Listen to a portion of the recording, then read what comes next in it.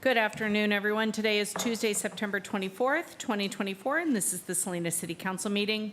This meeting is available in Spanish for members of the public in attendance and on Zoom. Translation devices can be obtained in the foyer. City Clerk? Buenas tardes. Esta reunión está disponible en español para los miembros del público y en Zoom. Las unidades de traducción se pueden obtener en la entrada de la rotonda. Thank you. We will go to the Pledge of Allegiance. Please stand and join me in the Pledge of Allegiance. Assistant City Manager Pia, would you lead us, please?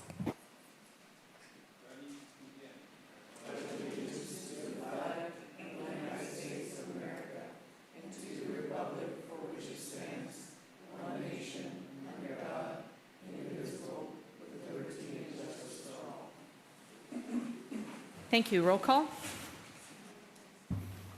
Councilmember Barrera? Here. Councilmember Gonzalez? Present. Councilmember Osornio? Here. Councilmember Rocha? Councilmember Sandoval? Present. Councilmember Valenzuela? Present. Mayor Craig? Here. Thank you. Excellent.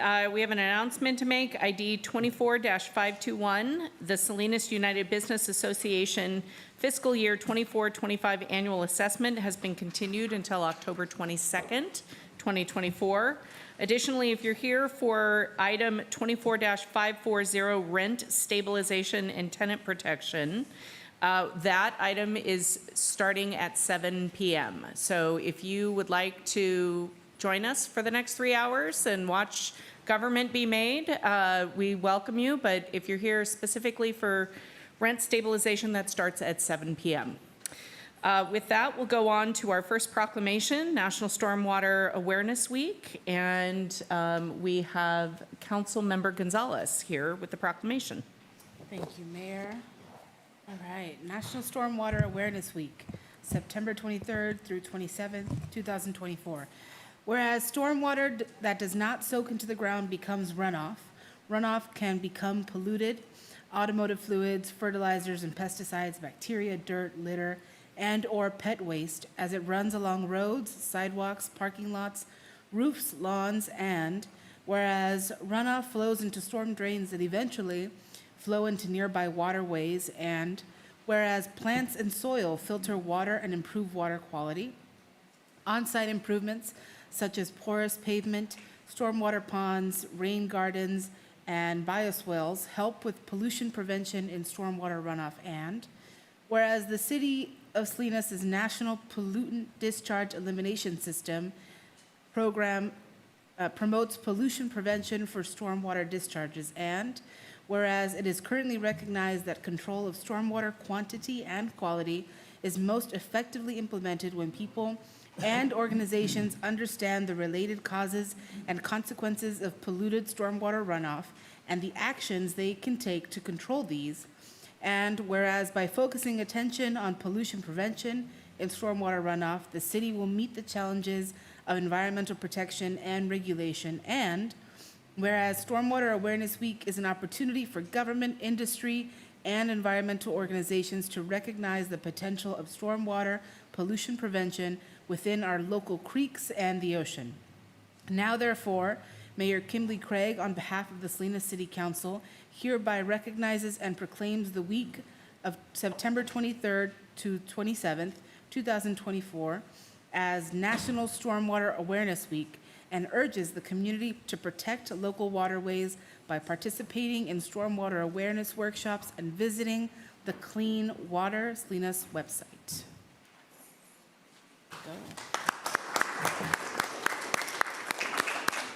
And I see Heidi in the audience. Do you want to come up and say a few words, or David Jacobs?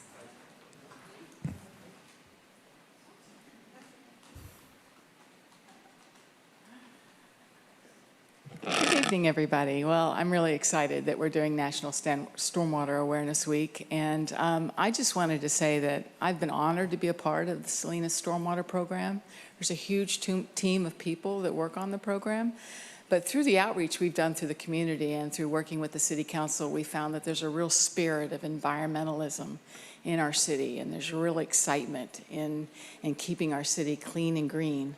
And that's just very inspiring, and it just keeps my days going, and it's just wonderful. And I want to thank all of you for always supporting our program. And if anybody wants any more information, we have some really great stuff on cleanwatersalinas.com. And also, if you're interested in learning more about the upcoming street sweeping program, that's also on cleanwatersalinas.com. So thank you. Thank you. And we'll wait a brief moment. We also have a commendation, and so after that, we'll take pictures so that we can post them to social media.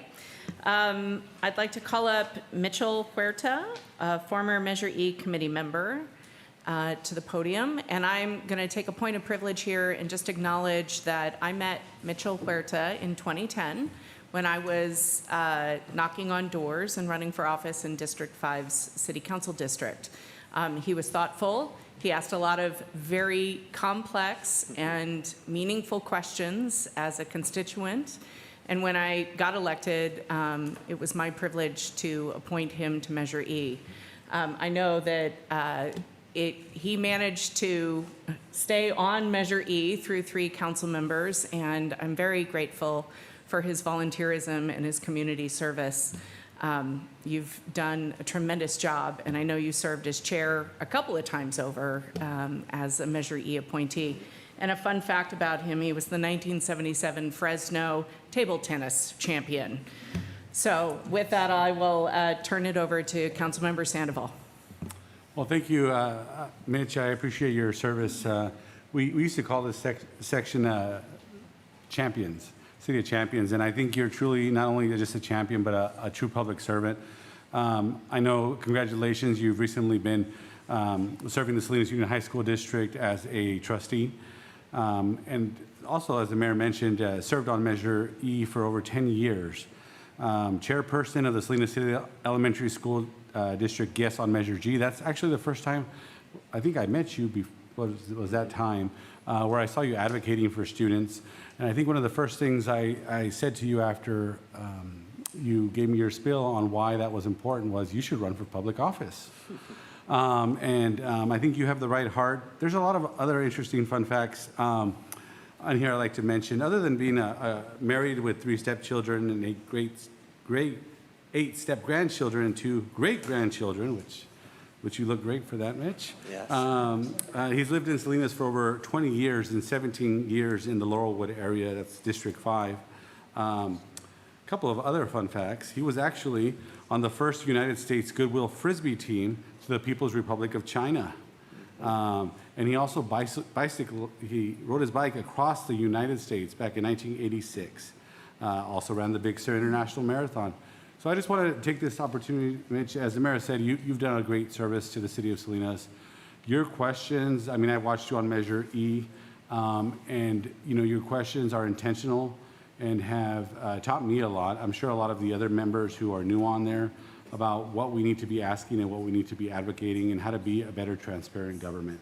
So it's my honor to present to you this certificate of recognition for many years of service as Measure G oversight committee member to the city of Salinas. Not only that, but in all your other capacities. So thank you very much. Thank you. And would you like to share a few words? Okay. Well, first, I would like to thank then councilperson and now Mayor Kimberly Craig. I want to thank you for the opportunity to serve our community, and in particular, the residents of District 5. I thank you for your trust, but most importantly, I thank you for your friendship. I'd like to thank former councilperson Christy Cromings and current councilman Andrew Sandoval for allowing me to continue to serve our city. It was a privilege and an honor, and I thank you for that trust. Again, thank you. I'd also like to thank our late mayor, Joe Gunter, for his smile and his words of encouragement. I'd like to thank our current and former department heads who answered my questions before the meeting and attended the meetings and even answered them during public session. I don't have time to mention all of them, but there's a few I'd like to mention. Former Finance Director Matt Pressey, and then our, I think she's Community Development, Megan Hunter, and then current Library Services, is that right? Kristen Lundquist. So those three people were really kind to me in answering the questions. Next, I'd like to thank the current residents and former residents who do serve on these committees and commissions and boards. I acknowledge you and I thank you because you play a vital role in what I call citizen government. Your time and energy is appreciated. And then last but not least, I'd like to thank Jenny Watkins, who has always offered her love and support, although sometimes reluctantly, for me to continue to serve our city. And finally, just anyone in this room or anyone watching at home, raise your hand. Say, I can help. And it doesn't have to be something big, but if we all contribute just a little, we'll make this place better. So again, thank you very much. Thank you, Mitch. Council, if we wouldn't mind coming around to get a photo, and then we'll do stormwater right after that.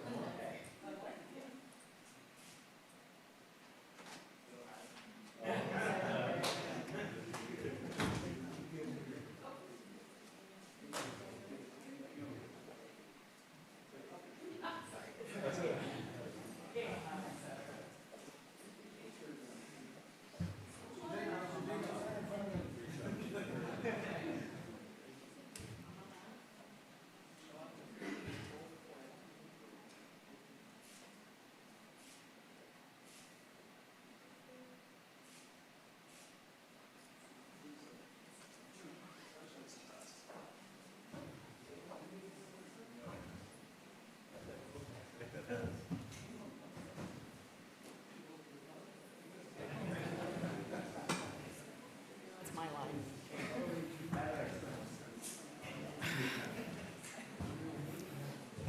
All right, to the public, thank you for your patience. We will go on to public comment. If you wish to make a general public comment or comment on a specific agenda item, you're encouraged to attend the City Council meeting in person or attend the Zoom webinar and use the raise hand icon. Emailed public comments received have been distributed to the mayor, the council, the city clerk, and will be entered into the permanent record. Public comments generally are limited to 2 minutes per speaker. I may further limit the time for public comments depending on the agenda schedule. We're now open for public comment on items that are not on the agenda but are in the City of Salinas' subject matter jurisdiction. Comment on agenda items should be held until the items are reached. With that, we are open for public comment. Welcome. Good evening, everyone, Mayor, City Council members. I'm here to offer a prayer. My name is Kimberly Bryant, and it is the Lord's Prayer, so I would ask if you would like, please join me, bow your heads. Our Father, who art in heaven, hallowed be thy name. Thy kingdom come, thy will be done on earth as it is in heaven. Give us this day our daily bread, and forgive our trespasses as we forgive those who trespass against us. Lead us not into temptation, and deliver us from evil. For thine is the kingdom, and the power, and the glory forever and ever. Amen. I ask the Lord to bless you and keep you, make his face shine upon you, each one of you city council members and mayor. Be gracious to you. The Lord turn his face toward you and give you peace. Thank you. Thank you. Hi, welcome. Hi, good afternoon. Jose Guerra, Montebello Community. I want to start off by thanking the city for trying to get the ordinance done for the park, the closure and all that. I guess we started that yesterday. I didn't check on it, but I will check on it tonight. Hopefully that would help them closing the gates and keeping people out of the park late at night. But it's been 2 years and we're barely getting to it. It's kind of been a long time. I wish we would have got this done earlier. Moving on to the Skonberg accidents. per conversation with some city council members and the city manager not too long ago, about maybe month and a half ago, excuse me, week and a half. We had talked about the accidents, and apparently between them and the people down at permits, they're saying that they don't have a record of any of them. So I don't know if PD is recording them or not. I'll have to get with Mr. John Murray about that. But we do have all that evidence. If you guys need it, we can bring it back up. Also, we have the Freedom Parkway and Mr. Bengard on that side where we have the trench that needs to be dug in on his side or on the other side, on the county side, to prevent flooding in Montebella. The trench was started again, I believe, this last week, and they're digging it up. I sent pictures, put on Salinas City Connect, and hopefully, you know, I know Tony reached out to me and I got him some information, but hopefully that would get settled and done the right way. Also, we're having a noise ordinance problem in Montebella. I don't know why some residents are being disrespectful with other residents. You know, it's okay to have a party, but please be respectful. And I put that on next door also. Please be kind to each other. You know, you all need to live there. Please have some respect. And if someone says your music's a little loud, please just turn it down. Thank you. Great Thank day. you. Hi, welcome. Welcome. Well, I get done a lot of service requests. I just erased 5,000 pictures of city streets from my camera. Well, anyway, they send me service requests, and 78 of them, of those 78, only 2 had any potholes done in them. And they all had potholes to be done. And also, too, I'd like to know the areas where city council members live. I heard their streets have been redone. I'd like to see what the street looked like before to see if their street was justified in getting redone. And also, too, I saw a thing on the internet. It's a thing done by the KSBW that we have a rodent problem in Salinas. We rank 45th in the nation in a rodent problem. And I think that should be unacceptable for a town our size. And it's done by 300 Terminex companies throughout the United States where they got their information. And then why is the LBGT flag been flying over the courthouse for 2 years now? I've heard that it's going to become a regular thing. Well, I think that should be put on the ballot to be voted on by the people, that any other flag that's going to fly with the Stars and Stripes, the state flag, needs to be voted on by the people. And I don't think you 7 people have the right to do that. So that right now would have been a perfect time to put it on the ballot. Well, I don't think that we should have to wait 2 more years to have that put on the ballot to get an answer and not waste your guys' time deciding who gets to have their flag flown, you know, in courthouses. They could fly it over their houses. And then let's see here.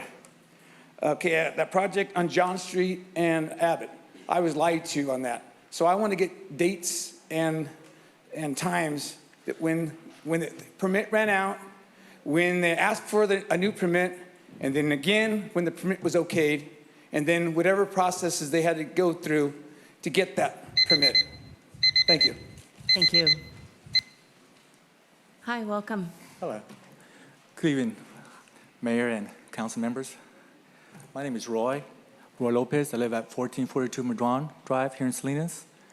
The reason I came is that I've been having an issue with the police department. I've been calling the police for some assistance. My neighbor's actually just having music very loud, very ignoring. It's very, until 2 o'clock in the morning. I've been calling the police department about it, the issue, the problem. They say they're gonna be there, they never show up. They said they'll call me, they never call me. And it keeps continuing on every weekend. And they're taking advantage because, they're throwing parties at night, music loud, I can't sleep, 2 o'clock in the morning. I've been calling the police department about it, the issue of the problem. They said they're gonna send someone over, but they don't. And I'm just kind of frustrated. I don't know who else to turn to because it just keeps continuing. And it's just gotta stop. It's very, it's very annoying, and I can't have peace and quiet. I can't sleep because of them. And I'm calling the police department to tell me that issue, that problem, but they don't show up. They say they're gonna show up and they're gonna call me, but they never do. And that's why I'm here, because I'm just fed up with, I like actions, not just talk, you know, and that's why I came here. Thank you. If you want to leave your name and your address with the city clerk, we'll have somebody follow up with you. Okay, thank you, you. Mayor. Thank you. Appreciate it. Hi, welcome. Good afternoon, Mayor and Council members. My name is Marlene, and I am a senior at Alisa High, currently at Ciclovia Salinas internship. I am part of Activities Committee, which is in charge of activities of the event. Today, I am here to extend an invitation to attend Salinas Ciclovia. Ciclovia Salinas is a day open street event where Alisa streets transform into one open space for recreation, music, and cycling and research booth. So Sunday, October 6th from 10 a.m. to 2 p.m. The goals of Ciclovia is help a local economy, unite Salinas, change the narrative, and youth leadership. There are more than 30 youth from several high schools that are getting together to plan this family community event with activities like running, skating, walking, and biking, and Zumba and yoga. There will be flyers in the back if you would like to take some. Thank you. Thank you. Good Hi, welcome. afternoon, Mayor Craig and council members. My name is Estrella Pacheco. I am a senior at Salinas High School, and this is my 4th year with Ciclovia Salinas. And we are looking for adult volunteers for barricades to help us out on the day of the event. You could choose one shift or all 4 shifts. You are all welcome to do it. They are only taking 3 hours long. And of course, what will you get in return of coming to help us is that you will get a t-shirt like this one that says volunteers on the back, and you'll get a free breakfast or lunch depending which shift you take. And if you are a college student, you will get community service hours for whatever you are working for. And you will also be entered into another raffle, which has some prizes that you all should look forward to. And if you need any more information, feel free to contact the BHC office or get to us on our Instagram at Ciclovia Salinas, which I'm in charge of because I'm the publicity committee. So we look forward to seeing you all on Sunday, October 6th, 10 a.m. to 2 p.m. on Alice South Street from South Salinas to North Sanborn Road. Thank you. Thank you. You are a very convincing salesperson. I appreciate you. Thank you. Hi, welcome. Hi, good afternoon, council members and mayor. My name is Eloise Shim, and I am part of the Historic Resource Board in Salinas, and I have been for about a year now. And Councilman Andrew Sandoval appointed me, even though I live in District 3, but he's in District 5, and I guess just because they didn't have enough people that I'm the District 5 person. But it doesn't matter because I do a lot of shopping in District 5, so. But about the Historic Resources Board, I'm really glad that I applied because I found out about the Monterey County Historic Society, which this last weekend, they had a really nice event, which had the dancing Charo horses.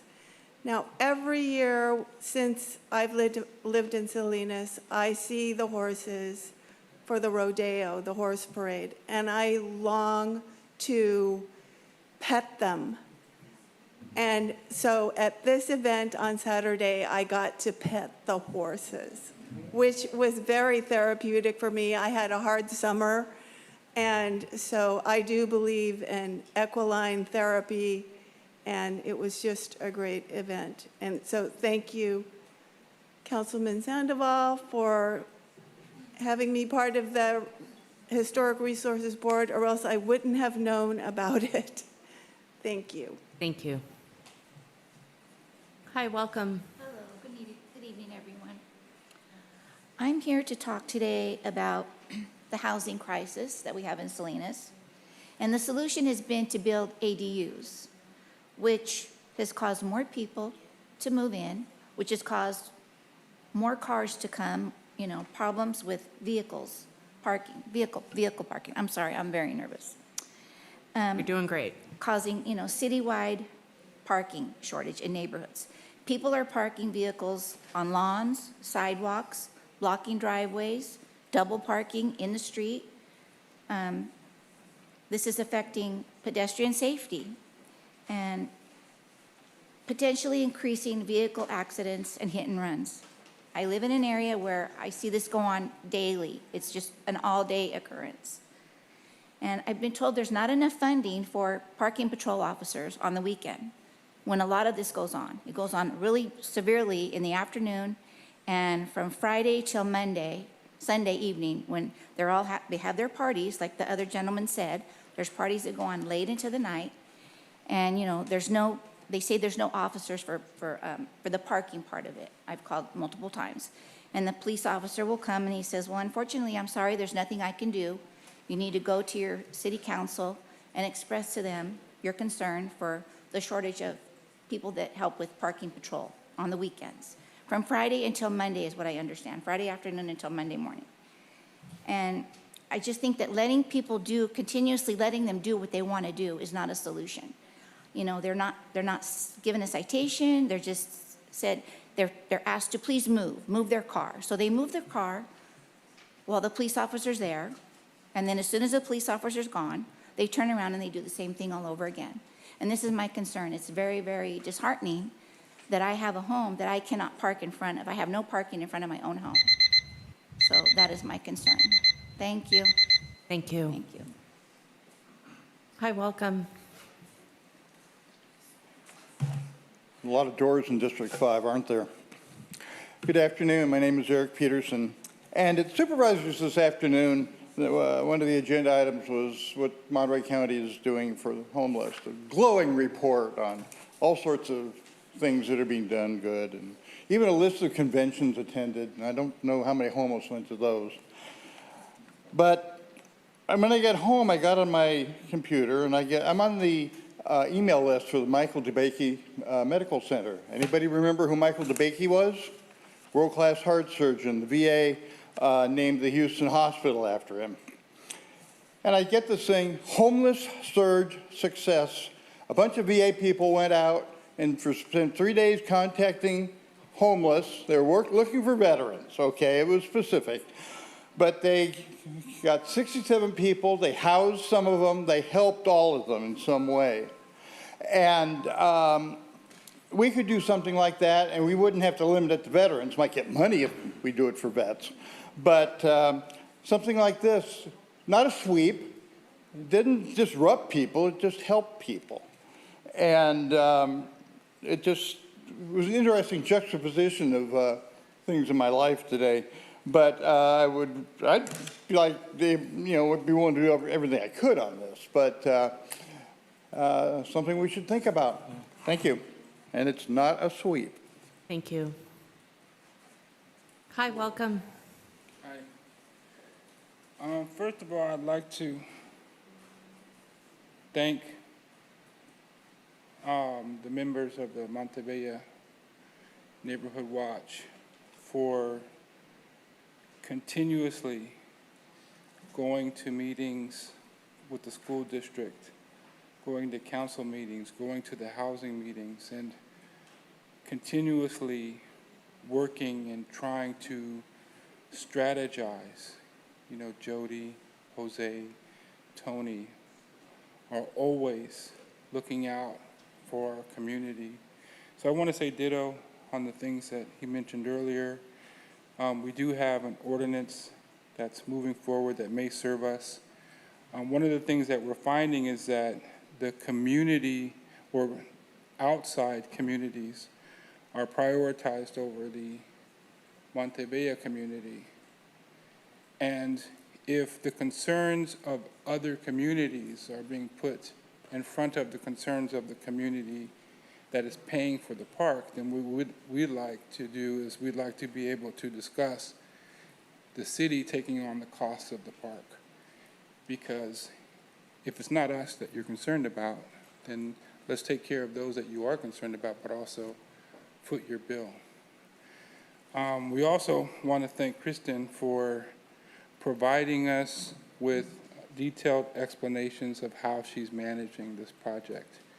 We're not getting yes, yes, yes on the things that we want, but she is explaining what the steps are, and in many ways trying to look for a way of saying yes, even if the initial response is no. We want to acknowledge her work and that we believe that this relationship can be one that is collaborative and productive.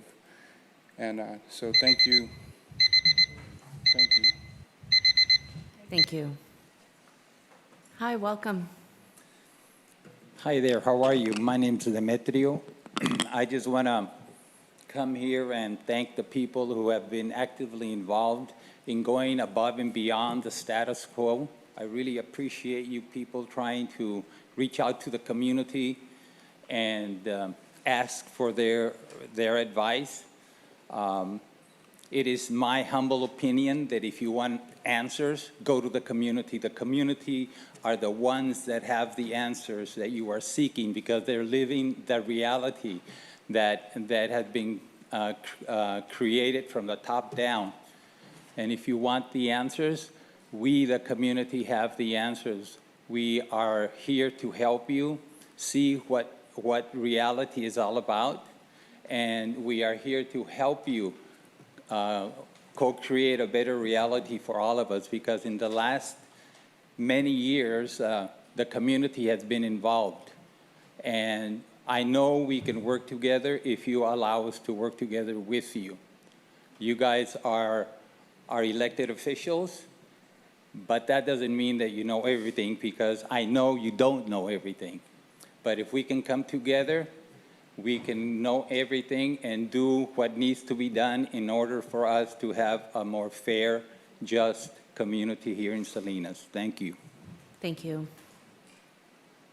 Anyone else for public comment? Hi, welcome. Hi, Wes White, Salinas Minor County Homeless Union. Stop the sweeps, of course. Toward that truth and justice, you know, I found some numbers that should be pretty important to just about everyone who's going to vote in a month or in a couple weeks. You know, $120,000 for Mayor Donahue. That's how much he's got for contributions so far. Jose Barajas in District 1 has $99,000. Aurelio Salazar has $85,000. De La Rosa has $80,000. Diorigo has $72,000. I'm going to tell you most all of this, which Dennis Donahue actually said last night was, you know, mainly all of this stuff comes from business.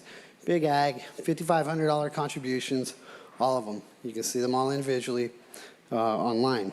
Now we get to the people who are more interested in and get their money from community, which would be Chris Barrera at $39,000. Anthony Rocha at $30,000. Orlando Orsonio at $19,000. Carrie Swinson at $10,000. I think it's pretty clear, you know, who's trying to buy out what when you think about McShane being gone and what a scramble it has to be to keep all this business going business direction. If you're in a contract, then you're going to get bigger. But if you're not, well, we're probably going to feed on you like predators.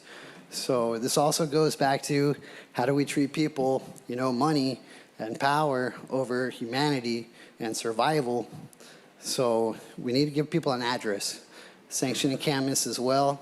And the people that are getting funded by community are the people we should vote for. Don't vote the zombie slate. No more Groundhog's Day. Thank you. Hi, welcome. Hi, my name is Rita Acosta. I just want to say, I know we've done a lot of change here in Salinas. A lot of people has gotten housed and signed up for services and stuff. But for the remaining of people that haven't been housed and have signed up for services, they need help. A lot of people are losing their property and they're giving up hope because there is no place for people to be. And again, I know like with any company or anything, we could always do better, you know?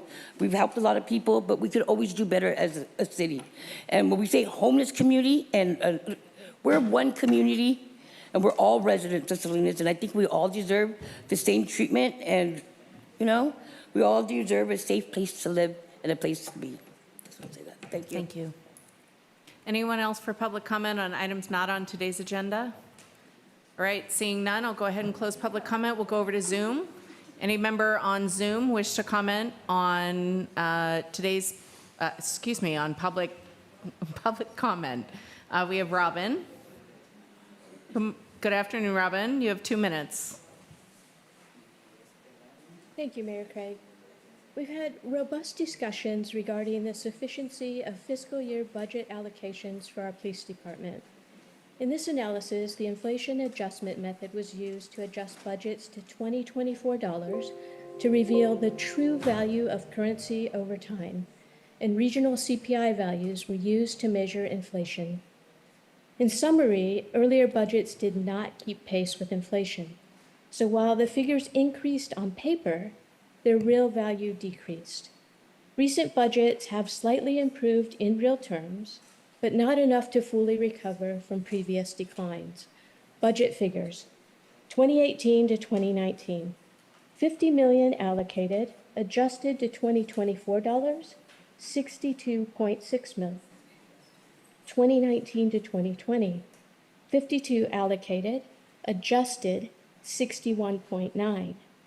20 to 21, 53 allocated, adjusted 61.5. 21 to 22, 53 allocated, adjusted 58.9. 22 to 23, 57.5 allocated, adjusted 59.7. 23 to 24, 60 million, a 300,000 increase from last year and a 1.1 million increase from 2021 to 2022.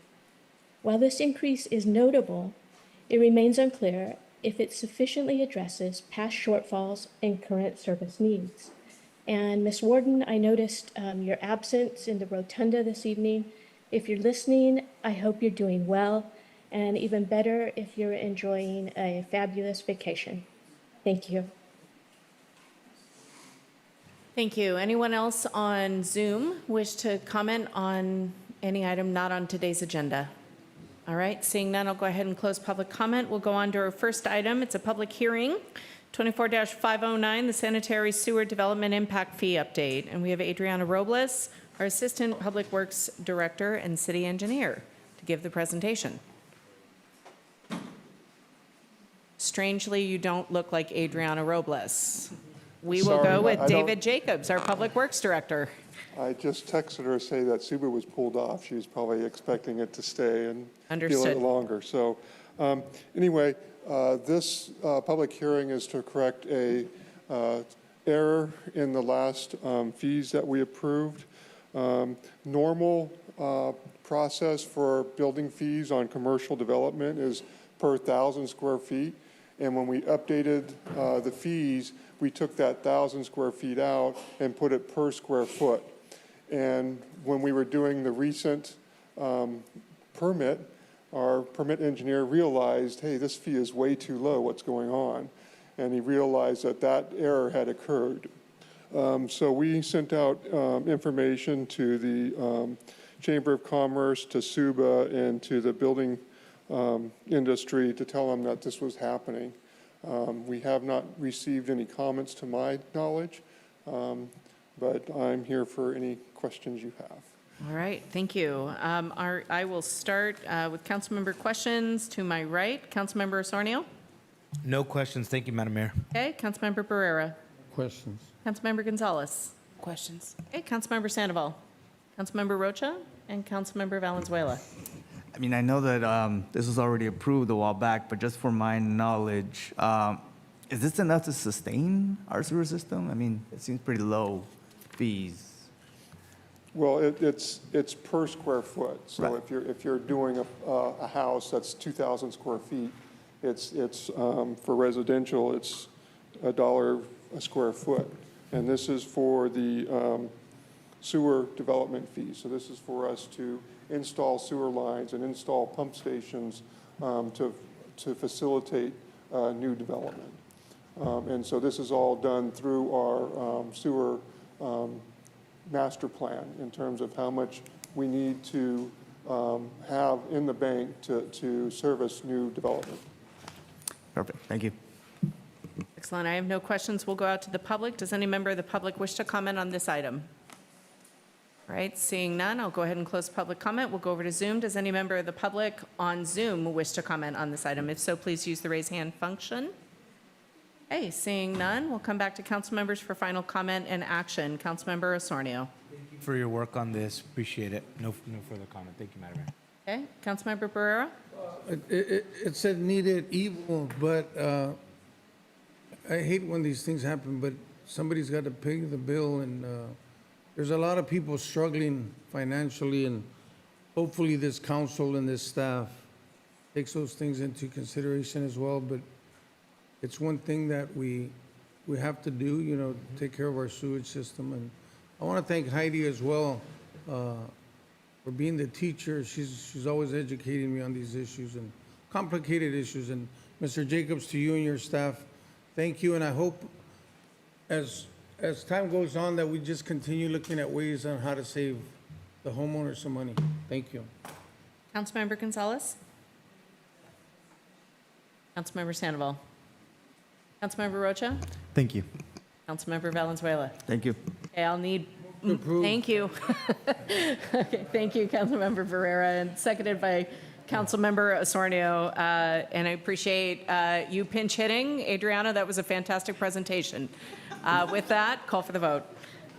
Councilmember Barrera? Yes. Councilmember Gonzalez? Yes. Councilmember Osornio? Yes. Councilmember Rocha? Yes. Councilmember Sandoval? Yes. Councilmember Valenzuela? Yes. Mayor Craig? Yes. Motion passes. Excellent, thank you. On to the items for consideration. 24-539, the 2024 Salinas Active Transportation Plan. And we have Adriana Robles here, who looks nothing like David Jacobs, the Assistant Public Works Director and City Engineer, and Frederick Venter from Kimley Horn and Associates. Yes. Hi, good evening. Tonight we're going to present to you the active transportation plan. Sorry, I'm still catching my breath.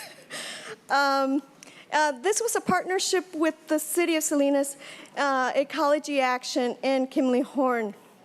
And we received a sustainable planning grant, transportation planning grant, to develop this active transportation plan.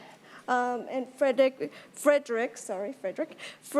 Venter, he is the Senior Vice President at Kimley Horn. He's going to be giving you the presentation.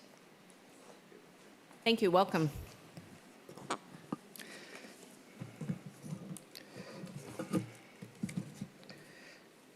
Thank you. Good afternoon, Mayor and Council members. It's a great pleasure presenting this elaborative document about the future of active transportation in the City of Salinas. So the report organization is pretty much about, we did an existing conditions analysis. There was extensive outreach to the community, quite a few stakeholders that took place and participated in the process.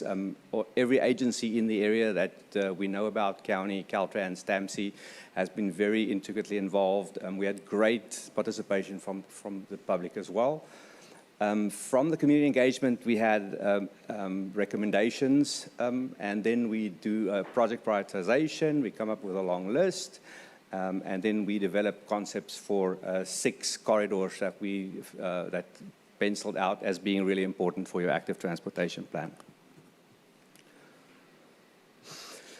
So why do we do the active transportation plan? This is really an update to your very old bicycle and pedestrian plan that was done previously.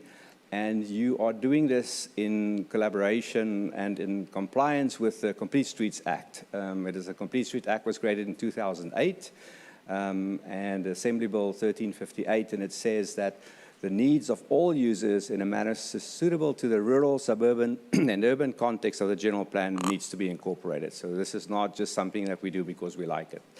If you don't do this and don't include your bicycle and pedestrian plan in Complete Streets policies, you may forfeit future grant funding for implementing these projects. The framework of the active transportation plan is to overcome barriers in active transportation. You will see much of tonight's about safety, speeding, and we know those are the concerns that the residents have. And it identifies then the needs and priorities that we can encourage walking and biking for all road users in the City of Salinas. So we got a question about, so how does this fit into transportation altogether, right? So at the top, you will see we have the general plan, and then we have what we call a circulation element. So the circulation element covers everything transportation. And then we have a bunch of documents and elements and chapters that make up the whole circulation system, of which your active transportation plan is just one component.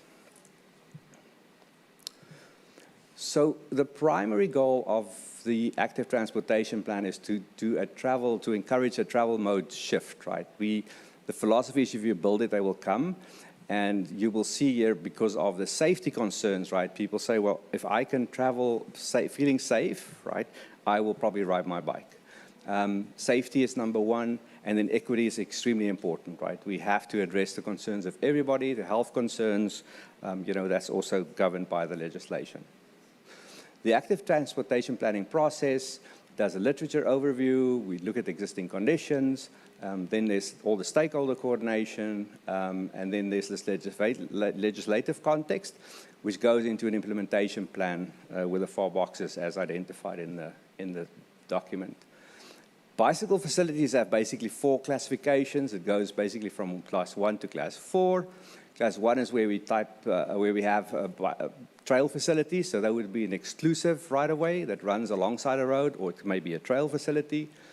Class 4 would be a protected, what we call a protected bike lane, so there's a physical separation between the cars and the bikes. Class 3 is where we have a striped bike lane, and probably most of the city looks like that now, and this would include then buffers as well. Class 2 is where we have no buffer, so it's just a Class 2 bike lane, and Class 3 would be what we call a sharrow, many of those in the city as well. So from the existing conditions and also the information that we gathered from the community, there was a gaps map prepared and also another gap map for the pedestrian network. And you can see from these maps that there are highlighted areas which shows where the biggest gaps are, number one, and where the biggest need is. And a lot of this was also based on accidents. So we also, in the report, you will see lots of information on bicycle and pedestrian accidents that occurred in the city over the last 5 years. Community engagement, we had 2 rather big public workshops, 19 pop-up events, and then we had walk and talk events where we actually met at the 6 sites that we developed the concepts for, with community members, with the stakeholders, gathered their input, and Ecology Action really drove this exercise. We did extensive public surveys, and we had this public website that ran on the city's website. And then several stakeholder working group meetings where we got great input and feedback. And then stakeholder interviews happened as well.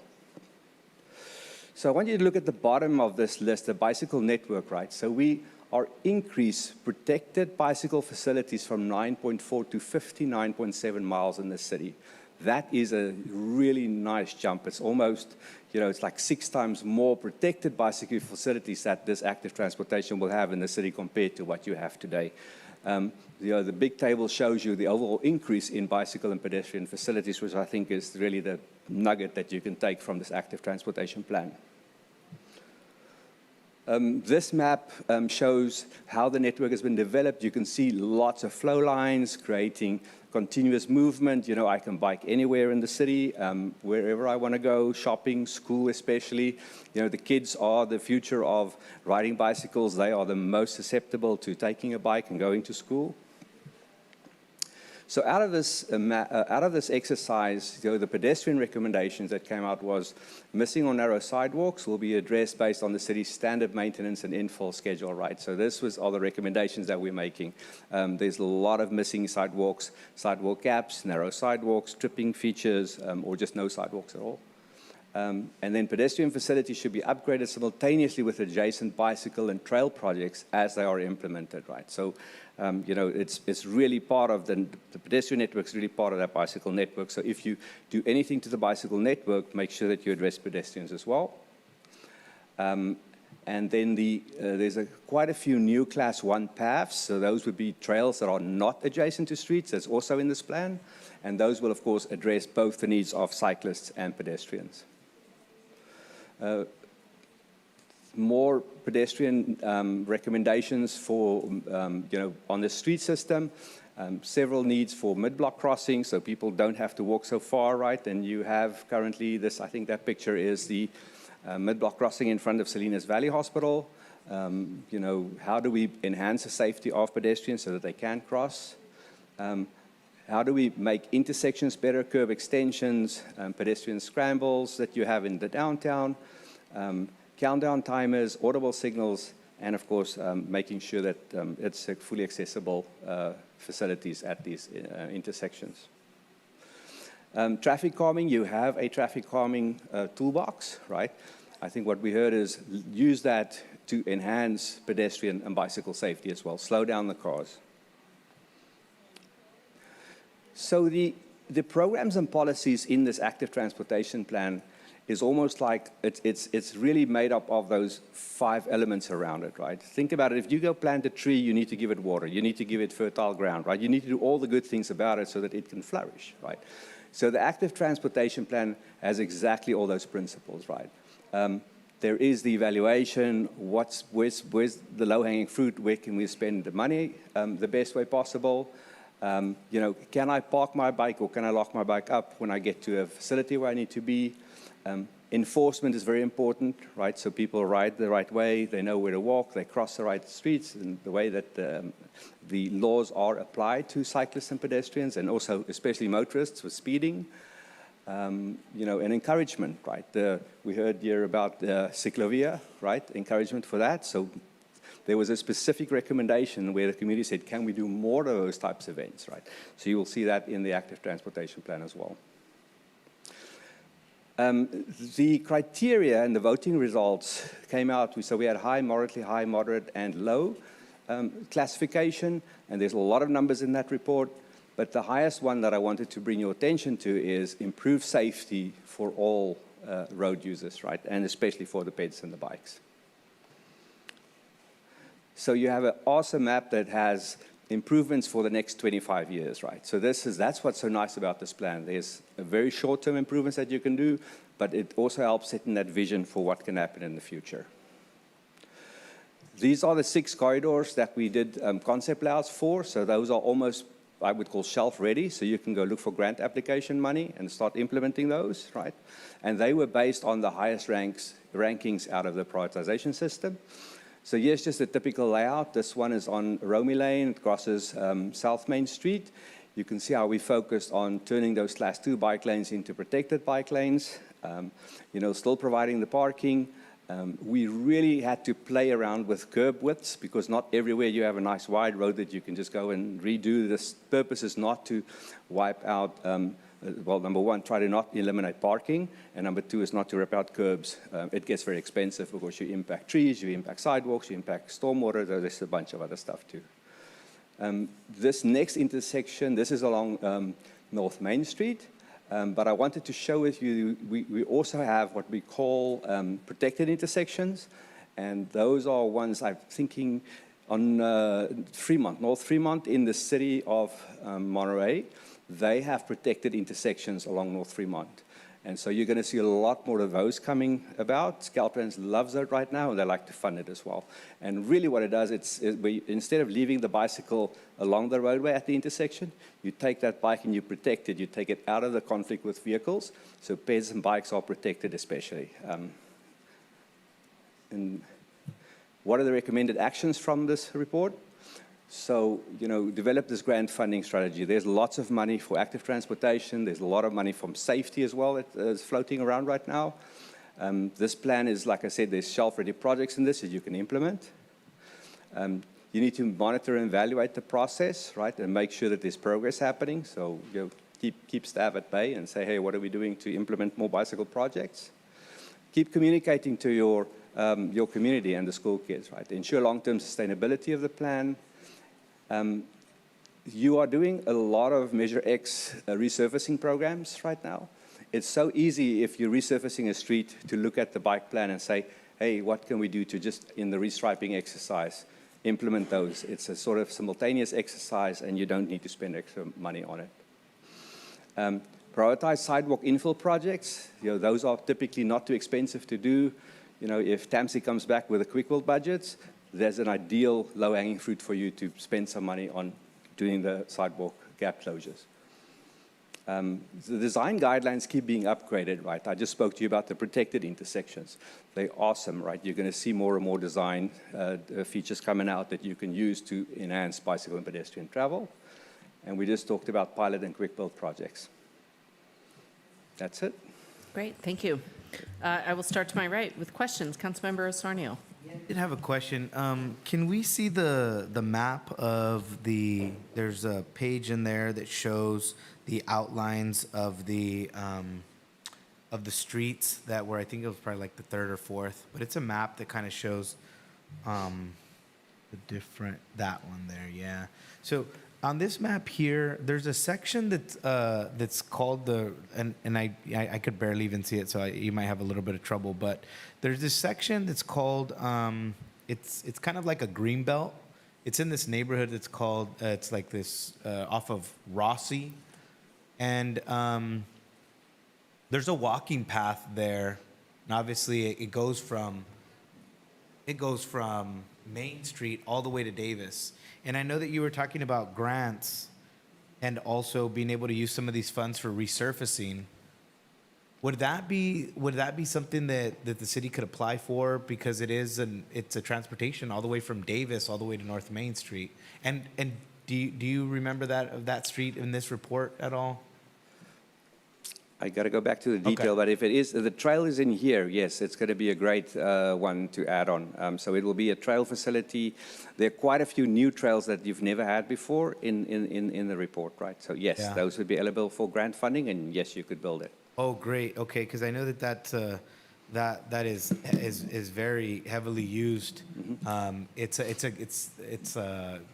call it the green belt, and it's in the Rossi area off of Rico Street. Yep. And it literally goes from two of our biggest streets. So that's the reason why I was asking, because that would be something great. It's cracked right now, and it's enough for folks to go in both directions on there. So, okay, good. That was the only question I had. Thank you for the report. No further questions, Madam Mayor. Councilmember Barrera, questions? Yes, well, first of all, I think this is a great report. Could you do the slide on programs and policies, please? You know, Salinas, I've been riding my bicycle, getting ready for Ciclovia here. I got to get in shape. But my God, Salinas is not a safe city to ride a bicycle. Don't even cross the street, run. And I mean that. It's a sad thing. People are busy. Besides driving, they're doing all kinds of things in their car instead of focusing. And improving safety, whoever can answer this question, please. You know, there's a lot of things in order for this thing to work, because right now, as we're doing already certain areas where I've ridden my bicycle, the debris, I mean, we're not cleaning it. So my question is, who's in charge of that? You know, there's a certain section, and I've said, I'm being redundant here, but so hopefully somebody will listen. I don't know how, the street sweeper can't get in certain areas. So do you know how we are addressing that? Or we're going to address it because we haven't? So street sweeping, you know, especially in the summertime when we have less rain and debris starts to gather in the streets, becomes more prevalent, and we should do more, right? It is a city task to do street sweeping, right? If we're going to build these Class 4 protected bike facilities, what cities do is, and there will be grant funding in the future for that too, is they purchase smaller street sweepers, and the width of those street sweepers are actually such that you can actually sweep the bike lanes that are protected, right? Because that is a real problem, debris, and especially now in fall, right, when all the leaves come down. So yes, yes, great comment. We actually had one of the outreach comments was specifically about debris in the bike lanes too. Yes, I noticed here in the programs and policies, you mentioned the police department quite a bit here on improving safety. Well, right now we're having a difficult time hiring police officers, but do you have any ideas of, and I'm talking about for safety, what is it that we can do besides having a police officer out there? Do you have any ideas who can do safety issues that are going here? So for children, I think the number one is ride with a helmet, right? And how do you maintain your bike? Do you stay in the bike lane or do you veer outside of it? And we do see a lot of bike riders nowadays that actually go in the wrong direction on the bike lane. So that's also because if I'm at a street and I want to turn and there's a bike lane, I only look in the direction where I think the bike's coming from. I'm not looking in the direction that they sometimes go against the flow, right? So those are things. A lot of this is education. That's why these are all sort of intertwined. And when police end up at Ciclovia and there's training and a police officer is there, right? Their voice comes over so much stronger, right, to the community. It's not just the enforcement side of it. It's this is what's important for you, and it's the law, right? So education from the police side definitely. I think a lot of the safety has to do with car speeding, disrespect for cyclists, disrespect for pedestrians. All your major corridors have a lot of accidents for both pedestrians and cyclists, right? And a lot of that is people being ignorant in how they drive and speeding and going too fast around corners. Yes, sir. And just my last question, you mentioned, maybe Councilmember Osorno did, so there's funding for this because you're able to maintain this. Exactly. All the nice projects in here, you're going to get grant funding for. It's not cheap, right? Unfortunately, nothing nowadays is cheap. But if you do the repavement program that Adriana's department handles, right, and you do a restriping project with a buffered bike lane, those are easy and it can be part of your budget, right? And you can implement those. Thank you. Councilmember Gonzalez, questions? Okay. Councilmember Sandoval, questions? Yeah, I was reading in the staff report, and it said the chair, I think, from District 2, and then District 5 commissioner voted against it. I didn't have a chance to watch those meetings, but what was their decision based off of? The concern was that, the city is going to spend money on bicycle and pedestrian facilities where the mode share for bicycle and peds are really low in terms of overall travel. And they felt that it would be more appropriate to spend money resolving congestion and spend it on cars and road maintenance. Yep. Okay, and most of the projects being proposed here that are quick and ready to go are ones you're recommending for us to seek grant opportunities for? Correct. Okay. There's, off of Rossi, I'm not sure what the official name of it is called, but, there's, I think, a pork chop or something they call it where, what is that, Natividad and Rossi, where there's a right turn lane that they've closed off. I don't know if you had a chance to observe that, but it used to be like do you have the official term for that? Pork chop. It's okay. It's a pork chop with a free right turn. Yes. Okay. Yeah, and that seems like that was the beginning of a project to aid in pedestrian safety. But yes. What's one of the results from that is that there's been an increased backing of traffic. Yep. I think somebody took maybe a hammer or something to some of those areas and knock it down. That's right. I noticed that was the only pork chop that has been closed because there's some adjacent ones along Main Street and other places. What was there a recommendation in this plan or a plan to revisit that? No. This plan did not focus on something like that, but I can share with you that the fact that those pork chops result in high-speed right turns makes it extremely unsafe for pedestrians and cyclists, right? And that's probably my guess why the city decided to close it off to slow traffic down. So the approach towards active transportation and having that shift in bicycle and pedestrian mode, right, is to discourage fast-moving traffic, right? And by default, sometimes like that, you will have a slow right turn, right, which may result in more congestion, but there is a much safer environment that you're creating for bikes and peds. And it's consistent with your Vision Zero plan, because Vision Zero says we're striving for zero accidents. Yeah. All right. Those are all my questions. Thank you. Councilmember Rocha, questions? I can't recall, but is there something within this report that talks about the need to allocate funding for the maintenance of the infrastructure put in place to support pedestrian or cyclist safety? So typically the grant funding will not support maintenance, right? So cities usually maintain that as part of their operations and maintenance budgets, right? When you set up your CIPs. right? The grant funding is primarily for developing it, right? There's not a lot of, I mean, you can use, so let me go back. So the Measure X money that you have that may migrate into some sort of measure. I mean, you're resurfacing your streets, right? So if you're resurfacing your street, you're going to resurface your bike lane and stripe it. So that is probably where it is. But this plan does not focus primarily on O&M. Okay, I'll reserve for comment. Thank you. Okay. Councilmember Valenzuela, questions? First and foremost, thank you for this. Very exciting. I know Ecology Action in particular, worked with them before, a great organization for community engagement. So the idea, build it, they will come. I always struggle with that a little bit, especially when it comes to organic community engagement. I have seen other communities that invest a lot in bike lanes, but people still don't bike, right? And so what was your sense when you were engaging people in this process? I mean, you know, getting people off their cars is very hard, but did you get a sense that people do want to bike? So there are quite a few avid cyclists out there, and we had them on the stakeholder groups, and they were all for the plan, right?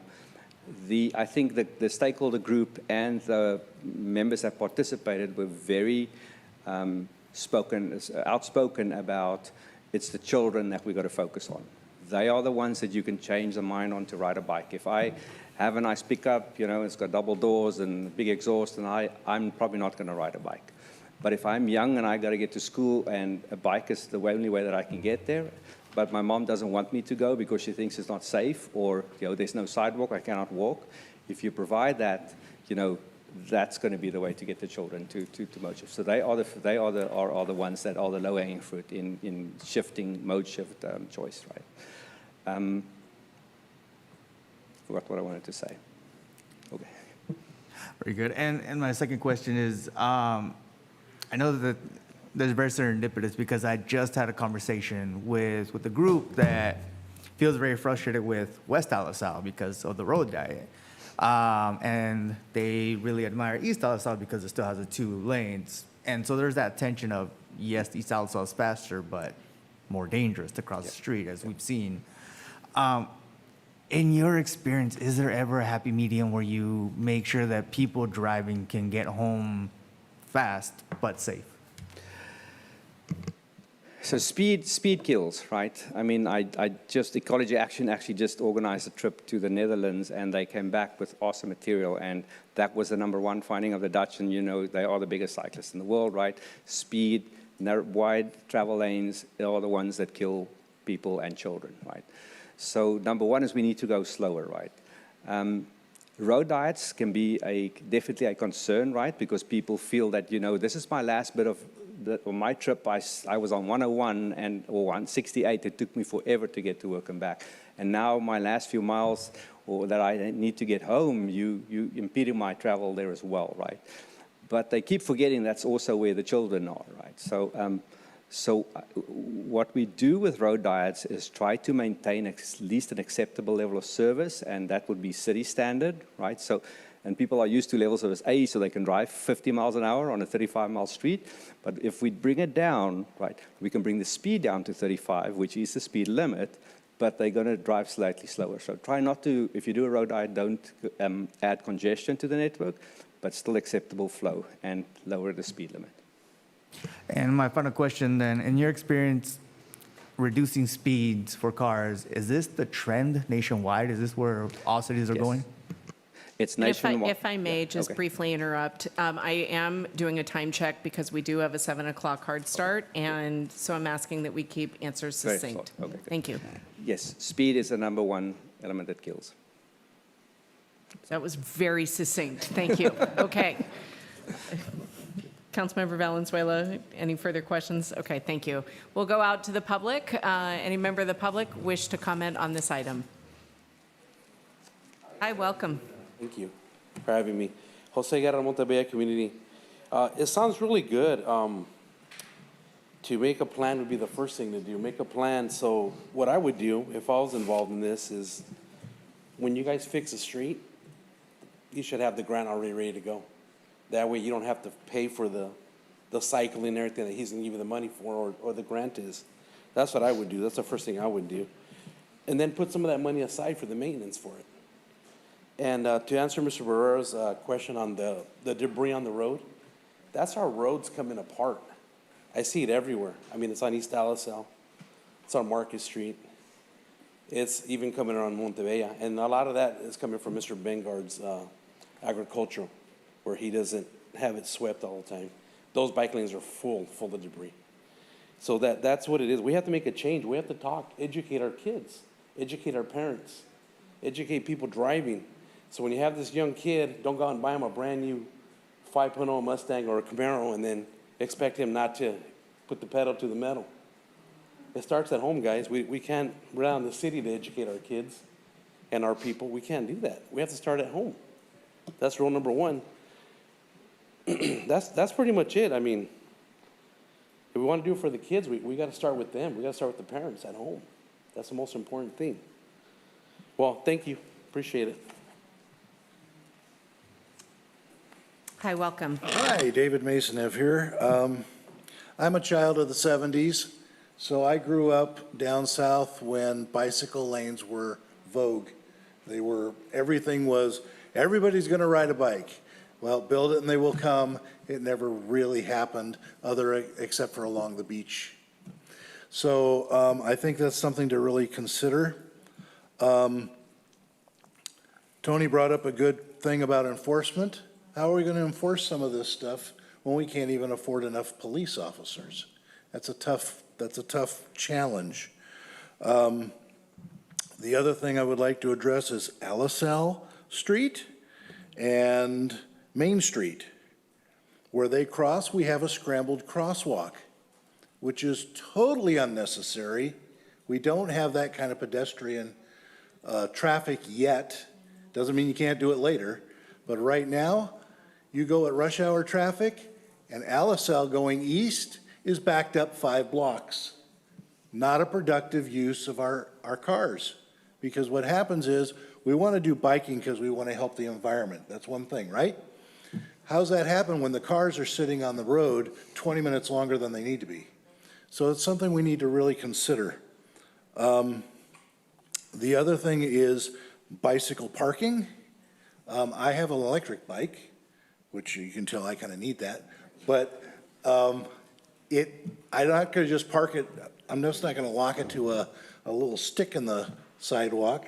It's something that needs to be looked at. Some of the bigger cities have cages that you actually put money in, take the key with you, and you've locked your bike up.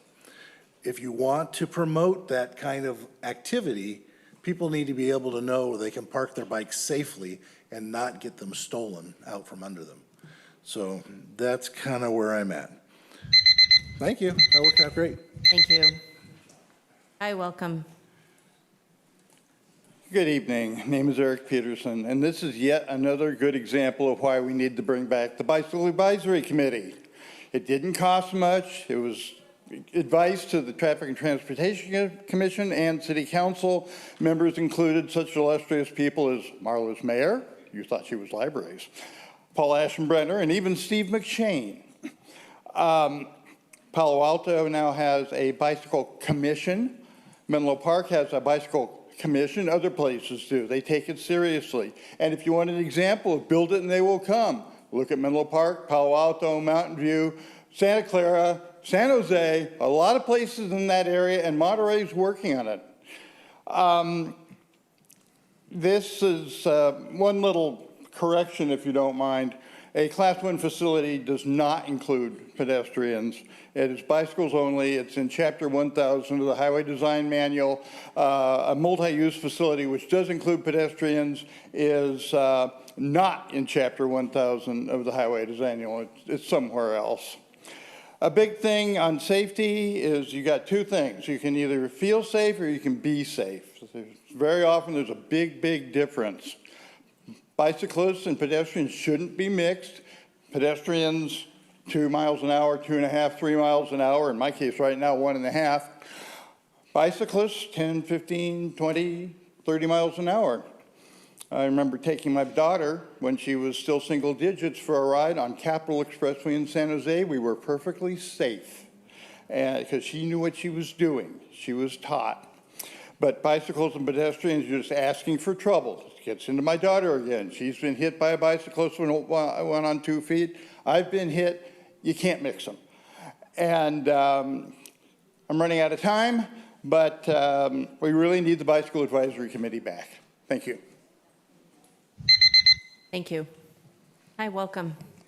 Yeah, one of the things that was not discussed is the price for bicycles. I wanted to ride a bicycle, and I looked at the price of the bicycles, and I realized I could not afford a bicycle. And when you're talking about a community that's dealing with homelessness, how many of these little homeless kids are going to be having the money that they need to, one, buy, and then two, maintain? Because if the wheel pops off, you lose your teeth. Another thing is that what I've seen coming to these meetings is that our city has a real challenge with managing projects. We see all the time that deadlines aren't met, work can't be done, we can't put the bumps in the road that keep the actual speed of the cars down. If you don't have the ability to manage projects, adding work to that workload doesn't make much sense. The thing that we're looking at, though, is that maybe it's not no. So maybe if you take the strategy, the one where you're developing the roads, where we service the underprivileged communities first, if you look at that and then you overlay your grants to where they support the same work, then you're really not adding a lot of work to your people. You're just making it a different project. So my suggestion is look at the plan that's already existing for the road repair and then use the grants to support that work that's already planned. Thank you. Thank you. Any other member of the public wish to comment on this item? I just have one comment pretty fast. I see other countries with cameras. Cameras, they save police. They make the traffic to run smooth. And I think not just at the corners, of the main streets that I know we have in Salinas, but on the roads. No idea about how expensive or hard to put cameras. And I think people will slow down. I see, well, I'm from Jalisco, so I haven't been in there for a few years. I went back and I'm like, what is going on with the traffic? Now I feel like I can drive in this city, cameras on the roads. Thank you. All right, we'll go ahead and close public comment. We'll go over to Zoom. Does any member of the public on Zoom wish to comment on this item? We do have a raised hand. Robin, welcome. Thank you, Mayor Craig. So addressing the comment about the city not having money, I want to circle back to the discrepancies we've had in our budgets. Again, Councilmember Sandoval stating that he had a family member who located $30 million that the city didn't know that they had. Not too long ago, Mr. Pia told us that we had a $20 million deficit. Mr. Mendez came on board and said, no, that's in fact not true. I think that Mr. Latino said it best regarding the modus operandi of our elected and non-elected stewards when he said, well, it's not illegal in speaking to a community member, because each of you know that our state constitution doesn't mandate that everything is disclosed or a manner in which the books are kept. And until you start doing that and being accountable, I don't think we should move forward with this. Thank you. Thank you. All right, we will go ahead and close public comment. We'll come back to council members for final comment and action on this item. Councilmember Osornio, final comments. Yes, thank you for the report, and just again, just making a pitch for the Greenbelt area. It currently has.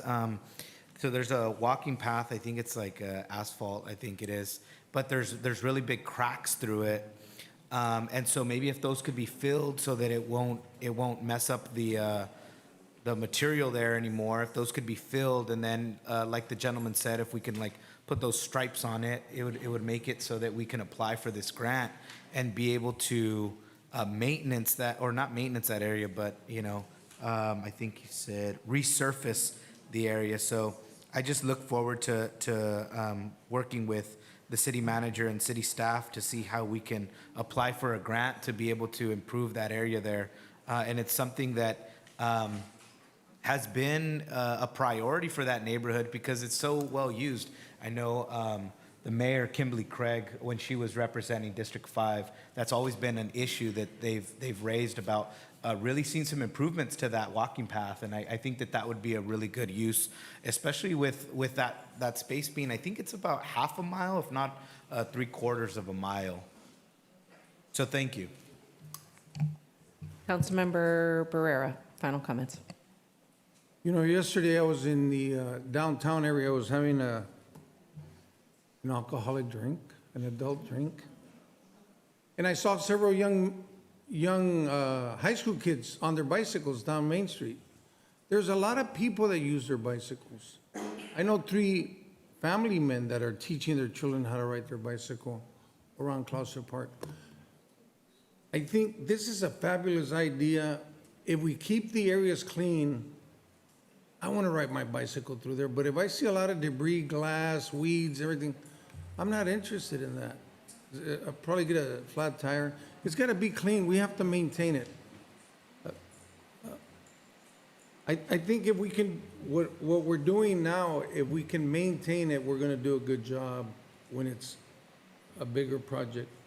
I ran into social media, there was 3 police officers that had stopped these young people, I believe, I want to say in the Williams Road area out there, educating them about how to safely ride their bicycle. So that's happening already. No, I'm excited about this. You know what? It would be fantastic to get the schools, once the lanes are clean, I am sure we can get some projects going on with our schools on how to train our children to ride our bicycles out there. So whoever's in charge of that, Mr. Pia, if we want to encourage people to ride their bicycles, we need to maintain those areas, those bike lanes safely.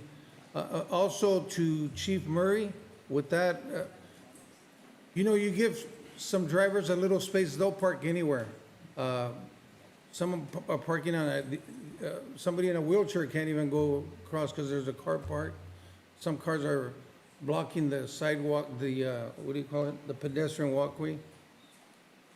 So yeah, I think if we work together, this is exciting. I really like it. So thank you. Thank you for the report. Councilmember Gonzalez, final comments. Thank you for the presentation.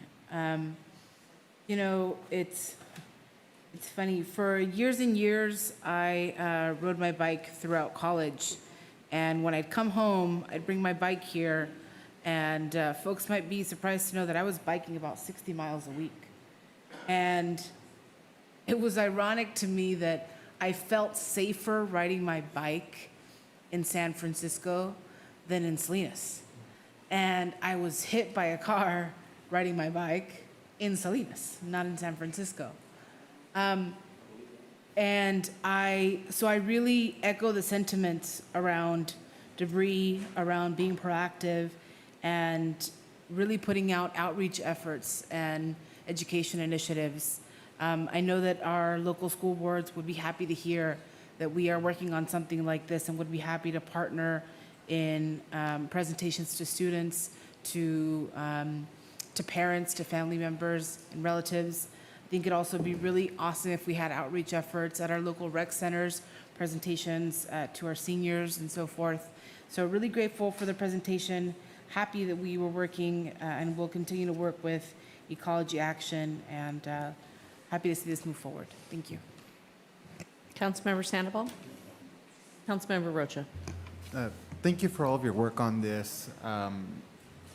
Similarly to Councilwoman Gonzalez, my view on this is partially informed from my college experience, although I just never had the courage that Councilwoman Gonzalez had to ride my bike. So when I first graduated high school and I went to Hartnell College, I didn't have a car, and I was still saving money to get a car, and so I didn't know how I was going to get to Hartnell College from living in North Salinas, and a friend offered to give me their bike, and I thought to myself, I would rather wait 2 hours to navigate the bus system at MST than to take the bike from North Salinas to Hartnell, just because it was so, in my opinion, unsafe as a cyclist. And so that's what I did for my first couple semesters at Hartnell, is I took the MST bus from North Salinas to Hartnell, and that was nearly an hour and a half, sometimes 2 hours to get there.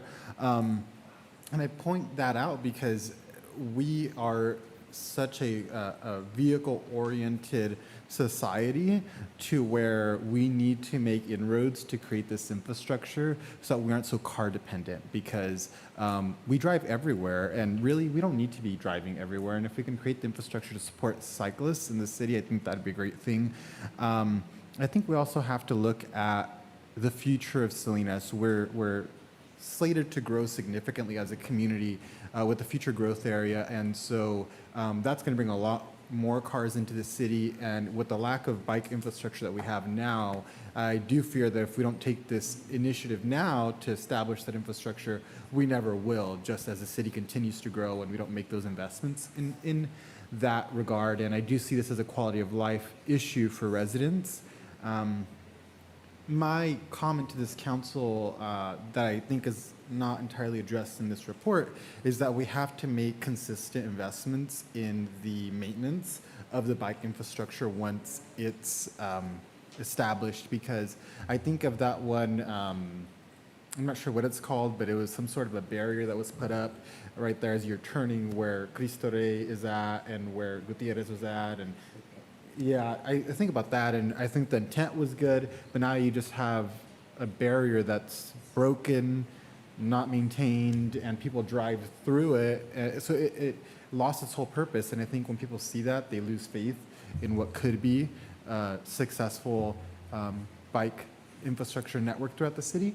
So I'm in support of this, but I do think that it has to come with the funding to maintain that bike infrastructure moving forward if we want this to be successful. But I think it provides a good opportunity for the city to really enter the 21st century when it comes to bike infrastructure that we're sorely lacking right now in the city. And I constantly hear that from my constituents. They want to ride their bikes, but they just don't feel safe doing so. So happy to support the item. Councilmember Valenzuela. So thank you once again for this report. I will also look to our city manager to let us know, how we can bring back that bicycle committee or commission, and then also see how this current plan overlaps with our CIP to make sure that we're not duplicating efforts. And invite me after today if there are plans to go back to the community members you engaged to update them on what happened tonight, because I make a motion to approve resolution adopting the 2024 Salinas Active Transportation. Second. Okay, motion made by Councilmember Valenzuela, seconded by Councilmember Pereira. Just my final comments. I do appreciate the insight from Kimley Horn. I also would say that we have often chased federal grants, and it has not particularly been welcomed and received by the public when we do traffic calming. Alisal could be a good example of that. So I do understand that there's a lot of availability for federal grants out there, but I do want to make sure that we're not chasing after the grants and then implementing what's available versus what's best for our community. I would tell you Fremont Street with the center, is a hot mess that cars hit all the time because people aren't used to seeing it. So that being said, I certainly think the long-term plan is a good one, and I'm happy to support it. But just a little bit of feedback on my end from being the salty dog up here and seeing both good and bad planning. So thank you. Call for the vote. Councilmember Barrera? Yes. Councilmember Gonzalez? Yes. Councilmember Osornio? Yes. Councilmember Rocha? Yes. Councilmember Sandoval? Councilmember Valenzuela? Yes. Mayor Craig? Yes. Motion passes. Excellent. On to ID 24-550, the American Rescue Plan Project Update. And we have Selena Andrews, our Acting Finance Director, here to give the presentation. Welcome. Thank you. Good afternoon, Mayor, Council members. Selena Andrews, Acting Finance Director. The item before you is the American Rescue Plan Act update.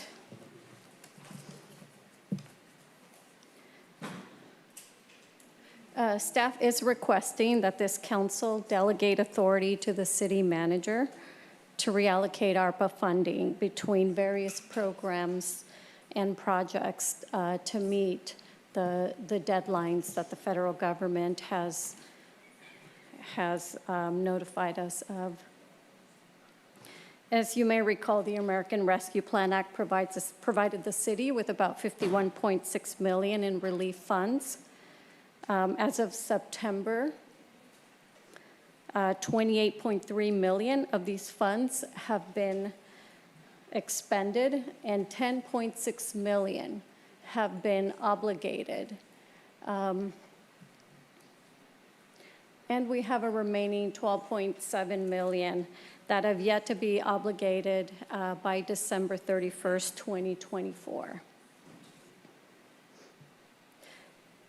In this slide, you'll see a summary of all the projects identified with ARPA funding. Since the initial appropriations were made, several adjustments have been made, and those can be seen in the approved amended column, and the amended budget column reflects what the current budget is for those projects. For purposes of this update, I'd like to draw your attention to the fiscal year to date 24-25. I'm sorry, to the remaining column, which is the second to last column here in the staff report. If you'll notice that there's still about 12.7 million that is yet to be obligated, and that does need to be obligated by the end of this year. That's the December 31, 2024 deadline. Staff continues to work on meeting their project deadlines and to keep projects moving forward without delays. However, staff is requesting that authority be delegated to the city manager to be able to reallocate funding as necessary to meet that deadline. With that, staff is available for questions, and department directors are here to speak to their projects. Okay, and just in the interest, I would ask that department directors keep their answers succinct for questions being asked. Thank you. Councilmember Osornio, questions? Madam Mayor, I'm going to yield my time for comments. Okay, Councilmember Barrera, questions? Yes, thank you. I'd like to know on the playground and cluster park improvements, can you just explain that? It says 41% used already. What is that?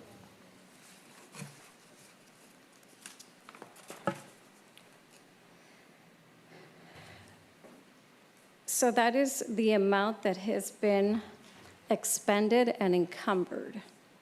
So I think that's what that reflects. So it reflects the actuals to date, so the 975,000, plus the 259,000 that has been encumbered. So those basically, that percentage reflects, I guess, where we've met our obligation as far as encumbering funds and expending funds. So we still have quite a bit to do there. Yeah, on the quite a bit, I wanted to ask, I've been very concerned about the Salinas Recreation, the Cluster Park Recreation, the bathrooms for the children. Any idea where we're at with that? Sure. Or is this part of that as well? So this is not what that project is. You may recall we've done system-wide repairs. You have a number of items on your agenda on the consent where the bulk of this funding will be encumbered. Cluster Park was added to that project so that we could move some funding that might be left over in the playgrounds to help close the gap with our Cluster Park project. So that's why Cluster is listed there. In terms of the restrooms, we are, the building permit has been assigned. We actually just finished some hazmat requirements of testing before we can go out to bid. And I would say we'd be going out to bid early October to mid-October for both the firehouse and Cluster Park restroom renovations. Yeah, that was gonna, since you're there, that was gonna be my next question on the firehouse. Where are we at with that? With the funding, with the renovation? So that's the same, very similar tract. We're working and collaborating with Public Works, and as I mentioned, the building permit has been issued.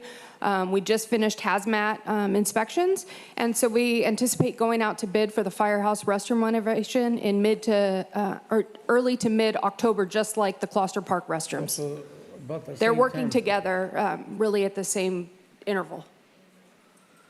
Yeah, if I may, if I could just be kept in the loop, I'd like to know what's going on. Thank you, that's all. Councilmember Gonzalez, questions? Yes, just one quick question as to levels of public access when it comes to completion of projects, allocation. I remember a while back when we were speaking with our previous city manager on ARPA updates, we talked about the software that would be hosted on one of our web pages that would show, I think it was like allocation amounts, projected completion date, percentage completion on project, and it would have been accessible to the public, and I believe even available in Spanish. Oh, okay. Is that still up and running? What is the status of that? You know, my understanding is that it has not been updated if something is up there. But that's something that we should look into. Got it. Yeah. Okay, thank you. I'll reserve the rest for comment. Thank you. Okay. Councilmember Sandoval, questions? Do you have a follow-up on that software, Mr. Pia? So, thank you, and thank you, Mayor. Just briefly, although it's not updated, there is an active link on the website, and our PIO, Sophie, does link it, and she takes information like this, which is hot off the press. So I am hopeful, council member, that we could have something, and I will double check that after this meeting. But we did put it up as promised, and whether it's a daily thing or not, it does need to be regularly updated. Thank you.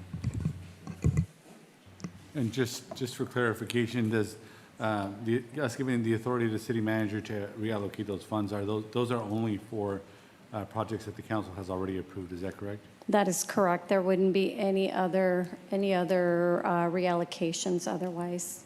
Okay, thank you. Okay, questions? Yes. Councilmember Rocha.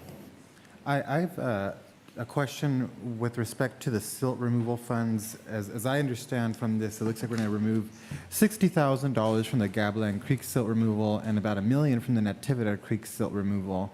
My question is, do we have a plan to backfill that with some other funding source, or a plan to make progress on either of those issues?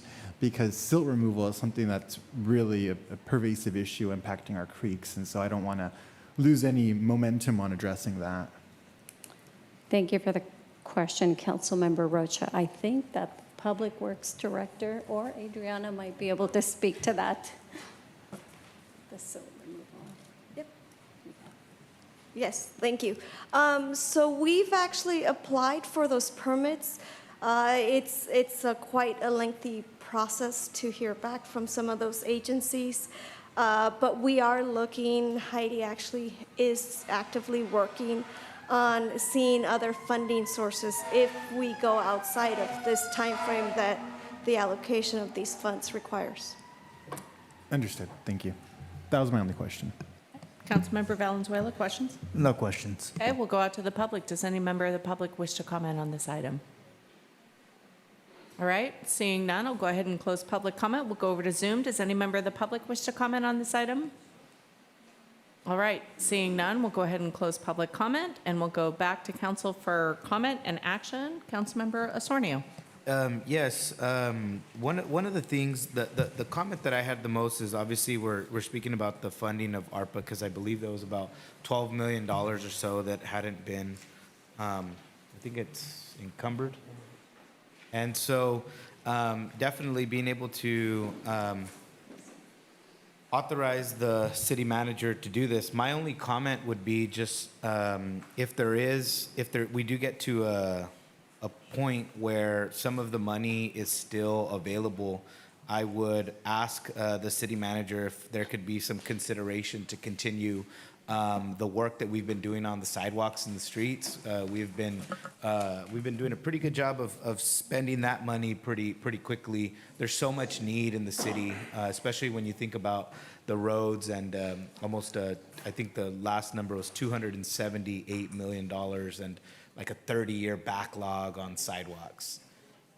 So I would just ask that that can be considered if there are funds that we can utilize from that $12 million, if some of it can be considered to be allocated in there. So thank you. No further. I support that, Mr. Pia. Councilmember Barrera, final comments?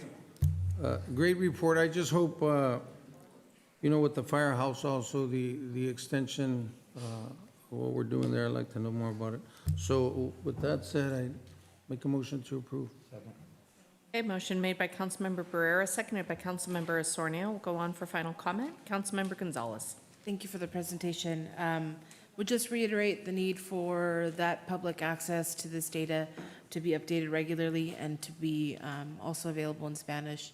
And would definitely echo Councilmember Osornio's remarks about funds that have not yet been encumbered to be transferred to sidewalk and street maintenance and updates. Thank you. Councilmember Sandoval. Councilmember Rocha. Thank you for your efforts to keep us on track.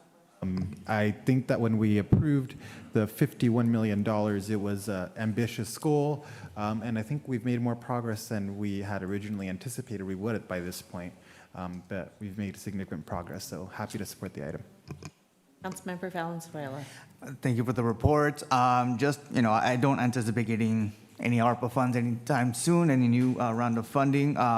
But lessons learned, right? We are very close to the deadline, and it's very hard to tell residents we don't have enough funding for everything, yet we might give away 12 million back to the Fed. So just that. And then also requesting for the city manager to maybe have staff do some more updates on social media. This is great. There have been a lot of great projects approved. Our residents should know what those are. So just that. But thank you. Okay. Call for the vote, please. Councilmember Barrera? Yes. Councilmember Gonzalez? Yes. Councilmember Osornio? Yes. Councilmember Rocha? Yes. Councilmember Sandoval? Yes. Councilmember Valenzuela? Yes. Mayor Craig? Yes. Motion passes. Okay, thank you. We'll go on to the consent agenda. 14 items on consent. Would any council member like to pull an item for separate vote or discussion? I'll start to my right. Councilmember Osornio. Thank you, Madam Mayor. If I may, please. 24-534, 24-549, and 24-557, and I'll keep it brief on my questioning. Just for clarification, 549 and 557, you said? So it'll be 534, Uh-huh. 549, Uh-huh. and 557. please. Excellent, thank you. Councilmember Barrera? Yes, there's a few, but it'll be brief. 500, 534, 535, 536. 535 and 536 is just to give the chief an opportunity to explain that.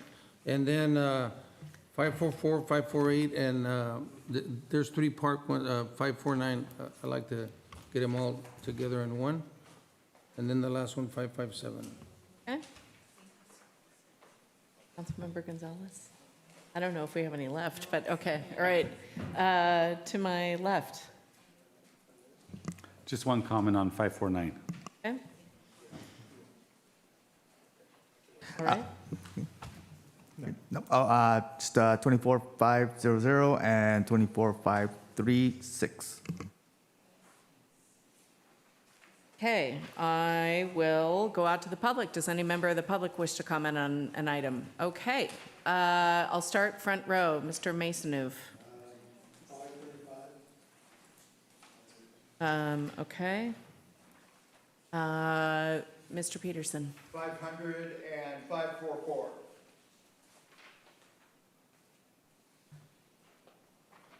Okay. Chicago. 536. Okay, great. Yes, sir. 500, 535, and 536.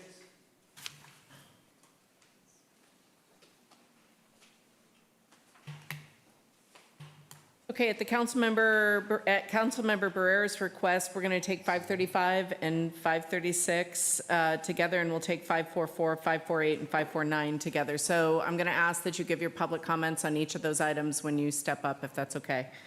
I'll go to Zoom now. Any member of the public on Zoom wish to pull any of these items? We have a hand raised. Robin? Thank you, Mayor Craig. I'd like to pull 558, please, 558. Okay. I need approval on, let's see if I got this correct, 559, 552, 485, 528, 551. Move to approve. Second. Okay, motion made by Councilmember Barrera, seconded by Councilmember Gonzalez. Call for the vote. Councilmember Barrera? Yes. Councilmember Gonzalez? Councilmember Osornio? Yes. Councilmember Rocha? Yes. Councilmember Sandoval? Yes. Councilmember Valenzuela? Yes. Mayor Craig? Yes. Motion passes. Okay, great, thank you. We're going to go to ID 500 first. I'll take members of the public. Mr. Peterson and Mr. White, you both pulled this item.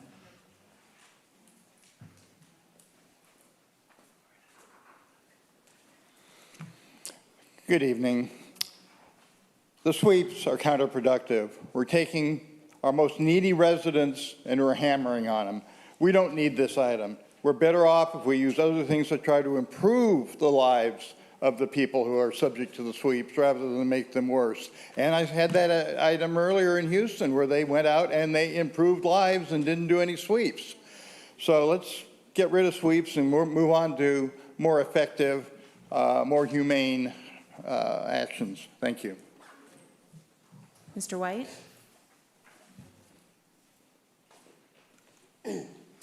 I would urge a no vote on item 500, an increase $300,000, $100,000 a year to not exceed $1,050,000 with another 3-year contract.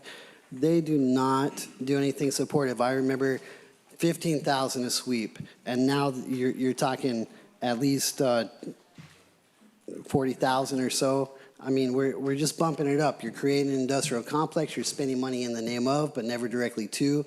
You need to give people an address, especially if they're signing up for services, HMIS cars, which means they're in the continuum. We're supposed to be helping these folks. It shouldn't be a dumpster and law enforcement to come and steal everything you got. And you guys are the ones actually perpetuating this by voting yes. We need to redirect and reallocate our funding and actually provide services. You remember shelter in place when we actually provided porta potties and dumpsters, food and water. We actually supported folks because, oh my God, you might kill me, stay away from me. And now that that's not the case, you're back on this murderous rampage of being a predator terrorist. Domestic terrorism, that's exactly what this is. Especially when you legislate this, the governor come down and say you gotta do it or else. Well, even the governor will post a notice. Even the governor will connect people with services on state property. Why aren't you doing that on city property? Why do you have to, as soon as they get driven off the train tracks, which you drove them to, and try to get on public property, you're supposed to post a notice. And that never happens. That's why I'd love to have an interview. Let's do it. Let's do a camera interview. You want to try to sneak around lies? You want to tell the truth? Let's do it. I'm ready for it. Stop the sweeps. All right, we also have Councilmember Barrera, you pulled this item. Yes, well, to Mr. White's point, we are on camera right now. So, Mr. Pia, what I would ask, this is a lot of money.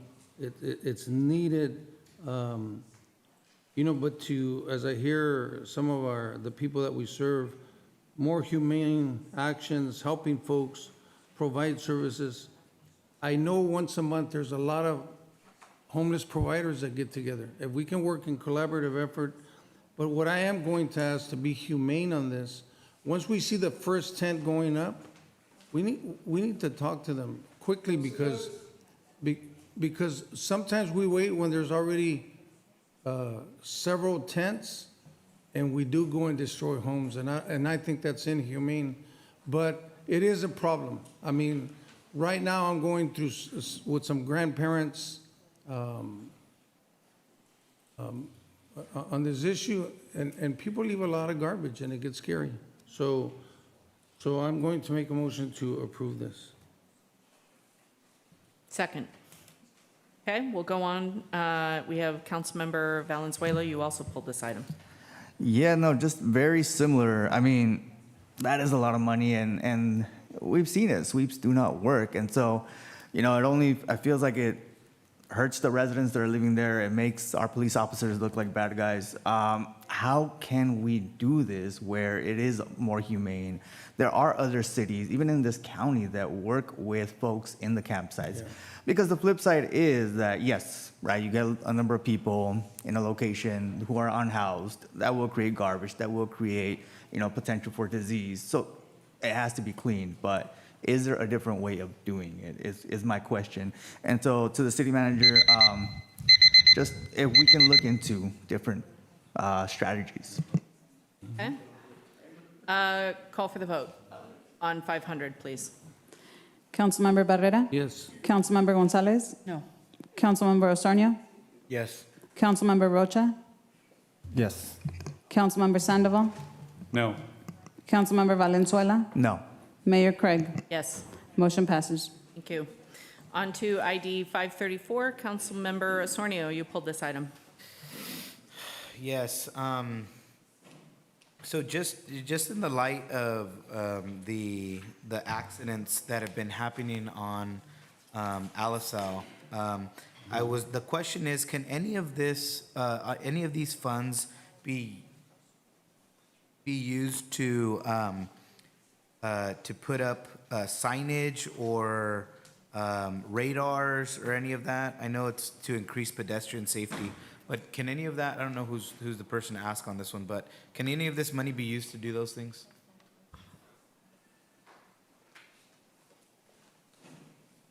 And I guess more specifically on Alisal Street? Well, good evening. I'm happy to answer that question. Good evening, Mayor, council members. So we're seeking approval for grant funding. We've received 2 grants. One is the STEP grant, the amount of $98,000. It's a selective traffic enforcement program. The other is from the Office of Traffic Safety. It's a pedestrian and bicycle safety program. And we're seeking authorization for an agreement with Ecology Action, which was mentioned just earlier. Both these grants are going to be fantastic. It's going to be good for the community. The STEP grant provides us an opportunity to work traffic enforcement, selective enforcement, DUI checkpoints, work on distracted driving, other challenges we're facing. The second grant from OTS is focused on pedestrian and bicycle collisions and preventing those. And we know recently that's been a challenge for our community. That grant will work with Ecology Action. They'll be providing training in the schools up to 5th grade. And we're also looking at opportunities to provide training to middle school. And I know here in Salinas, we've been dealing with the marauding kids on bicycles that we've dealt with in the past, the flash mobs. This is an opportunity to provide some education before they get sucked into that. It was mentioned earlier, one of our officers speaking to a group of cyclists. This is a great program, speaks to them in school. It also provides helmets and different cycling safety equipment to the kids. In terms of signage, there's nothing in the grants directed at signage, but beside that, it's a great opportunity for the community and provide a lot of good information on safety practices. Okay. And again, the question comes just, I guess, really looking into what can be used for the grants, because obviously to increase the safety for the pedestrians and being able to either collaborate with El Sausal, which obviously there was somebody that was hit and killed in front of El Sausal, but also in front of Sherwood School, where the young child was also hit and killed. Sherwood School, I mean, maybe I don't know if there's like a plan or something there, but they have kids up to 6th grade there, so just really wanted to just try to throw out a plug for that and see if there's any way that could be considered. So, yeah, this is part of our broader strategy, working with you all and working with different departments in the city to provide training, some safety equipment, the hope being that this is going to influence behavior on both sides with some enforcement directed at some of the things we've heard from today already, distracted driving, speeding. So that's the challenge, and this is going to help us address a lot of the things you're concerned about. Okay, well, thank you, and happy to support it, so I'll be moving the item for approval. Second. Okay, motion made by Councilmember Osornio, seconded by Councilmember Barrera. Councilmember Barrera, you also pulled this item? They answered my question already. Great. Call for the vote on 534, please. Councilmember Barrera? Yes. Councilmember Gonzalez? Yes. Councilmember Osornio? Yes. Councilmember Rocha? Yes. Councilmember Sandoval? Yes. Councilmember Valenzuela? Yes. Mayor Craig? Yes. Motion passes. Okay, Councilmember Barrera, you pulled 535 and 536 together and asked the chief, I think? Chief Murray, just share with the public the benefit of these two things that you need here. Certainly, I'll start with the 535. This is authorization for direct purchase of vigilant license plate readers. So here in the city, we've incorporated license plate readers for a few years now, different styles. We have just since January, I pulled some data, we have over 300 references in police reports in which license plate readers have been used for investigations. I can give you a couple examples of why this is such a critical tool here in the city. We were actually just speaking about the recent fatal hit and run that occurred on Alisal Street. It was a member of the community provided some license plate information. We were able to input that information in the license plate readers, provided us information that directly led to the arrest of that person. The death this year of 3-year-old Furman Maldonado, another tragic case. License plate readers proved valuable in that one as well. Without getting into too much detail, we had a little bit of video. We were able to follow up on that information, input some information in the license plate readers. It led to the registered owner of that vehicle, which directly led to the identification of the suspect. There's numerous other instances where they have proven to be very valuable equipment. Just as simple as an officer is alerted to the fact that a stolen vehicle has passed through this area, we're quickly able to respond to that, stop that vehicle and get the suspect in custody and recover property that belongs to members of our community. So the list goes on and on. The difference here is these are fixed. The ones we have existing now are solar powered, so they're at the mercy of the weather and a whole host of other factors. This will improve our ability to be able to serve the community. An additional note, I know there are concerns about surveillance. Earlier in the year, I worked closely with Councilmember Rocha, and we codified an ordinance in regard to surveillance and how the police handle this kind of equipment. So we're all about transparency, and this is going to be a valuable asset for the police and a force multiplier. And I'll quickly touch on the other one if there's no additional questions there. The armored vehicle, I know that's a touchy subject. We currently have 2 armored vehicles. One is we acquired 11 years ago, and even then it was old. It was surplus military equipment. It has no offensive capabilities. None of our vehicles do. There's no weapons on them of any type. But these armored vehicles, the one we're looking to replace is an old military vehicle. It's large, it's offensive looking, we totally get that. What we're looking for is authorization to seek grant funding that wouldn't cost the community members anything, but would afford us the opportunity to get a law enforcement armored vehicle. They're smaller, they're less obtrusive, they're more modern, and provide a lot of opportunities to protect lives. We've used these vehicles to rescue people in floods. We've used them during operations where we were concerned about explosives. This vehicle was used to rescue members of the community and police officers during the Sun Street incident. There are bullet strikes on this vehicle where this vehicle has saved lives. Neighboring communities have these smaller law enforcement armored vehicles. We're the largest city in the region. This is a critical asset for us, and all we're looking for is authorization to seek grant funding. We would, of course, return to the council later for authorization to make any purchase. Thank you. Okay, thank you. All right, and Councilmember Valenzuela, you pulled item 536. Yes, I pulled that at a request from a constituent that couldn't stay, but you answered the question about, the funding will ideally come from grant funding. So thank you for that. Okay, thank you. All right, we will go out to the public. I'll take this one at a time. We have Mr. Masonuv, you pulled item 535, which is the vigilant fixed license plate reader camera systems. Right. So the only question I have is, where is it going to go? Yeah, I couldn't find it anywhere in the documentation. That's just a question. Thank you. All right, Mr. White, you also pulled this item?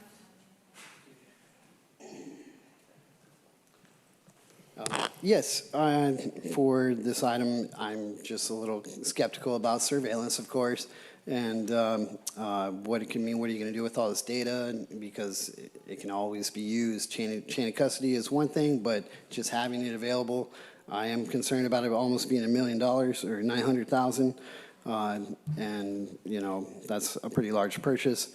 And then how many? Where are the locations going to be? Was another question. Thank you. And while you're up, why don't we have you speak on the tactical armored vehicle as well? Okay. So the tactical armored vehicle, we already have a Bearcat. We already have the SWAT thing that goes whatever 20, 30 feet in the air for telescoping and camera, everything. I hear about saving lives, but also, I mean, we have a lot of cop cities cropping up all over the place, and it certainly is a concern. It could be used against citizens for protests, you know, which I do try to drive some. And so I'm just concerned about public safety as well as, you know, saving lives. I understand that point, but we're becoming very militarized, and that's a deep concern. And Chaga, you also pulled this item. Thank you very much. Just to echo the previous speaker's comments on the item of 536, the questions surface, a demonstration as to what may prove the use for this vehicle, something that an education, some kind of information that's going to help us understand even more so the value of these vehicles. If we've already have one or two that are in place, you mentioned that one needs to be replaced. Is there a process where, you know, community can participate in evaluating, understanding even more how important these vehicles are to the police department, how important these vehicles are to our community, and what would be the long-term, we look at the long-term benefits, just a deeper take on this is what as a resident, I know that it would bring confidence. Thank you very much. Thank you. All right, I'll need approval on 535 and 536. To approve. Second. Okay, motion made by Councilmember Barrera, seconded by Councilmember Valenzuela. Call for the vote. Just confirming we're taking vote on both. We have to do separate. I apologize, Yeah. I'm sorry. Okay, Councilmember So Barrera, 5-3, may we do 535 first? Motion to approve. Okay, and a second by Councilmember Valenzuela for 535, please. Thank you. 535, the license plate readers. Councilmember Barrera? Yes. Councilmember Gonzalez? Yes. Councilmember Osornio? Yes. Councilmember Rocha? Yes. Councilmember Sandoval? Councilmember Valenzuela? Yes. Mayor Craig? Yes. Motion passes. Okay, 536, I'll need a motion to approve. And a second. Second. Okay, motion made by Councilmember Barrera, seconded by Councilmember Valenzuela. Call for the vote on 536. Councilmember Barrera? Yes. Councilmember Gonzalez? No. Councilmember Osornio? Yes. Councilmember Rocha? Yes. Councilmember Sandoval? Councilmember Valenzuela? Yes. Mayor Craig? Yes. Motion passes. Okay, we have ID 544, 548, and 549. Councilmember Barrera pulled all three for, I think, Well, Madam Mayor, and Ms. Lundquist, I'm going to echo Councilmember Osornio. He is always pleased when you do this kind of work. You know, the only reason I pull these out, I would like the public to know all the great things that are happening throughout our park, so. you Sure. can share that. So as you know, we've been working over the last couple of years to really do major improvements in the parks. We've done repairs across the system. We've already installed 2 brand new playgrounds at Nativita and at Steinbeck. And what this does is continue to enhance that. So we'll be installing 2 universal playgrounds, one at Williams Ranch and one at Northgate Park. And then also looking to enhance all of the improvements that have been occurring at Cesar Chavez Park by including exercise equipment as well. That's great. Thank you. Exciting. Move to approve when we're ready. Okay, motion made by Councilmember Barrera, seconded by Councilmember Gonzalez. Mr. Peterson, you also pulled this item 544.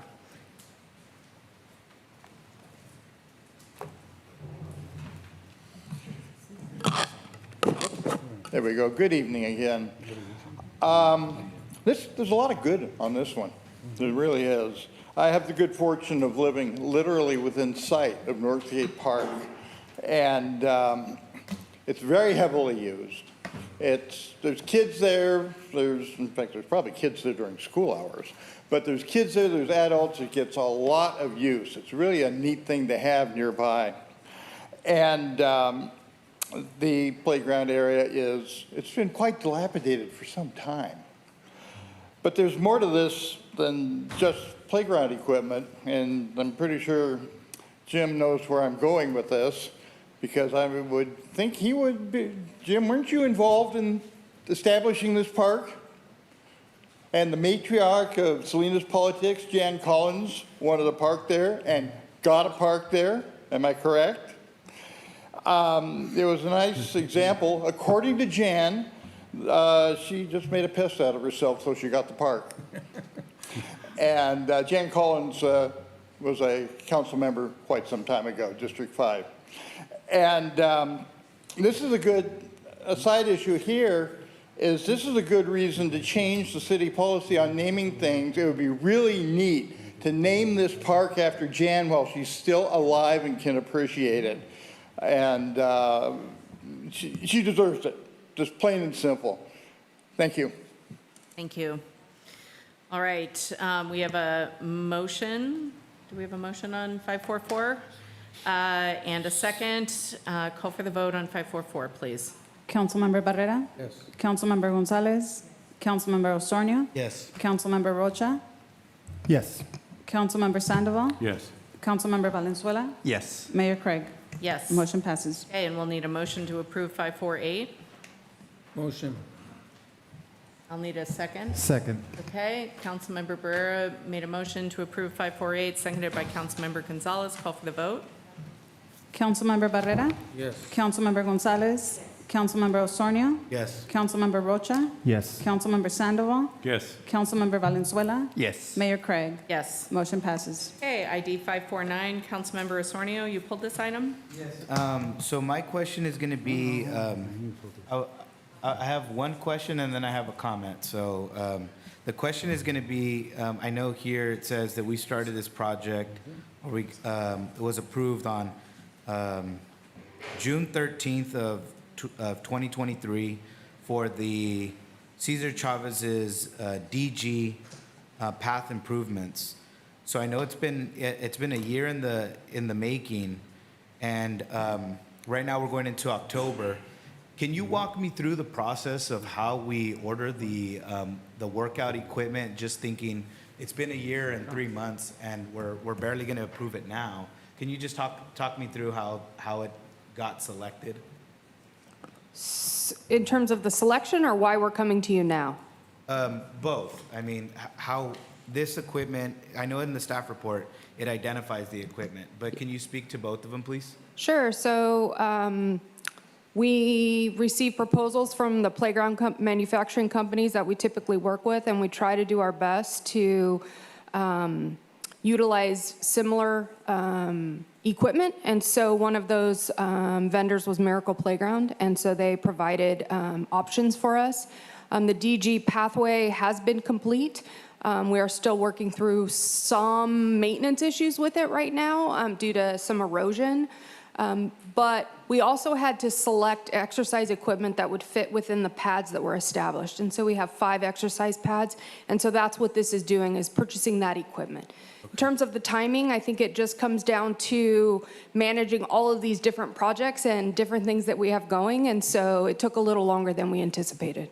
Yeah, and the reason I just need to make sure that, as we're approving this, I just need to state it on the record that the path was, I believe, completed in January of this year. And so I know to kind of get where we're at now, and then obviously there's gonna be a process of ordering this, getting it in. Do you have an anticipated date of when those would be installed? So it's our understanding that once we order the equipment, there's about a 4 to 5 lead time in order to receive the exercise equipment, and then we'll work with Miracle to establish the soonest available time to do the install. You said 4 to 5. Weeks. Okay. Okay, no further questions. Thank you. Okay, Councilmember Sandoval, you also pulled this item. Thank you. There's a lot of good things happening in District 5. I'm really excited about, obviously, the Northgate project, and especially this one. And I'd like to thank City Manager Pia and Kristen for expediting this. I know that, Santa Maria Park is a very, very small park and a very high-dense area. So I appreciate it, and I'm sure the children there will enjoy their swing set. So thank you very much. Motion to approve. Okay, motion made by Councilmember Sandoval, seconded by Councilmember Gonzalez. Call for the vote on 549. Councilmember Barrera? Yes. Councilmember Gonzalez? Councilmember Osornio? Yes. Councilmember Rocha? Yes. Councilmember Sandoval? Councilmember Valenzuela? Yes. Mayor Craig? Yes. Motion passes. Okay, 557, Councilmember Barrera, the city manager recommendation for additional year community sponsorship funding. You pulled this item. Thank you, Madam Mayor. Madam Mayor, I would like to propose, and City Manager Pio will assist me with this. I would like to propose, instead of 12,000 for the science workshop, to give them 22,000, and to, instead of giving the air show 30,000, to give them 20,000. And I'm going to have Mr. Pia share a little bit of information on that. So, thank you, Councilmember and Mayor. The question was asked now based on the action of this council in August, where you waived the fees for the California International Air Show, and that was a near $40,000 ask. Why couldn't we be more responsive? The ask of the science camp was higher, and so I did speak to Executive Director Harry Wardwell, who's number one, very thankful to all of you for even considering this in the council. And secondly, he's very willing, obviously we had 30, but willing to bring that down into the 20,000 range. And that's all happened in the last 24 hours, Mayor. Okay, Councilmember? Yes, and for that, Madam Mayor, I also want to thank Mr. Wardwell and the air show that they're willing to support the science workshop. And let me tell you where this thought came from. Right now, we don't have a family Hebron Center. Cesar Chavez Park is half done. This mobile unit with the science workshop, they're mobile. They're willing to go to the, remember at the Hebron Center, we had over 100 programs. There's 0 right now. These people are going to take the science bus to this neighborhood and to any neighborhood that's needed. This is pennies on the dollar. So when we're ready, I'd like to make a motion to approve. For clarification, make a motion to approve with the suggested changes to make the air show at 20,000 and then the science workshop at 22,000, correct? Yes. Then I would second that motion. with that Okay, motion made by Councilmember Barrera, seconded by Councilmember Rocha. Call for the vote on the revised 557. Councilmember Barrera? Yes. Councilmember Gonzalez? Yes. Councilmember Osornio? Yes. Councilmember Rocha? Yes. Councilmember Sandoval? Yes. Councilmember Valenzuela? Yes. Mayor Craig? Yes. Motion passes. Okay, thank you. We have ID 558. We have a member of the public that pulled this item, Robin on Zoom.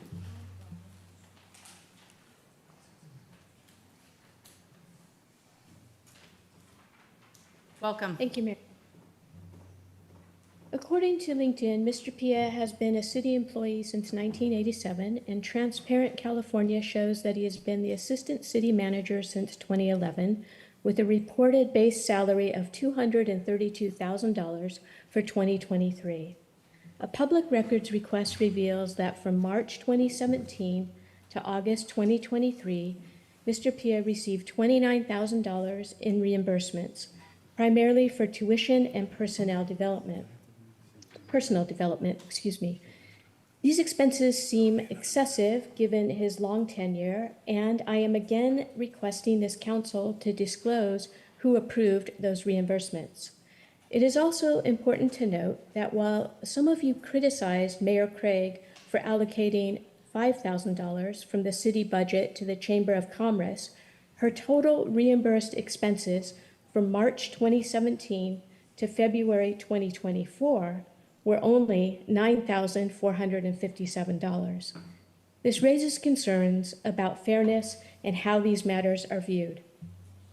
Given Mr. Pia's tenure as our assistant city manager, does the reclassification of the salary schedule apply to him? And if so, at what step does he start?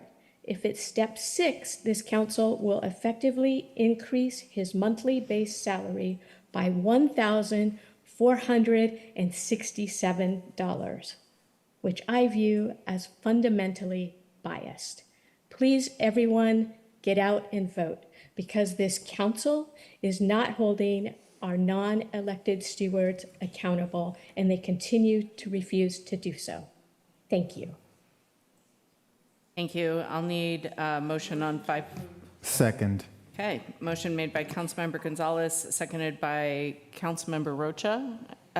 Call for the vote on 558, please. Councilmember Barrera? Yes. Councilmember Gonzalez? Yes. Councilmember Osornio? Yes. Councilmember Rocha? Yes. Councilmember Sandoval? Yes. Councilmember Valenzuela? Yes. Mayor Craig? Yes. Motion passes. Thank you. All right, we're going to move into closed session. It is 6:15. We are reconvening at the Rotunda at 7 p.m. I do need to see if there's public comment on real property negotiations of California Government Code 54956.8, 54956.8, and 54957B. Does any member of the public wish to comment on these items? All right, I'll go over to Zoom. Does any member of the public wish to comment on these items? All right, seeing none, I do want to make a statement about 24-540 rent stabilization that will reconvene at 7 p.m. I own property that will be impacted by the policy set forth by this council. So in an overabundance of caution, I will recuse myself from this item. And similarly, given the fact that I did work with one of the organizations that is pushing for this new ordinance, I will also recuse myself. Okay, meeting adjourned. We'll see you at 7.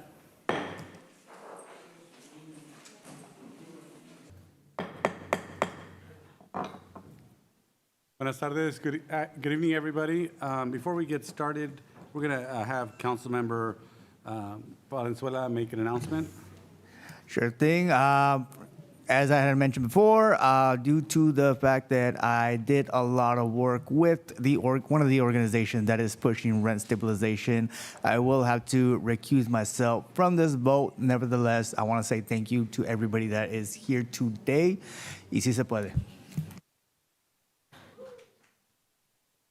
And just a reminder, you guys are welcome to stand along the walls too if you don't want to wait outside. Más les quiero invitar, si quieren pasar para adelante, pueden pararse enseguida de la pared si gustan, para no tener que esperar afuera. Okay, and at this time, we're going to take a roll call. City Clerk? Councilmember Barrera? Here. Councilmember Gonzalez? Present. Councilmember Osornio? Here. Councilmember Rocha? Here. Councilmember Valenzuela recused. Mayor Craig also recused earlier prior to the closed session. And Mayor Pro Tem Sandoval. Here. Thank you. And at this time, I'm going to defer to City Attorney Callahan to report out of closed session. Thank you, Mayor Pro Tem. There is nothing to report out from closed session. Thank you. Thank you very much. And we're going to move on to item number 24-540, rent stabilization and tenant protections, adoption of ordinances. And I'm going to defer to City Attorney Christopher Callahan to receive a report. So thank you again, Mayor Pro Tem. There is no report this evening. If you recall, at your last meeting, you unanimously directed that final ordinances be brought back at this meeting for adoption. So in terms of process, the only thing left to do is for the council to take its final vote on those final ordinances that are in your packet. Thank you. Thank you. And at this time, we're going to see if council members have any questions. We'll start with Councilmember Rocha. Just a point of clarification with the city attorney. Would it be still possible for me to request a separate motion and vote on each of the ordinances, even though it's a second reading of the ordinance? That's correct, council member. That's the way that we would recommend it be handled. Okay. So thank you for that reminder. Thank you. Due to the fact that this is has been a robust process and we've had several meetings on this, I have no further questions. Thank you. Councilmember Gonzalez. I believe that we also agreed on this at our last session, but just to reiterate that city staff is in support and in agreement with having regular report backs as to the efficacy of the program, whether, we can determine a timeline at a later moment, but 6 months out, 1 year out, so that should we need to refine or recalibrate, we can do so. That is correct, council member. We have it currently scheduled for 12 months out, but we can do it sooner if something comes up and we need council direction. Thank you. I'll reserve the rest for comment. Thank you. Councilmember Barrera. No questions. Councilmember Osornio. No questions. All right, with that, we're going to go ahead and receive public comment. You're invited to join us at the podium. Each speaker will have 2 minutes, and the city clerk will keep the time. Welcome. Bill Freeman, and I'm here to support the rent control ordinance because in my own experience, 4 years ago, I had to move from where I used to live. I was paying $600 a month. Now where I live, I'm paying for over $2,000 a month, and if it wasn't for my family, I would be homeless right at this point.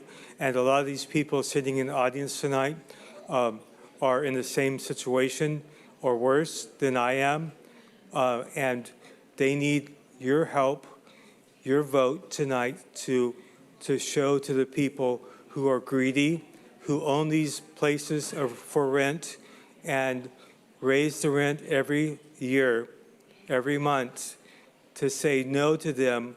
We're not Pebble Beach, we're not Hollywood, we're not Beverly Hills, we're Salinas, California, and the people here work hard every single day, and they need help with their rent stabilization. Thank you. Thank you, Bill. Welcome. Thank you, Kevin Dayton, Government Affairs Liaison for the Salinas Valley Chamber of Commerce. The Chamber did send a 9-page letter to you explaining the various reasons why the Chamber opposes certain parts of these ordinances, specifically the rent stabilization and the 2.75% limit on the increases. We continue to argue that you're not going to be able to circumvent supply and demand. If you think classical economics is valid, there's going to be a shortage that results, and it's going to make things worse. I'll also note that we did put in that letter a list of various things that the City Council should be looking at, especially the Housing and Land Use Committee, being more aggressive in accountability, trying to see where things are going with housing, knowing from week to week what's happening and moving forward on that. Finally, my board of the Chamber did ask me to bring this up, and I haven't made an issue of it. You probably know at the beginning of the year, I was removed from the Technical Advisory Committee. And with this particular thing now being over with the rent control, I'd love to be back on again and present perspectives from the Chamber and things that I see in other places regarding how to increase the supply of housing and how to make housing more affordable. So please, whoever got me off of there, I'd love to be back on again. Thank you. I think I can make a difference. Thank you. Hi, welcome. Mayor Pro Tem, I'd like to just make a quick announcement regarding translation, since we have a full audience. So, para los que necesiten interpretación de la Junta, las unidades están afuera, en la entrada de la rotonda. Para español, por favor, usen canal 7. Para chatino es canal 3 y mixteco canal 2. So, si tienen algunas preguntas, me pueden preguntar a mí o a Ana, nuestra interpretadora que está atrás de la rotonda.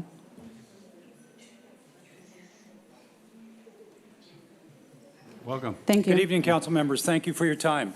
Obviously, there is a lot of emotion with this ordinance on both sides. of the aisle. You know, and I can feel both sides' emotions. I understand both sides of the emotions. But my concerns are that this 2.5 to 2.7% annual increase, allowable annual increase, you still have to apply to it, you know, to apply for it. It's not even going to cover the cost of increase. Like currently, I'm involved in an apartment complex where all of the utilities are included. You know, the cable is included, PG&E is included, trash is included, on and on and on. And with those increases, we're now in a negative situation. Currently, we are looking at developing an R17 property and an R10 property, and that is on 100% hold. And it will continue to stay on hold until maybe even the 1 year of the curtain to reestablish it. That right there, 27 housing units are being taken out of the inventory. And maybe we are one of those rare operators, I'm not sure, that we do take into consideration, you know, all of the cost and the stress that takes place, you know, revenue versus rental income. And I know it's a tough situation. There was a couple of, even in your own PowerPoint program, the word assume and assumptions comes up repeatedly. Repeatedly. You assume this and you have these assumptions. That's not how we run a business. That's not how you would run your business. That is not how the city is run. That's not how a county is run. You don't base it on assume and assumptions. Those are your words. That went fast. If you have any comments, you're welcome to submit them to the city clerk. Okay, thank you.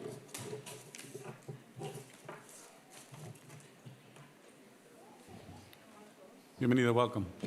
Good evening to everybody. I want to thank the council for their time, as well as everybody that showed up. I'm here to support the ordinance for yes, but also I want to add a comment to this. In the last few months, we've noticed that a lot of landlords know this change may be coming, and so they've been actively pursuing and harassing tenants these last few months. And what I'm here to ask for is for protection retroactive for the people that have been kicked out, myself included. The last time that I was here, the next day after I made my comment, I was served with papers to get out. So I'm asking here for you guys to consider retroactively protecting the people that have been displaced or have already been served with notices.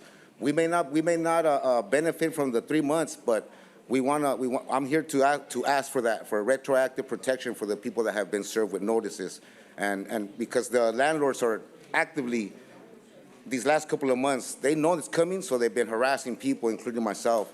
And I'm not a person that looks to fight or anything, but they pushed me into this arena, and all they did was make us get united, because this fight is not only our communities, it's the whole city of Salinas. So we need to unite together and ask you to pass this yes and to protections retroactively for the people that have been served. Thank you. Bienvenido. Buenas tardes a todos, miembros del concilio. Mi nombre es Jesús Estrada, soy un organizador de Concentro de Abogacía de la Comunidad. Hoy, 24 de septiembre de 2024, quiero expresar mi agradecimiento a miembros de la comunidad presente. De igual manera, mi agradecimiento con cada uno de ustedes, miembros del concilio, el abogado de la ciudad y a su equipo. Hicieron buen trabajo organizando los foros para oír a la comunidad y a los propietarios para retroalimentar el borrador de la ordenanza. Por eso estamos hoy, que hoy será un día histórico, que la ordenanza de estabilidad renta sea realidad por el bien de la comunidad. Primero los pobres. Es un dicho que dice, que usa mucho, y muchísimas gracias por su tiempo, porque a veces estamos aquí hasta las 11:30 de la noche oyendo comentarios de la comunidad y oyendo a los propietarios. Así que muchísimas gracias por ese lado. Estamos agradecidos con ustedes a nombre de la comunidad, y a nombre de CCA, y a nombre de todas las organizaciones que estamos presentes aquí. Muchísimas gracias. Sí, gracias. Good afternoon, everyone, members of City Council. My name is Jesus Estrada, and I'm an organizer with CCA. This day, September 24 of 2024, I want to thank you. I want to thank the members of the community. I want to thank the lawyer and his team. I want to thank all the community members, all the listening sessions that they had to be able to make this draft and to be able to take into account what the community and the landlord said. We ended up with a very good draft. And this day on the 24th, it's going to be historic because this day we are going to help the community. We're going to approve this ordinance because it's something good for the community. And as they say, let's help the poor people with everyone and everything. And thank you. Sometimes we're here until 11:30, here in the community, hearing all the public comments. So I really want to help you. Thank you for all the support that you've given us. Thank you.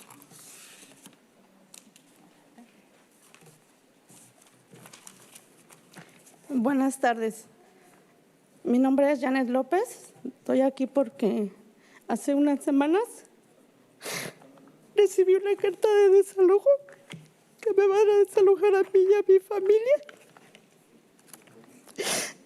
a lo cual de pagar 1,600 voy a pagar 2,800. Oh. 2,800. Y yo soy una trabajadora agrícola que no alcanzo a pagar ese dinero. Yo y mi familia nos vamos a quedar en la calle. Gracias.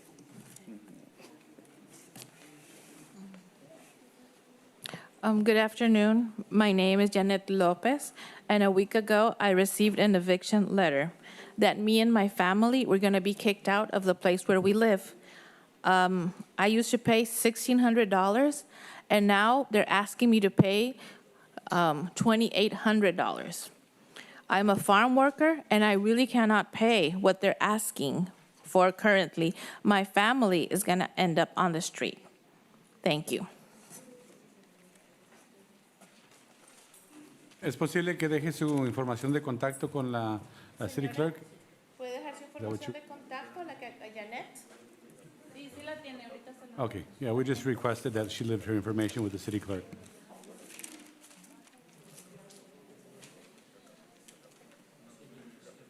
¿Quién más va a pasar?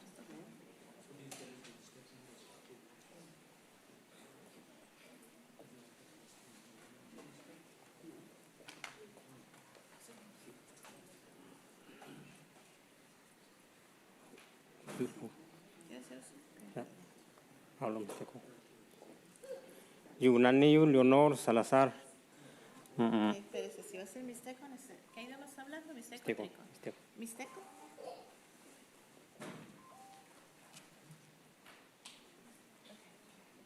¿Se lo hace en español y yo lo pongo en inglés? ¿Quieren ponerlo o necesito? Yunani Leonor. Mi nombre es Leonor. Yo brasa Santillo. Terminé. Ya, chavi yura. Kinata yu sa inka yo tubrera. Sa kinata yu kubika ko yu no ijo yu. Kage aku bi chinjetando si yu. Ya gunu ko yu sinya familia yu.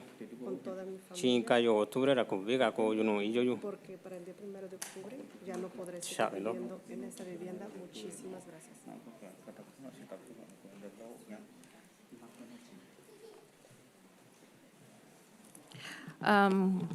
Good afternoon. My name is Leonor, and this month they told me that I was not going to be able to continue living in the house that I'm living at. I'm going to have to move out. My whole family and me are not going to be able to live where we're living currently, and I have to move out by October 1st. Buenas tardes, mi nombre es María Salazar. Gracias por estar aquí escuchándonos y apóyenos para que pase esta reforma.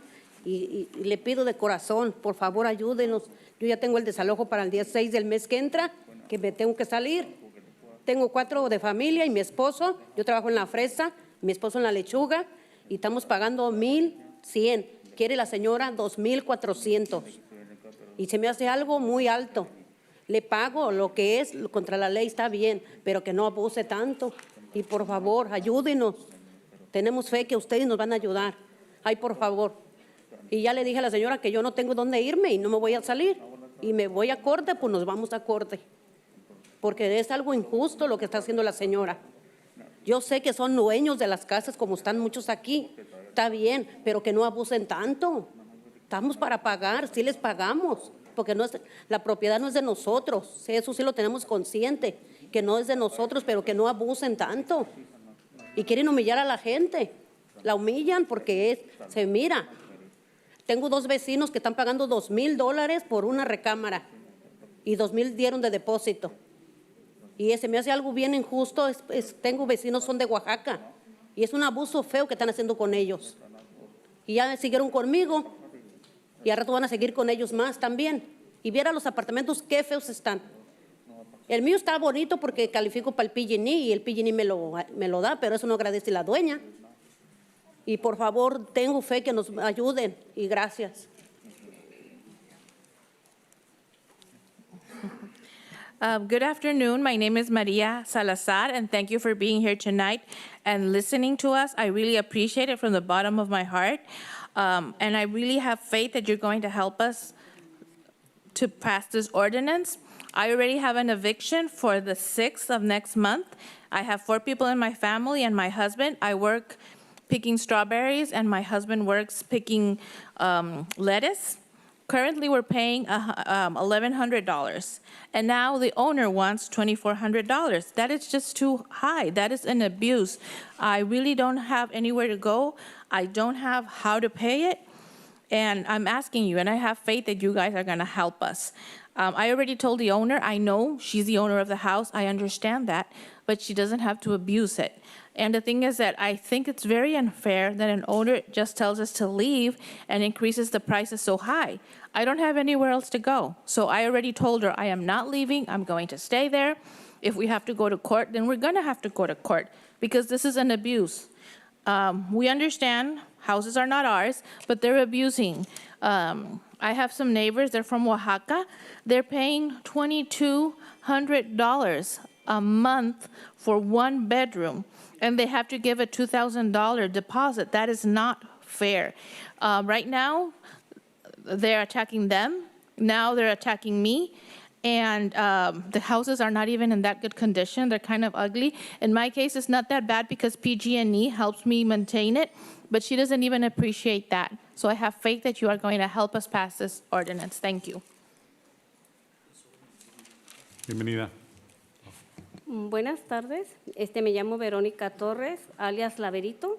Pues nomás quería pedirle pues que nos ayuden con esta ordenanza.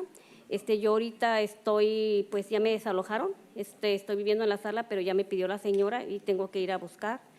Yo por un problema de salud pues no puedo trabajar en el campo. Pues yo tengo mucho tiempo apoyando esto de las viviendas. Y pues sí pido que nos ayuden porque pues realmente hay mucha necesidad. Yo me muevo mucho en la comunidad y es una tristeza.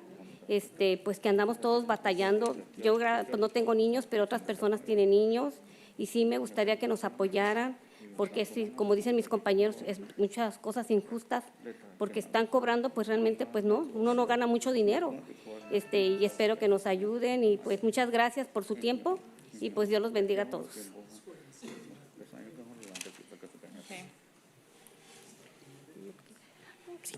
Good afternoon. My name is Veronica. They call me Laverito, and I'm really here to ask for your help. Right now, I already got evicted. I'm living in the living room, but the lady already told me that I have to leave my living room. I can't live there anymore. I have health issues, so I can't work in the field, but I'm always been very active in housing. I'm always trying to help the community, and it's really sad. It's really sad because all of us are struggling. I don't have children, but I know that there's a lot of other people that do, and it's unfair. It's really unfair, so I really ask you to help us, and may God bless you.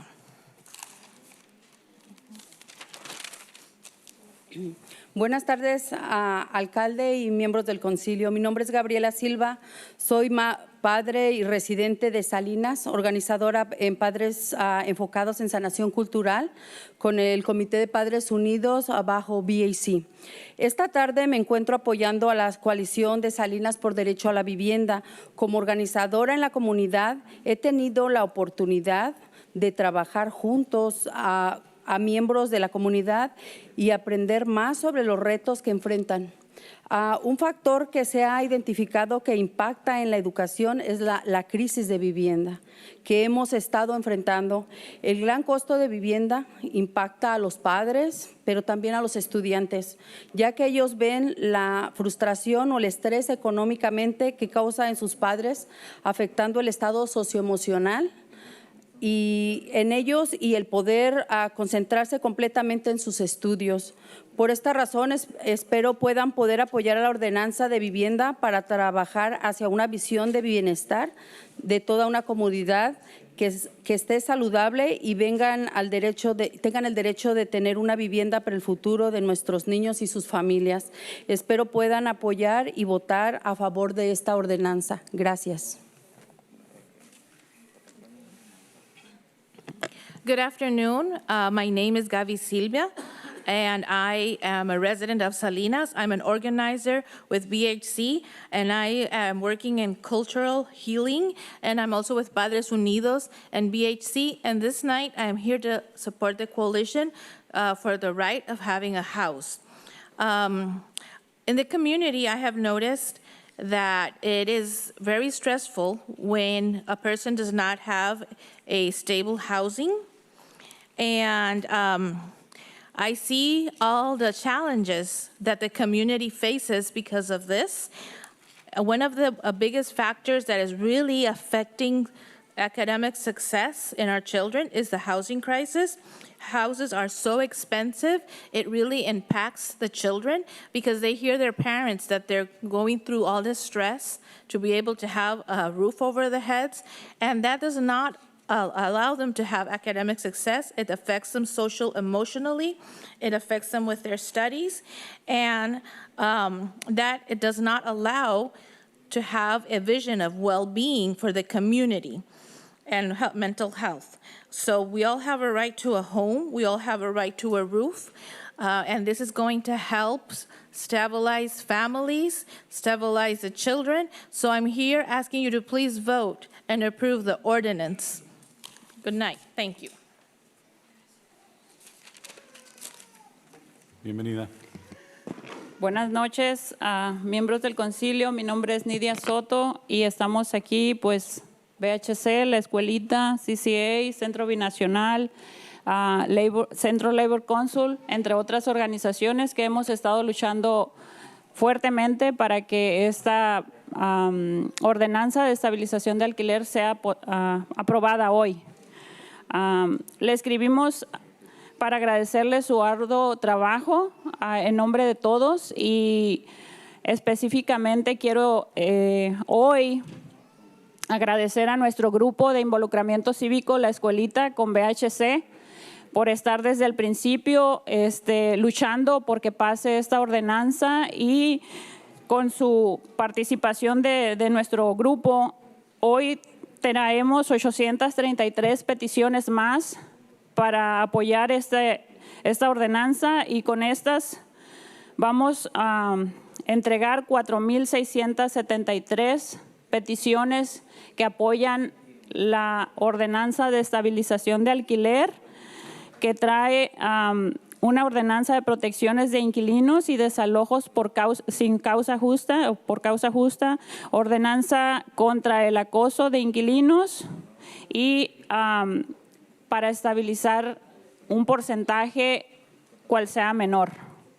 Por favor, voten hoy a favor de esta ordenanza y van a poder ayudar a muchos inquilinos que están siendo desalojados injustamente junto con sus familias, lo cual muchos de ellos no pueden adquirir una nueva vivienda y van a la calle, se convierten en homeless y después de eso es muy difícil poder regresar a una vida social donde pueden tener otra vez todas estas responsabilidades que han tenido hasta ahorita.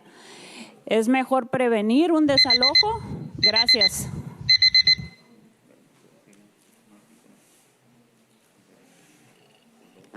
Good evening. My name is Nidia Soto, and I'm an organizer with VHC. Tonight, many organizations are here. We have CCA, we have Centro Binacional, labor commissioners. We have all been fighting so this ordinance can be approved. We have worked. The workers need to have this stabilization. And today, thank you. Thank you for the group of civic involvement who have, since the beginning, have been fighting for this ordinance to pass. Today, I bring 833 more signatures approving and supporting this ordinance. In total, we have presented 4,673 petitions supporting this rent stabilization ordinance. And this ordinance is going to protect our tenants against eviction, against harassment from the tenants. And we're also asking for a percentage of rent stabilization, whatever is lower. So please help us to keep people and avoid all these unfair evictions. A lot of people cannot afford to get a new home or get a new place to live, so they end up homeless. And it's really hard to go back. Once you're homeless, it's really hard to get back in society and assume all the other responsibilities that you have normally had. So let's avoid homelessness. Let's help these people get housed. Let's help them have a roof over their head, and let's avoid more evictions. Thank you. Oh, yeah, I'm sorry, I omitted something. And I really want to give thanks to the Escuelita of civic involvement that they have been since the beginning with us struggling and fighting for this. Okay, thank you. Oh, welcome. Good evening. My name is Esteban Rodriguez. I'm part of Building Healthy Communities, also a union member with Unite Here, Local 19. First of all, I want to thank you all for hearing all these public comments from the people that are suffering. And I feel like this is a step forward to something positive. Appreciate also all the organizers that made this happen, all the organizations that have put their thoughts and efforts into this. I feel like this will be a great stepping forward for the county as well. I'm hoping this will also be like a domino effect, a ripple effect for the rest of the cities within the county. So I appreciate you guys for being open and willing to vote on this, because as you hear from many of the people in the public, that a lot of our hardworking people are suffering, and I feel like you guys really take note of that, and much appreciated in all this. Thank you.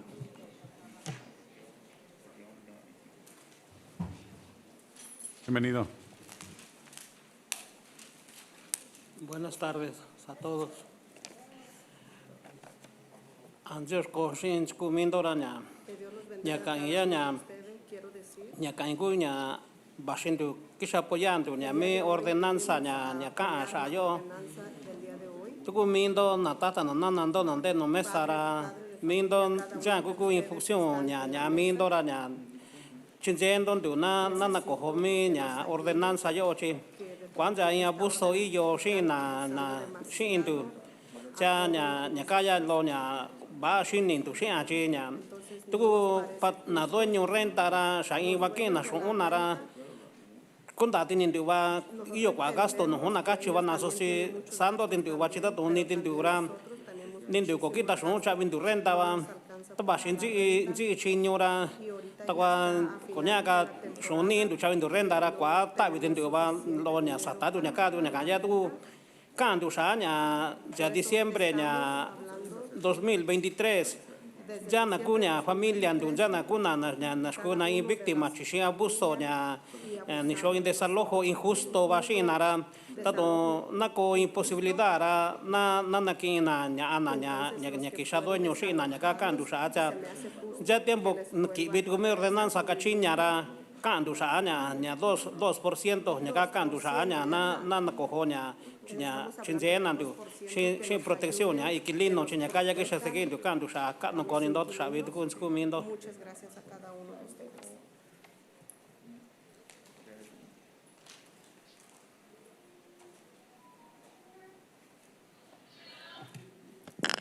Good afternoon, everyone. I want to say that thank you for supporting us. Thank you for supporting the ordinance. I am a family. I have a family. I am a father, and I really need you to help all of us. I understand that the landlords also need to pay their expenses, but we also have to pay our own expenses. We do not make enough to pay the rent, and we're almost at the end of the season, so we don't really have enough money to pay the rent. We've been talking about this since December 2023, and honestly, there's a lot of abuse against us. There's a lot of evictions.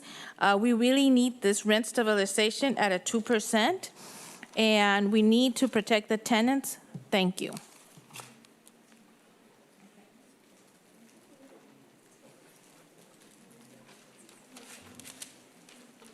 Buenas tardes, bienvenido. Que Dios les bendiga a cada uno de ustedes. El día de hoy vengo a decirles, este mes me subieron 170 más. Solamente trabajamos este octubre y termina la temporada, entonces la temporada vuelve a empezar hasta abril. Está bien que nos suban la renta, pero tengo 8 años. Entonces se descompuso el refri, yo lo tuve que comprar. Se descompuso la estufa, yo también lo tuve que comprar. Porque nos dicen que nosotros le damos mal uso. Adentro de la casa está todo mojecido. Tengo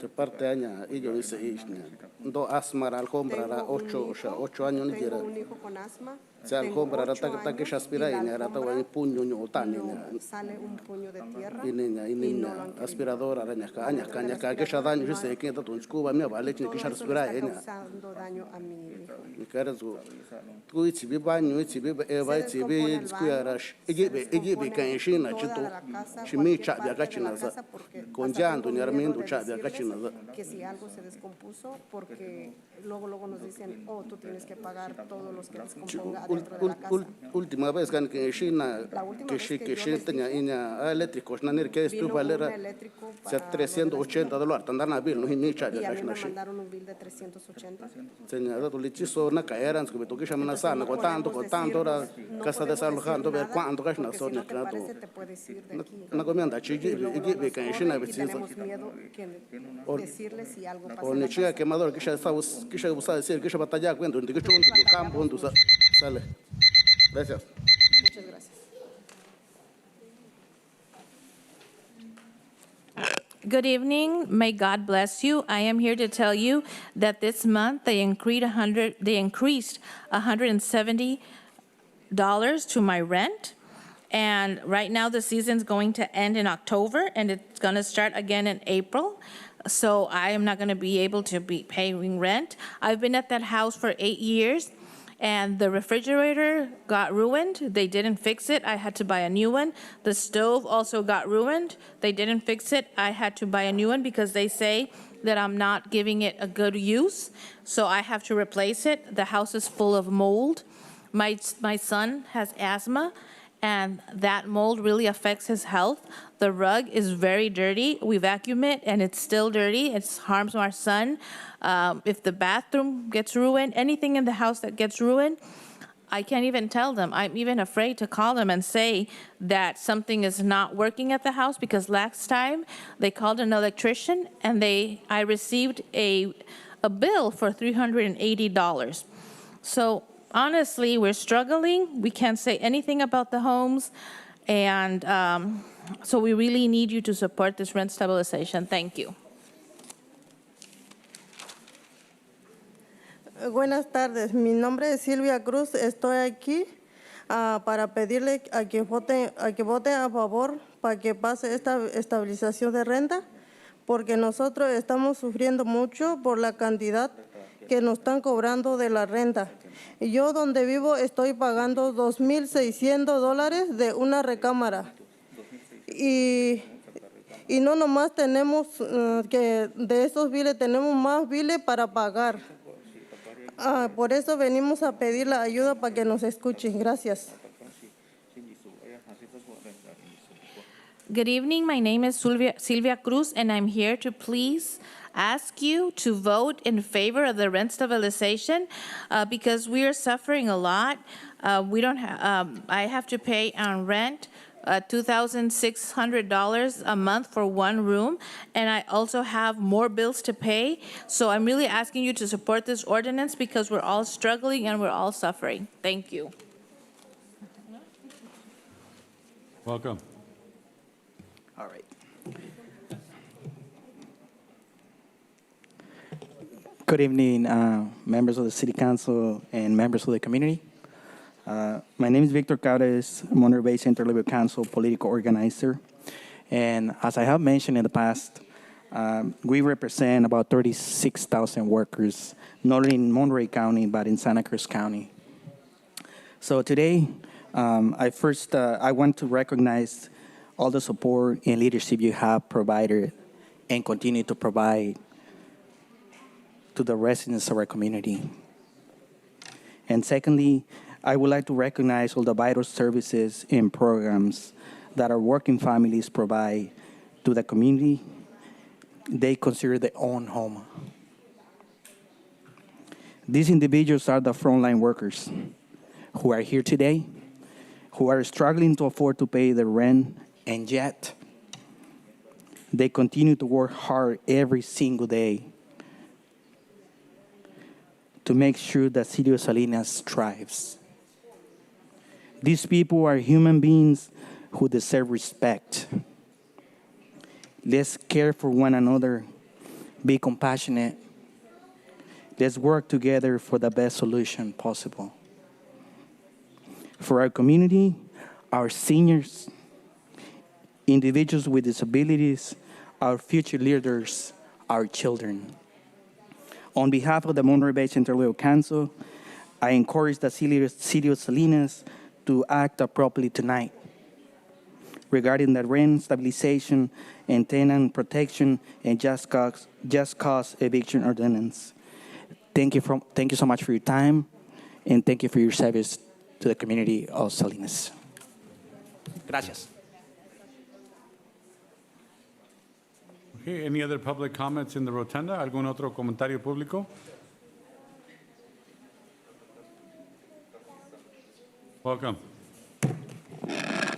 Mayor and Council, my name is Nelson Bagan. I'm an apartment owner, and I sat here and I've listened. And yes, there's a lot of problems out there, but these problems are going to be solved not by demanding that landlords only charge this much or X amount of dollars. This is a money issue of economics. These people aren't making enough to pay fair market rent. Landlords aren't charging exorbitant rents in most cases. I'm not saying they're not exceptions to the rule, but the facts are their income is not enough to suffice to pay. You need to work on their income. You will never solve this problem without solving the income problem. The income problem will help these people more than anything else you can do. And so you can sit here and cause a reduction in the amount of properties that are developed and rental units that are going to be coming up forward. But every year in June, there's a new class of young adults that get out of high school that are looking for jobs, will probably be looking for apartments, and that is never going to end. But if you continue this policy, I guarantee you housing construction will stop, and it will be even worse. The solution is an income-driven solution. You need to recognize that. And if you don't recognize that, you will be the reason why this great city will continue to be more blighted and taken down that dark path, because you can never solve this problem by trying to strangle a few landlords who in general are very good with their tenants and take care of their properties. Thank you for your time.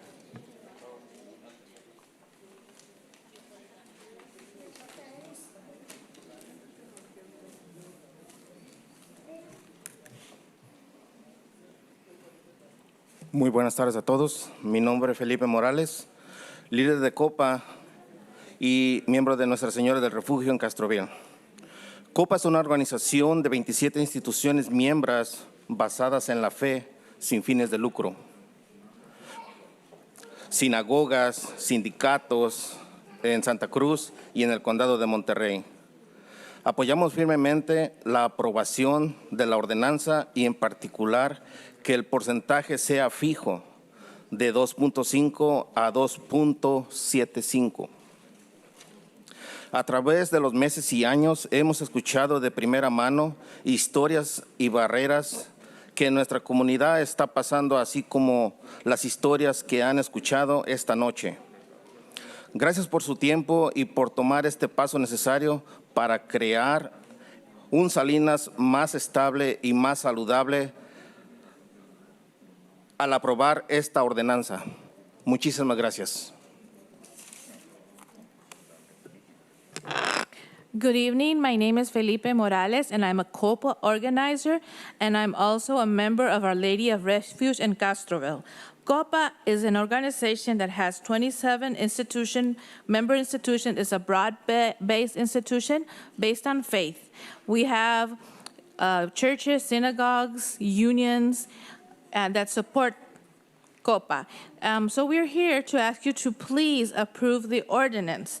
We need a percentage that is set. We need it to be 2.5 to 275. So we're here to support that today. In our organization, we have heard firsthand, just how we have heard today, about the difficulties and all the stories of everybody that's having so much trouble with housing. So we also work in Santa Cruz County and Monterey. So we're here to support Salinas with this rent stabilization. And please help us in approving this ordinance. Thank you.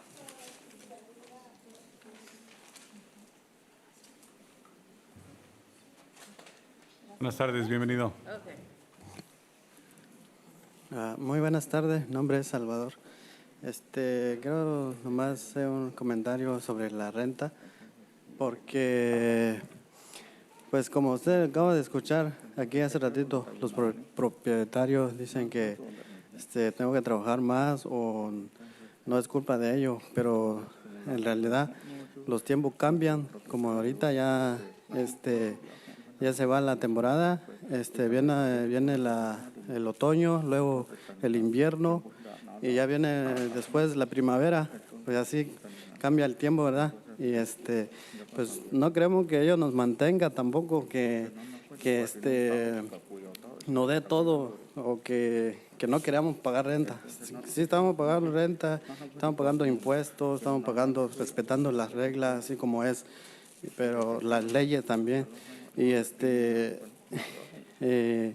por eso queremos que haya una ordenanza nomás. Tampoco queremos que se baje, que se suba tanto, lo que es nada más. Muchas gracias, sería todo.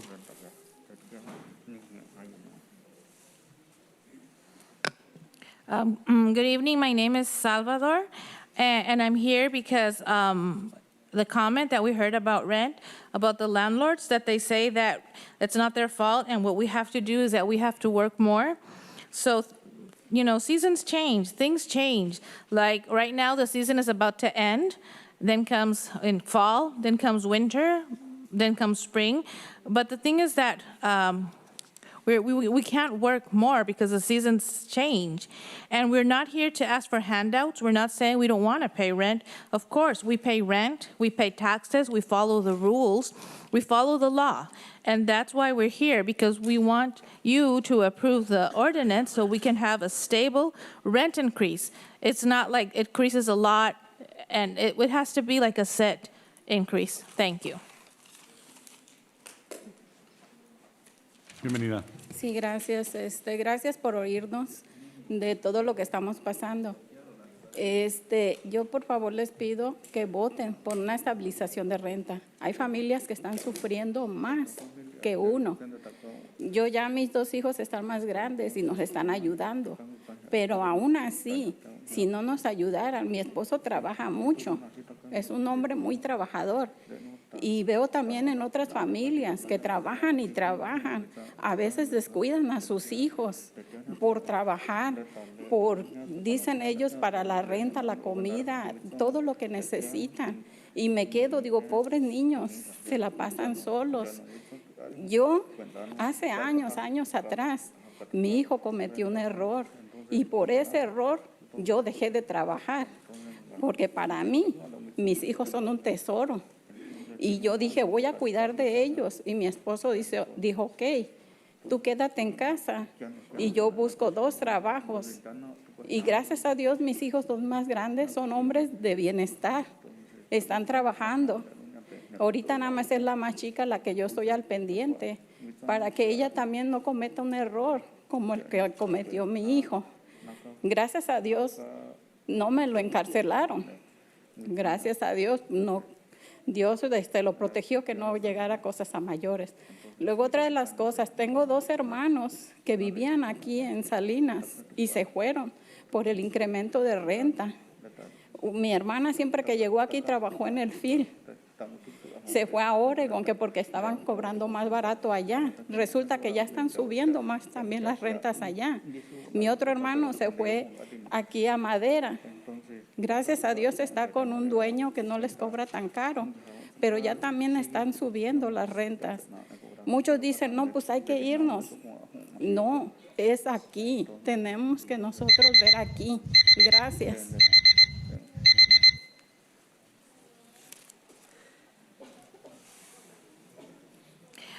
Thank you. I am here to ask for the rent stabilization. Thank you so much for hearing us. Thank you so much for paying attention to our needs. I see a lot of families that are suffering, a lot of children that are struggling. They need help. They say that we have to work more. Well, my husband is a very hardworking man, and I see a lot of families that are working a lot to be able to make ends meet. And they work so much because they have to pay rent, they have to pay food. And sadly, they work so much that the poor kids are left alone. In my case, years ago, my son made a mistake. And because of that mistake, my husband and I decided that I should stay home taking care of my children. But he has to work 2 jobs. Thank God now they're older and they can help us. They're working, they're men that are on a good path. Now I only have to take care of my daughter and make sure she doesn't make the same mistakes. Thank God, God protected my son and he didn't end up in jail. But I have 2 siblings that they were living here in Salinas. And they had to leave because rent is so high, they weren't able to pay it. They were working. I have a sister that works in the field. She moved to Oregon because she said that things were a little cheaper over there, but things are starting to get expensive also. So I have another brother that lives in Madera. Thank God his landlord is a little bit more understanding and he doesn't have to pay so much. So a lot of people think because we can't pay rent here, we have to leave. But no, we have to stay here. We have to fight. We have to make sure that we can stay here in our home. Thank you. Welcome. I just want to thank all the community organizers for mobilizing all these people to come and advocate on their behalf and on their interest. It's very beautiful to see the whole community here speaking, and it's wonderful to see the Salinas leadership taking this into consideration. Hello, my name is Julian, and I'm 26 years old. This is the first time that I'm speaking for public comment. I lived in Salinas nearly all my life. I was educated at Creekbridge Elementary, Sacred Heart School, Salinas High School, and Hartnell. Since getting my education, I've worked giving back to the youth of Salinas with some incredible organizations, and I feel blessed to have had the opportunity to give and receive so much from my home. Now at this stage of my life, even with my girlfriend and I working full-time, we can't afford to start a family in Salinas. We're being forced out of this place that we've called home. The people raised and educated in Salinas can't stay in Salinas. I know that rent control isn't a complete solution, but without any support, Salinas will only continue to lose young adults like myself. The study from the Economic and Planning Systems Incorporation showed that even with this ordinance at 2%, landlords will still see an average return on investment of 10% or more, and I think that's plenty fair. In February of 2024, rents grew by 7.1% in Salinas, ranking it third in the nation for rent performance. According to the Monterey County Office of Education, almost 13,000 students in kindergarten through 12th grade were experiencing homelessness in the 2023 and 2024 school year. I urge the council to pass this ordinance as one of many steps to solving our housing crisis. Thank you. I cede my time. Welcome. Good afternoon, everybody. Good evening. My name is Rocio Ortiz. I'm a student at CSUMB, and I'm co-founder of Future Leaders of Change. And I come here because I have seen all the issues that people have been going through, especially like me. I come to like tell my story because my parents had to move back to Mexico because my dad's health was not good. Like, he couldn't keep working. And as we know, rent is too high. And that was one of the burdens why my parents had to leave back to Mexico. He left me and my older siblings here. And that's when I had to start working to help my sister pay rent, because the rent is way too high to be able to live. My parents are now living in Mexico, and now I'm here like with my sister. But thankfully, I was able to go to financial aid, and they were able to help me out. And now I'm living in the dorms. But it's not fair what's going on with these people that have to work day and night and sacrifice so much work when we can just like work this out, because I know there is a solution. And I know you guys are working towards that solution, but we want to see results. Thank you. Bienvenida. Buenas noches a todos. Mi nombre es Marisela, estoy trabajando con la organización Centro Binacional y estoy aquí para compartir también muchas de las historias de la comunidad indígena que no está presente, y algunos sí están, pero nosotros somos muchísimos. Yo hablo mixteco, he conocido a personas que hablan chatino, triqui, entre otros idiomas. Entonces, yo estoy en representación de ellos porque hay mucha necesidad de mi comunidad, de las comunidades, y también pues les agradezco a ustedes por estar escuchando a la comunidad e ir a donde ellos están, a sus distritos, ir y escucharlos a ellos, porque muchos no nos dan esa oportunidad de expresarnos. Entonces, pues les agradezco mucho, y también pues que nos apoyen con esta ordenanza para que pase esta ordenanza. Y sabemos que solamente pues va a ser aquí en Salinas, pero también hay mucha necesidad en todo el condado, en todo el estado de California. Y pues muchas gracias por apoyar a esta ordenanza, y seguimos luchando. Gracias.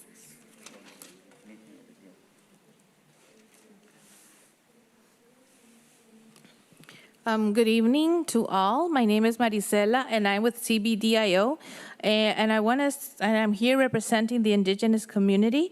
There are many of us that are present, but some of us are not. I have known a lot of people, some of them that speak Mixteco, some Chatín, Triqui, among others.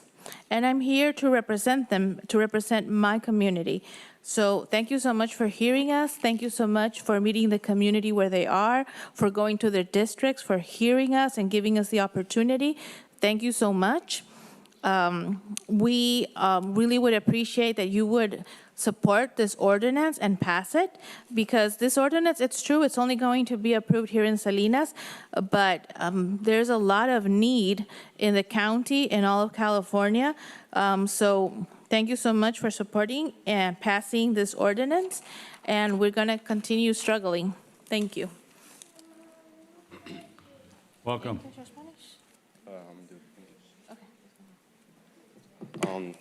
Good afternoon. My name is Andy Moreno. I am a student at LSL High School. I am 16 years old. In our community, the rental crisis has gotten very bad, not just for me, but the people around me. I have seen many people like my neighbor who have been gotten unrightfully evicted with a 2-month notice. They struggled so much financially. At the same time, there was a passing of a family member, which affected them so much more. The pain this family went through was harsh. The mother of 3 kids crying, not sure where they might sleep. Rent has increased so much that I had to work with my dad the whole summer to even help pay rent.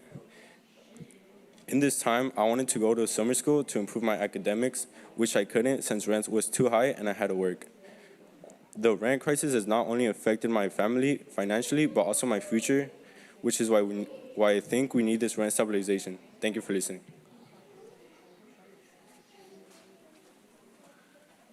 Hello, my name is David Masonev. First off, I'd like to say that the stories I'm hearing are heartbreaking and shouldn't be happening. Having said that, the portions, I'm in favor of the sides of the ordinance that deal with tenants' rights. The tenants have rights, and they need to know what those rights are. And until they know what those rights are, actually, nothing is going to really change. I don't believe that, and this is just a word, I can't think of anything else, penalizing the landowners, the good landowners with the bad landowners doesn't make sense to me. If you have a penalty clause somewhere that says, hey, if this guy is found, almost like a law, if he's found guilty of doing something wrong, then let's go ahead and charge him for that. But I'm just confused as to how taking from the landowners is going to help the situation. We're just creating a larger division in this city. We don't need a larger division in this city. It's not helpful. It's hurtful. Thank you very much.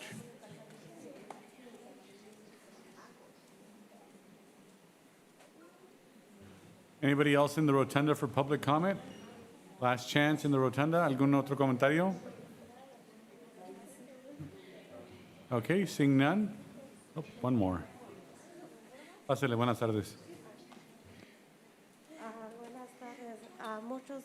Muchos dueños nos ven. Un momento. Adelante. En español, ¿verdad? Sí, vamos a bajar. Muchos dueños, cuando nos levantamos la voz, nos aumenta más la renta. Y como nosotros tenemos niños, muchos dueños ya no quieren niños, solamente las parejas quieren rentar.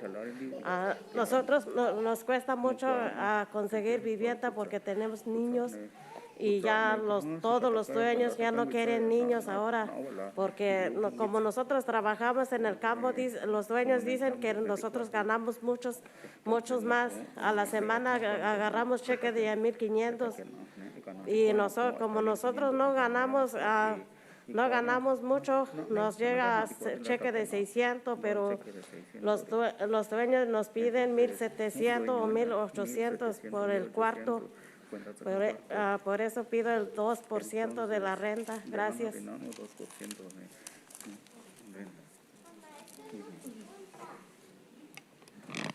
Good afternoon. I'm here because I want to say that if we talk or if we elevate our voice, then what happens is the landlords, what they do is they increase the rent more if they hear us talking.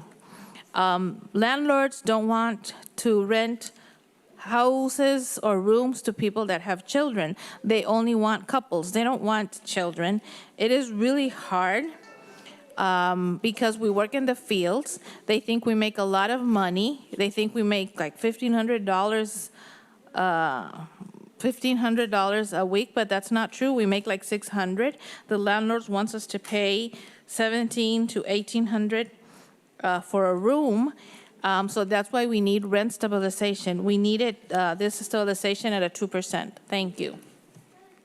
Go ahead.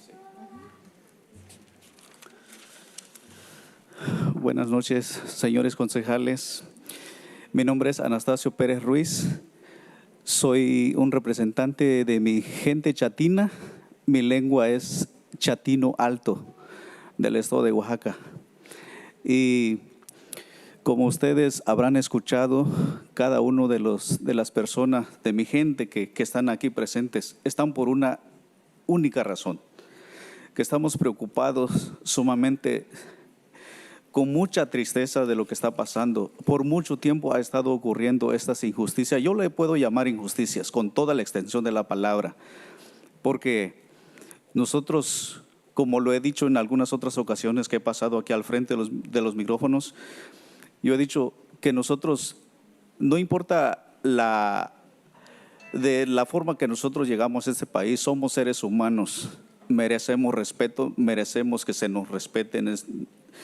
Nosotros no estamos pidiendo limosna, nunca hemos dicho que ya no queremos pagar la renta, solamente pagar un precio justo por una vivienda.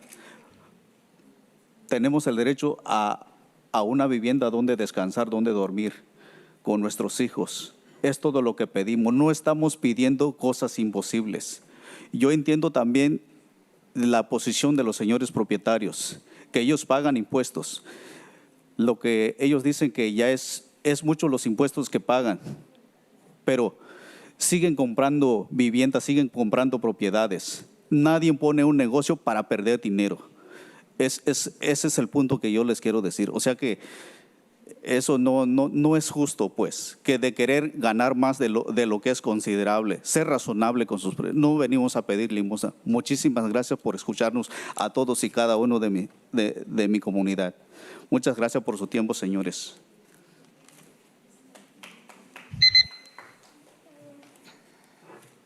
Good evening, members, council members. My name is Anastasio Perez Ruiz, and I'm here representing the Chatino community. I'm from Oaxaca, and thank you for all of you for hearing our people. But I am worried. I am really worried because it's sad. We're being evicted in an unfair way, and I can say that this is unfair with all the extension of the word.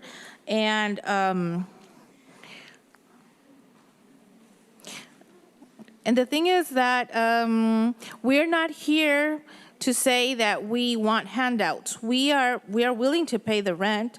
We are here because we work hard, and we want to have a roof over our head, but we want to have to pay a fair price. It is hard when people don't have a place to live, a place to sleep. So we're not asking for the impossible. We all have a right to have a roof over the head. We understand the landlords. We understand that they have to pay taxes. We understand that they have expenses. But nobody's going to get in. But they keep on buying homes. So nobody is going to buy a home if they're going to lose. So this is a lucrative business, buying homes. And it's fine. I understand. They have to make some profit because nobody's going to invest to not make profits. But let's be reasonable. The profits have to be reasonable, and they cannot be making that amount of money applying unfair rents to the community. And as I said before, we just want a fair rent. We're not here for handouts. We're willing to pay, but we want to pay a fair price for the place that we live in. Thank you. Bienvenido. Sí, gracias. Buenas noches. Mi nombre es Merced Camargo. He estado viviendo aquí en Merced Camargo. He estado viviendo aquí en la ciudad de Salinas por más de 25 años.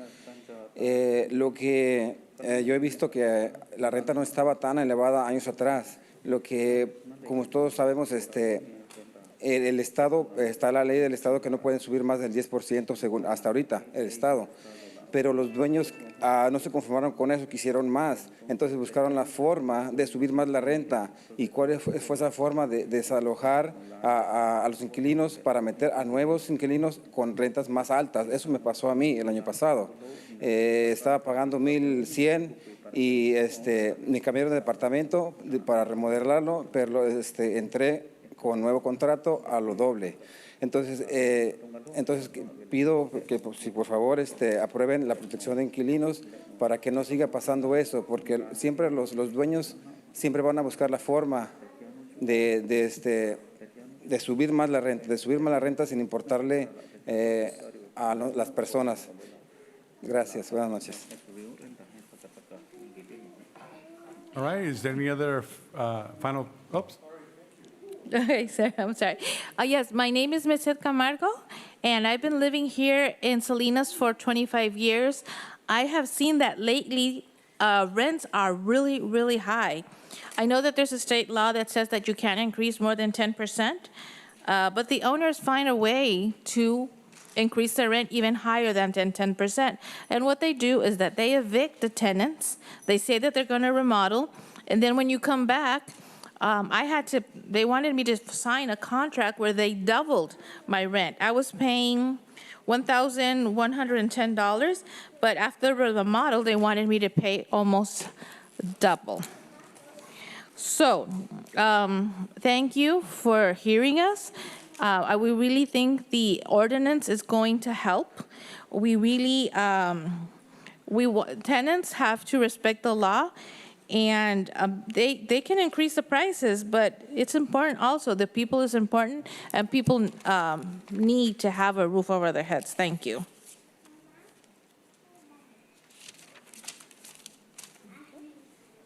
Hola, buenas noches. Mi nombre es Alma Loredo. Soy residente de Salinas, del Distrito 2. Soy un organizador de padres en las escuelas de Salinas a través del Condado de Monterrey. También soy parte del Comité Padres Unidos bajo Building Healthy Communities y estoy aquí esta noche para apoyar el control de renta en Salinas, ya que las familias en el condado necesitan tener un espacio seguro para que sus hijos puedan tener un lugar donde descansar y hacer sus actividades escolares. Un hogar digno, y eso les va a permitir ocuparse en lo que va a ayudar a tener éxito académico y no preocuparse porque sus padres no tienen el dinero suficiente para poder sostener un hogar digno o vivir con miedo de que van a ser desalojados. Les pido, tomen acción, esté en sus manos. Gracias por su atención y apoyo a la comunidad y por escucharnos. Con respeto.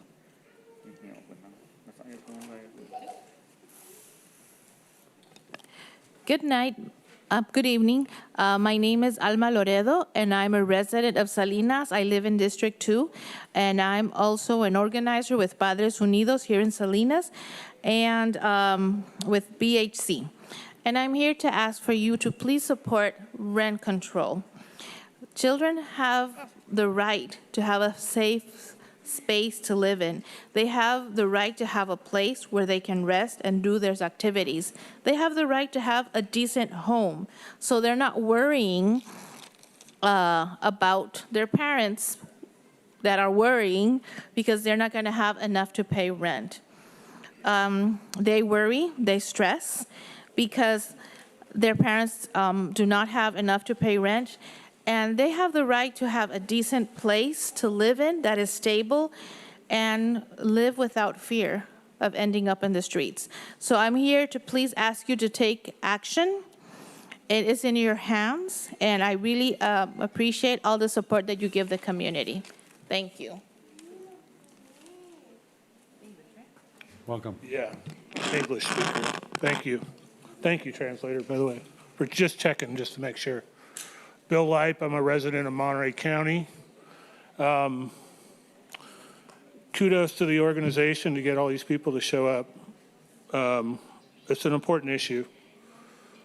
I'm not sure putting these kind of controls in place is going to result in what everybody wants, which is more housing at more affordable prices. Unfortunately, this city and this county has been one of the most expensive places to live. It didn't just happen. It's been one of the most expensive places to live in the last 25, 30 years, maybe since the end of World War II. So no surprise, but we're way behind on building housing. The state's way behind, tens of millions of units. So for all these folks that are organizing tonight, I commend you for coming out and speaking to our leadership here. But remember, November 5th is an election. You need to look at what the council has done here, what the state officials have done, and what the federal officials have done, and more importantly, what they haven't done, which is loosen the gears up so that developers can come in, build housing, make whatever kind of money they think is going to pencil out for them, and get these units built. I mean, I was born in '68, and believe me, the number of houses has not really increased in the city of Salinas all that much. So I just encourage, I love the energy of everybody being here tonight and speaking their piece and speaking it peacefully. But when it comes to November 5th and you go to the ballot box, remember who you're voting for and what they've been doing, or more importantly, what they have not been doing.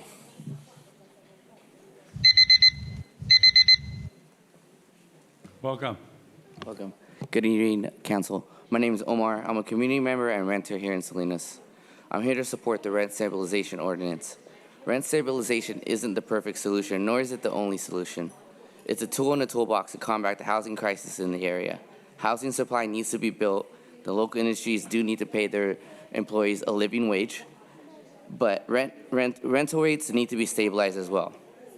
So I'm here to support rent stabilization. And to the landlords that say they won't be able to invest in housing or they might need to move away if this ordinance passes, you can't take the houses with you. So when you leave, sell it to the families that actually live in the homes. Thank you. Thank you. All right, any other public comments? All right, if there's anybody else who'd like to make a public comment, just encourage you to come line up. Thank you. Muy buenas noches a todos. Primeramente agradezco mucho, ¿verdad?, que hayan abierto este espacio para escucharnos. Yo estoy trabajando con Centro Binacional para el Desarrollo Indígena Oaxaqueño y también agradezco también a toda mi comunidad que se ha presentado.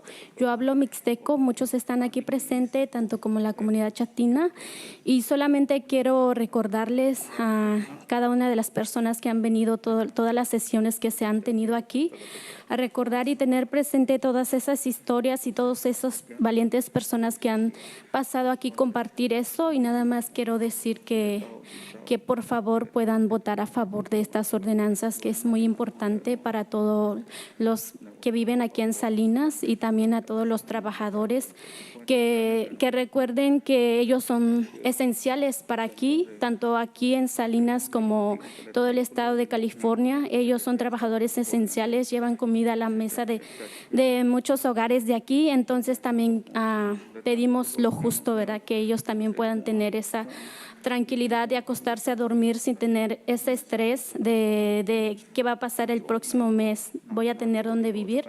Solo quiero recordarles eso y muchas gracias por abrir este espacio y escucharnos. Graciela González.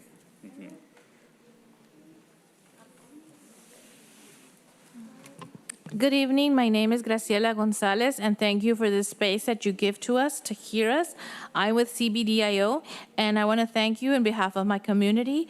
My community is Mixteco. I speak Mixteco, And I want to remind that my community has been here sharing their stories. There's so many people from the community that have shared so many stories. There are people that have had the courage to come to this meeting and speak out and share everything that has happened to them. So I'm really asking you to please vote in favor of this rent stabilization. In Salinas, we are essential workers. We are the ones that put food on many tables here in the county. So we also think it's fair that we have a place to sleep and be able to sleep stress-free without really worrying if next month I'm going to have a place to live. Thank you.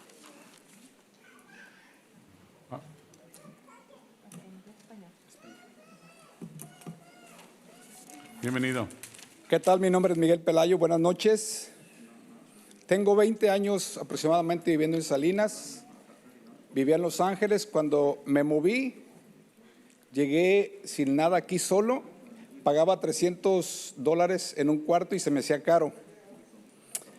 Hoy pago $2,700 en un apartamento. En la crisis del 2008, por ahí agarramos una casa, la perdimos. He andado mucho en la comunidad.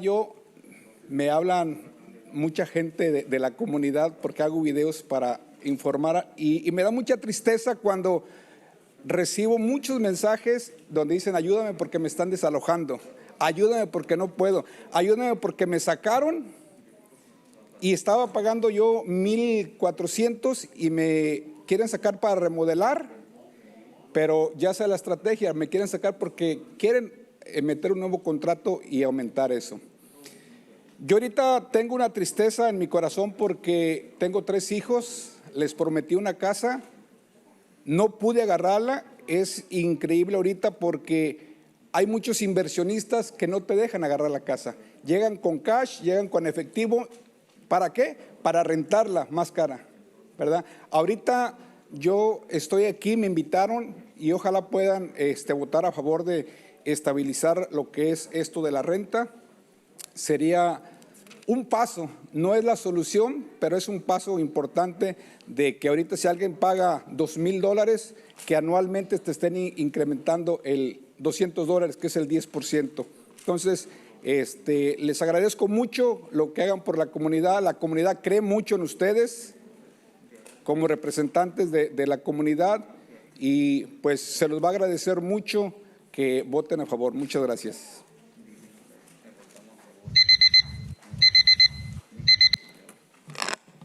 Good evening. My name is Miguel Pelayo, and I've been living here in Salinas for 20 years. Before, I lived in Los Angeles, and when I moved here, I came here with nothing.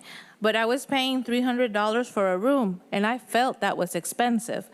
Now I'm paying $2,700 for an apartment. In the crisis of 2008, I was able to buy a home, but we lost it. And it's really sad because I have seen so many community members, people that have been evicted in an unfair way. I make videos for the community, and a lot of people call me and they say, help me, I'm being evicted. Help me, I need your help. Help me, I'm paying $1,400. And they want to remodel, but I know this tragedy. They're going to remodel the house, so then after that, they can do a new contract. And it's really sad for me. And something that really breaks my heart is that I had promised my 3 children that I was going to buy a house for them. And it's impossible. It's too expensive. And the thing is that there's a lot of investors that come here and you cannot compete with them. They come here with cash, they buy the homes. And what they do is that they buy the home so they can rent. So we really need this rent stabilization. I really invite you to please support the rent stabilization. And so that way we have a stable rent increase. For example, if you're paying $2,000, I know that the state says that they can't increase more than 10%, so there would be a $200 increase. Thank you for all that you do for the community. The community believes in you. And thank you for all that you do. And thank you for representing them. All right, thank you. We're going to go ahead and move on to Zoom. Oh, one more. Okay. Bienvenida. Hi, my name is Ana Núñez. I was not going to speak, but listening to all these people, I'm a single mom and I struggle paying my rent. But I just want everybody to know that this community, they're really hard workers. When I see them working on the fields 3 in the morning, 4 in the morning, and when it's really sunny, I bow my head because they have all my respect. Because if I have to work on the fields, I will not last 2 hours working as hard as they do, because I will be in the hospital, because they're hard workers. They're not asking for the rent to be lower. They're asking just for the rent to be fair, to not being punished just because they don't speak Spanish, because they speak a dialect. They have to be fair with everybody. This country and everybody has to be a country of respect. Everybody has to be respect, no matter how they got in here. They just have to be respect. And again, these people work so hard, so you can ask them to work harder because they already work hard. They work for so many hours and they do work that we can't do. They put their food in our tables. And again, I wouldn't be able to do the work that they do. So you can't ask them to work harder because they already work hard enough. Thank you. Okay. Seeing no further public comments in the rotunda, City Clerk, we're going to move on to Zoom. I see Adam Pinterest. Good evening, City Council members, City staff, and the public. My name is Adam Pinteritz. I'm speaking on behalf of the Monterey County Association of Realtors.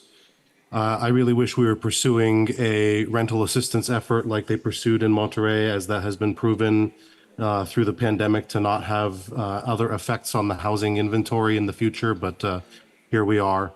Many of the appalling stories that we've heard tonight and before tonight are illegal under current law. For example, raising the rent every month or raising the rent by double. So if current state law isn't being enforced, then how will an understaffed city do better? I still continue to ask this question. I urge the city in the spirit of this to be prepared. Property owners are already asking how the appeal process will work. And of course, I have to tell them, I don't have the answers. You'll have to wait for the city to determine that. One owner in particular, the owner of a duplex, a 92-year-old woman, asked me how it would work because without the rental income from her duplex, there's no way she can keep up with the medical costs that are increasing as she ages. So for people like her, please be ready to help them as well. And I genuinely hope that this does help renters and that we still do get housing built and that developers are not deterred by this, because otherwise we're just creating more trouble for ourselves down the road. Thank you. Amy Salmina.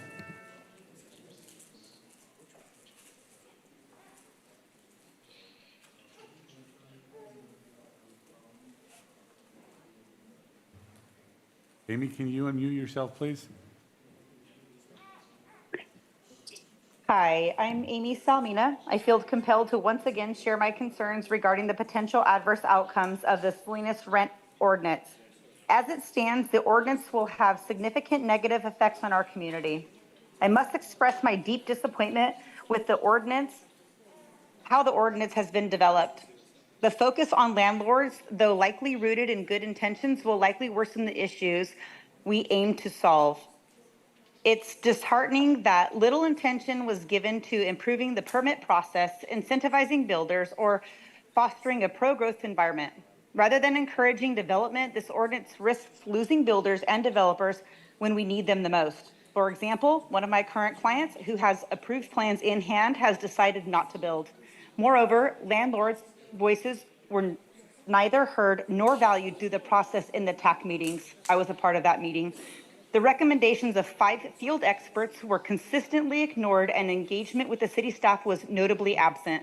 The sessions felt more like a city council meeting than collaborative TAC decisions. While Megan Hunter facilitated open discussions during the rental registry, talks that included the city and fostered a balanced approach, this adversarial tone paints landlords as obstacles, not partners, in creating a healthier, more balanced housing market. This ordinance should have taken more of a collaborative approach in incorporating even a fraction of the valued feedback we provided. Unfortunately, a policy meant to address a critical issue for our community now risks depending the problem. A city's council role is to shape the policy and services. These decisions need not to be based on emotion, but unbiased. I beg you to reconsider adopting this ordinance tonight. Thank you. Thank you. CCA?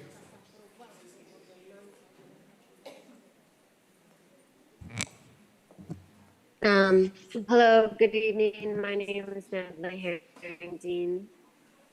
So, this is more than just an income problem. This is an exorbitant rent problem. What maybe we all should consider is that actually nobody should own any of the land and that we should be able to live for free. It's not really just a development problem either, because we have a lot of people with empty spaces in their house, and we have a lot of places that could be rented at fair prices. Much of the housing here is dilapidated, and the rents that are being charged are the same amount as in large cities like San Diego and San Francisco, but we're a small city in a rural community. We need to take care of our neighbors and consider that, this is not really worth fighting over money, and that we need to work together as a community and share our resources, because our community that is working the land is not making enough money to pay these rents, and we're squabbling over dollars. And rather than consider the lives of the people here who are not able to make it on a day-to-day, week-to-week, and month-to-month basis. And I just think at the end of the day, this is important. We need to save whatever money that we can. Most of the landlords are making large profits. This is not going to hurt their pocketbooks. They go home to their nice houses. They're not sharing with multiple people. They don't have to worry about dirty water, dirty air, and dilapidated housing on a daily basis. They just get to go home to their... Thank you. Next, we have Audrey Wardwell.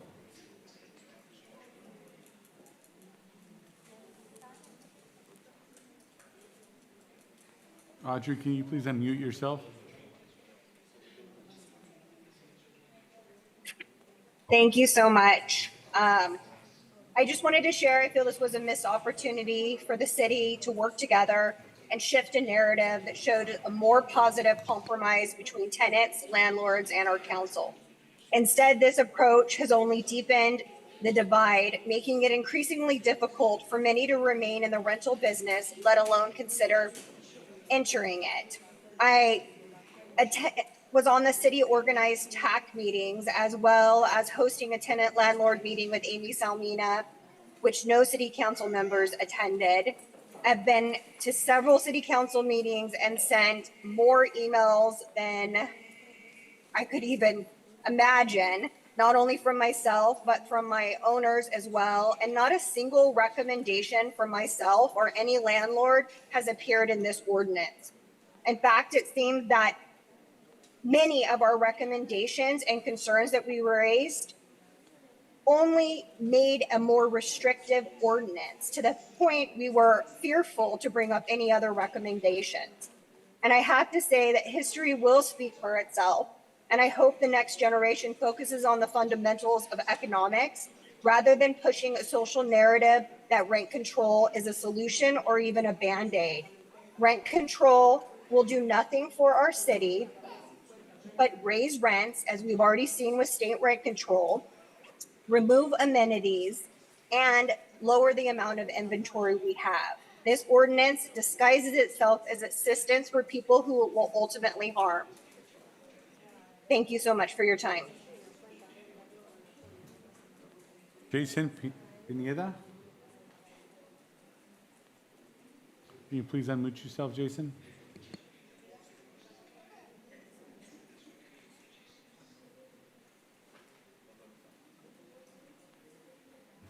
Jason, you're unmuted.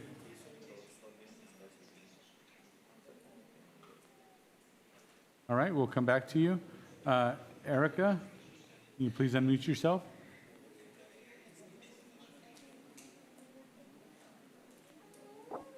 Hi, can you hear me? Yes. Hi. So I've been watching everything this evening, and I've heard a lot of the families. And one of the things that I noticed is it seemed like a lot of the people that were either renting rooms or sub-renting certain locations. I'm not sure how much this ordinance is going to help because they're obviously renting from somebody that's not even the landlord. I've been working at a property management agency for over 26 years. And this year alone, one of our properties, the insurance with the state of California went up over $80,000. That's just on insurance. BID, I've been here for a long time, so I've known the prices, costs of trash.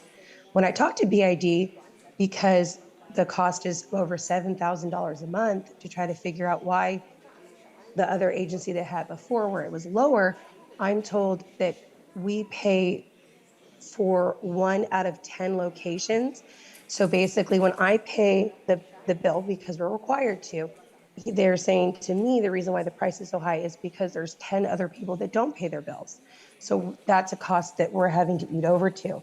So that is a part when people go into these rental increases, landlords aren't just wanting to raise rents, you know.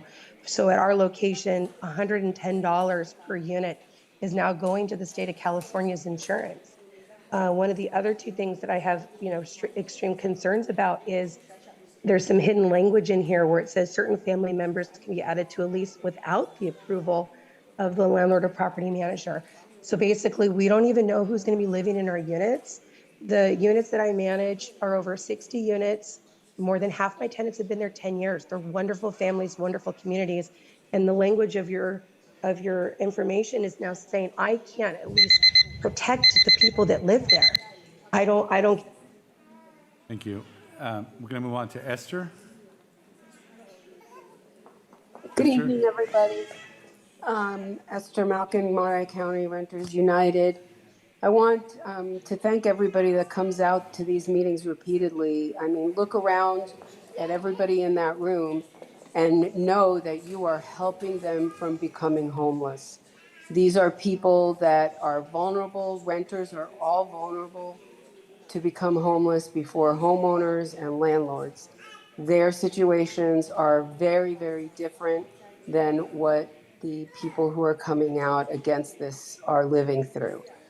I want to thank the City Council for taking the initiative to do this ahead of the expiration of AB 1482, which is coming in a couple of years. There are a number of people in that room and many others that are not, that are also living in units that are exempt from 1482, which are living in situations that are having their rents raised without any control whatsoever, even with the state parameters of the 10% annual maximum increase. So some of these cases are the ones that Proposition 33 will address. For example, these homes that are single-family homes, and others from being bought and just having these what we call renovictions come up, where they tell people they're going to renovate just to get them out so that they can go ahead and up the rent based on indefinitely. They have no limits. So I commend you guys for getting ahead of this.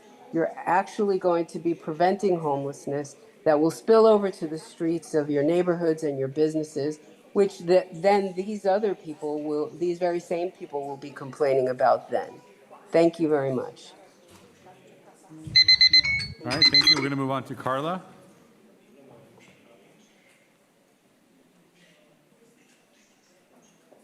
Thank you. Carla Lobo, current candidate for Seaside Mayor. I commend this council for taking on the challenge of housing, not only in Salinas, but in Monterey County. You are the closest metropolitan city in the Monterey County, so you are the staple of what is to come down the pipeline. I just want to throw out some facts. with regards to property management companies. And when we talk about owners, right now the DOJ last month accused real estate software companies like UDR, who owns and property and manages six properties in Salinas, helping landlords collude to raise rents.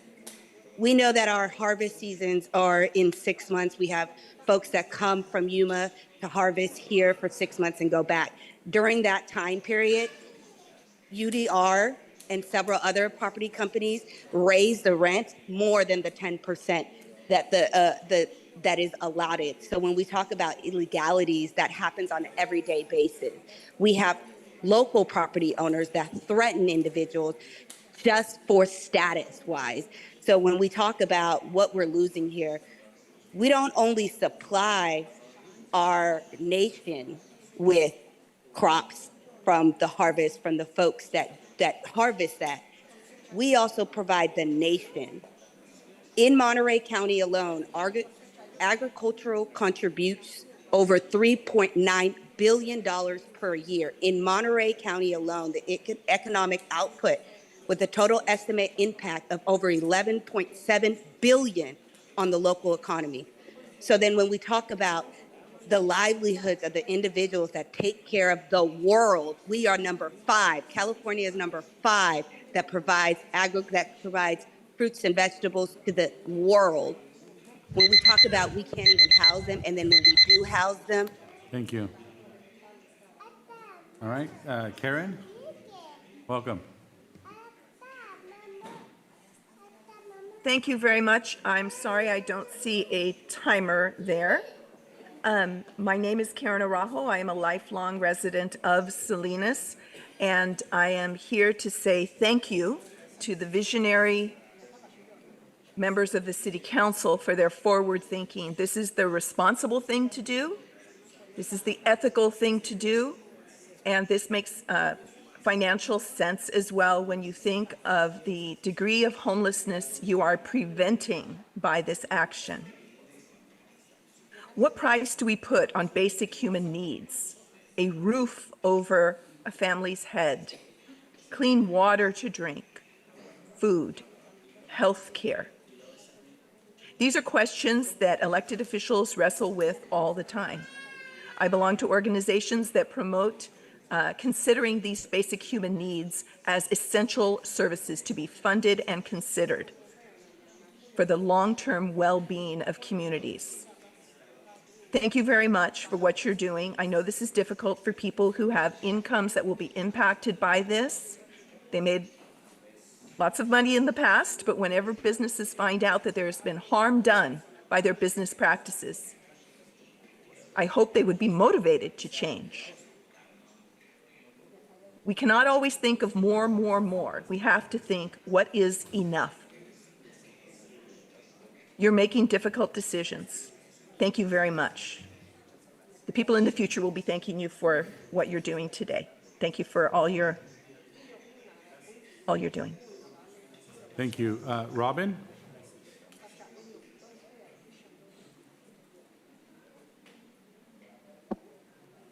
Thank you, Mayor Pro Tem. I realize that my comments are too little, too late. However, it was only last week that I learned about the significance of using the inflation adjustment method for measures like this. Many individuals and families are struggling because wages have not kept pace with the cost of living. High medical fees and prescription costs can lead to bankruptcy, often resulting in homelessness and forced cohabitation. I believe a rent control ordinance is essential at this point, but I do have concerns about the proposed 2.75%. We must consider the financial pressures of landlords, especially given the influence of corporate donations in our political landscape. 2.75% is most likely not going to cover expenses for repairs and utilities. I encourage the council to reassess the calculations, especially if the inflation adjustment method was not applied. It seems more reasonable to at least start with 3.75 noting that San Jose has 5% and Los Angeles has 4%. I heard a comment stating that as it stands, landlords will not have the right to know who's occupying a dwelling. That is going to lead to more overcrowding, more unruliness, and more resentment. And I'd like to remind this council that we have a shortage of police officers. Thank you. Thank you. Let's go to Jason. Jason, if you can unmute yourself, please. Okay, can you hear me? Yes. Can you hear me? Okay, I'm sorry. Oh, thanks. My name is Jason Pineda. I live in District 3 in Old Town. I'm a Section 8 renter, and I just wanted to ask you to support renters by voting yes for the ordinance, and just like to speak kind of like to a point that I've heard, and I don't want to single anyone out about it, but I've heard that the issue is like a supply, like the way to solve the rent problem is by creating more supply. But I would just like to point out, and I don't want to fault anybody, is that, you know, I question like how many people are saying that, like, and will be continuing to work on the issue once this ordinance is passed. Like the people that are, again, I think they're just saying that because they don't want the rent ordinance passed. I wonder how many will continue to, you know, would move forward on trying to get more housing built. So I don't mean that like to criticize people. I apologize. But anyway, thank you for creating this ordinance, and I hope you vote yes on it. Thank you. Thank you. And I see one more hand up. Samsung. You can unmute yourself, please.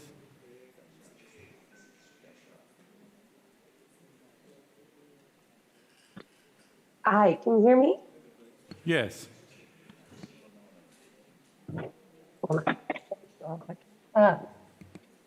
Yeah, I was wanting to state that I've been an on-site manager and for many years, and I remember in 2002 the rent increase went up by $25.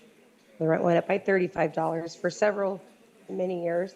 Are you guys going to be going after the local utility companies to lower rates? We constantly get retro bills for sewer, for garbage.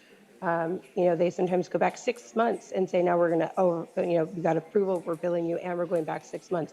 So where are you guys working on that so that those costs aren't a driving force for the rental increases? I see you guys wanting to put a cap, but nobody seems to be talking about how to lower the costs so that the rents don't go up. Is that something that you guys have looked at? Because from what we understand with like local trash, you guys have to approve those prices.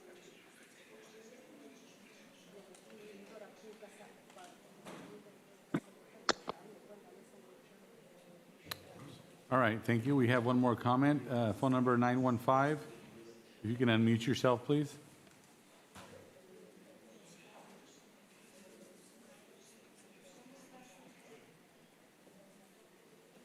Okay. 915, you have your hand raised. If you can please unmute yourself.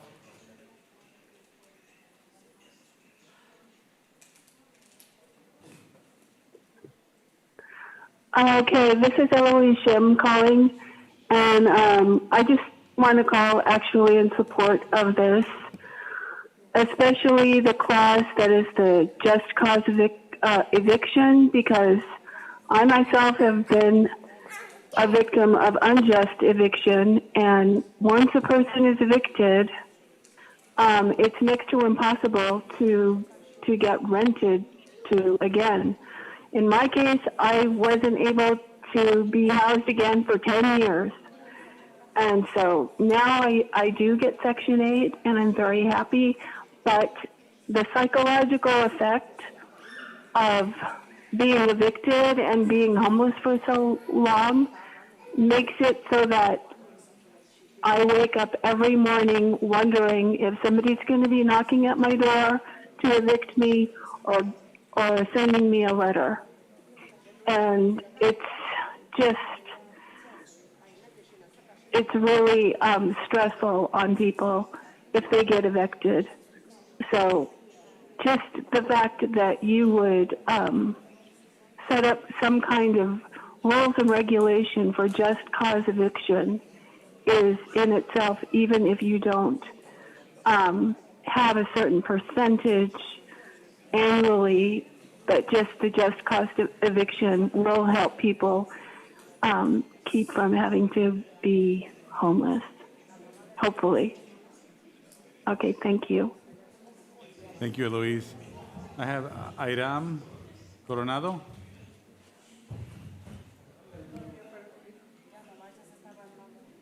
Hello, my name is Airam Coronado, and I'm with the Center of Community Advocacy. You know, for so many years, the rent stability and housing has been an issue in Salinas, and the only ones that have opposed to this have been the oppressors. Salinas is known for its agricultural workers, and yet there is no stability. There is no pipeline for safe housing. If anything, a lot of our farm workers and even folks, you know, they have to get paid at least $33 an hour or more to afford a one-bedroom apartment, and that is ridiculous. It is a Salinas Valley, and some of you and all Salinas residents take pride in Big Ag and how beautiful our community is. What makes our community beautiful is the people of Salinas, is the residents of Salinas. So I urge you all to please look at people in the room, people that have been showing up and in support. And I want to thank those city council members that have done everything in their power to represent the people and its residents. Thank you. Thank you. Seeing no further hands raised and no other public comment, I'm going to move on to final comments from the city council and action. Councilmember Rocha. Once again, I want to thank everyone for your involvement in this process. Whatever opinion you may have had about the rent stabilization and tenant protection ordinance, I appreciate your engagement in the robust process we have had thus far. I really want to commend our city attorney for the work he did on this, as well as our community development staff, our city manager, and all city staff, as well as the city council as a whole and the Housing and Land Use Committee. It's been a really collaborative process. We've done everything in our power to be able to reach out and get as much input as possible from residents. For me, what this process showed me, and I hope is able to be a model for not only ourselves as a city, but every other city in the county and any other government body, is what can happen when government works as a partner with the community on addressing an issue, as opposed to ignoring the concerns of the community. And as someone that's born and raised in Salinas, this has been a very impactful process for me, and it's a real surreal moment when you're able to serve on a city council of the city that you were born and raised in, and you're able to see your neighbors have the city attorney's undivided attention, the community development director's undivided attention, as the community sits together and asks critical questions about a serious policy matter. That's a beautiful thing when you have city government truly working for the benefit of the community. And that's what we saw throughout this process. And what I would share with the residents is never lose hope that meaningful change is possible when you get involved in the decision-making process. Never lose hope. And I want you all to know that the voices that you brought to our council meetings are not only your voices, but the voices of so many residents in our community. You are champions for our community. Thank you for your engagement in this process, and continue believing in the power to create positive change. As the city's chair for the Housing and Land Use Committee, and as the city's representative to Community Human Services, a nonprofit organization that works to provide services for the unhoused residents in our county, I'm oftentimes in conversations about housing and homelessness, and at a recent Board of Directors meeting for Community Human Services, we were discussing the 2024 point in time count for Monterey County, which gave us a snapshot of the state of homelessness in Monterey County and what are the driving factors behind homelessness, and gives us a better idea of how to create models to address it moving forward. And I want to point out two statistics that really stood out to me in our meeting. When we were discussing the primary conditions that led to homelessness, 61% of respondents in the survey identified as financial issues as the primary condition that led to homelessness.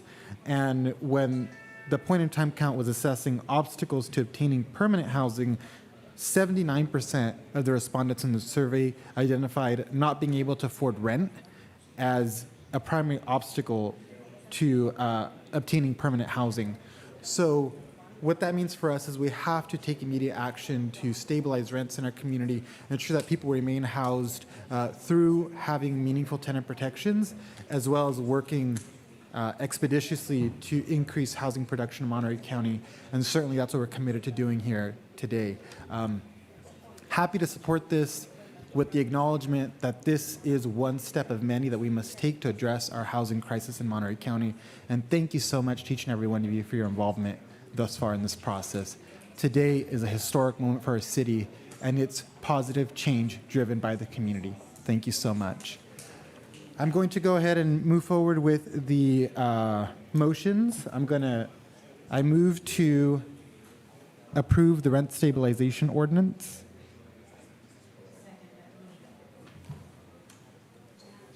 And I'll ask the city attorney to jump in if you need any additional clarification from me. No, that's correct. Instead of approve, you're adopting the final ordinance. Okay. So there's one minor clarification. I move to adopt the rent stabilization ordinance. Okay. Okay. Okay, so we have a motion and a second for that first part.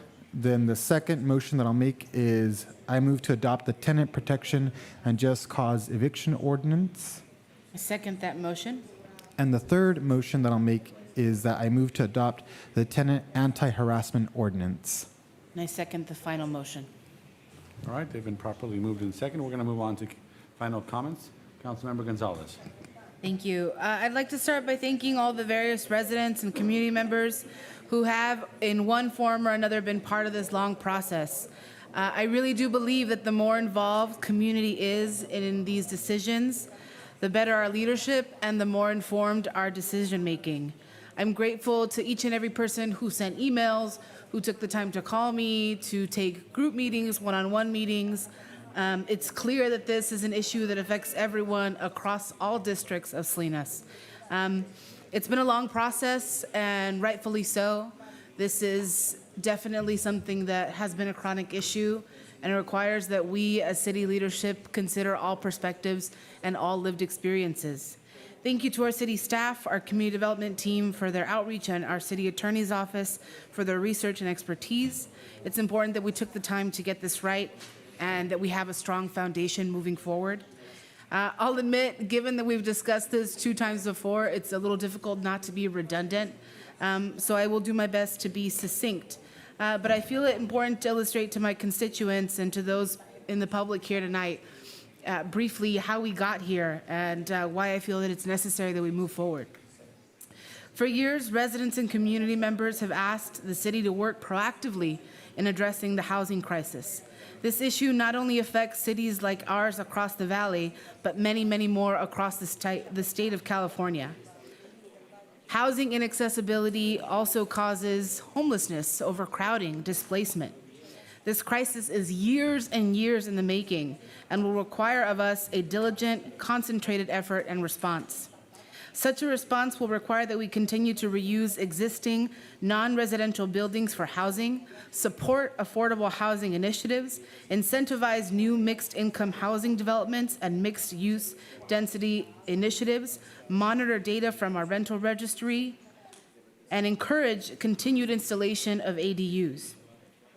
These efforts each represent a key component to a multi-tiered and multifaceted approach to facing this ongoing crisis.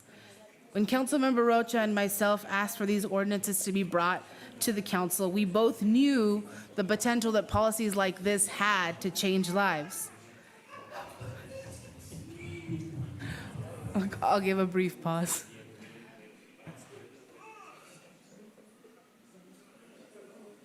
It's a packed house. That's what happens when it's a packed house. But I think what Councilmember Rocha and I were pleasantly surprised by and were even overwhelmed by was exactly how many people organized and how many people consistently showed up. We had, over the past few months, 4,673 signatures brought to this council. And frankly, I can't think of any other ordinance in recent memory that had that much support and advocacy. I'm really grateful to see how much community has taken ownership of this process, as this is a critical and ongoing issue. The reality is 53% of all Salinas households are renters. This is not a small or niche population. Since the year 2000, rents have grown over 7 times as much as renter incomes. People are being priced out of their homes, out of their communities, and onto the streets. It's not right that people are paying $2,500 for a single bedroom, that people are being charged to use the kitchen or bathroom in a shared residence, and that for every year that I've been teaching, every single year, there has been a consistent group of students that have had to take 1 and even 2 jobs during their vacations and during the school year to help their parents pay rent when they should be focusing on being a student and, frankly, just being a kid. It is my belief that the time to act is now. And thankfully, there is something that we can do in helping to address this process. I will be voting in full support of these ordinances and remain hopeful that they will pass. Porque sí se puede. Thank you.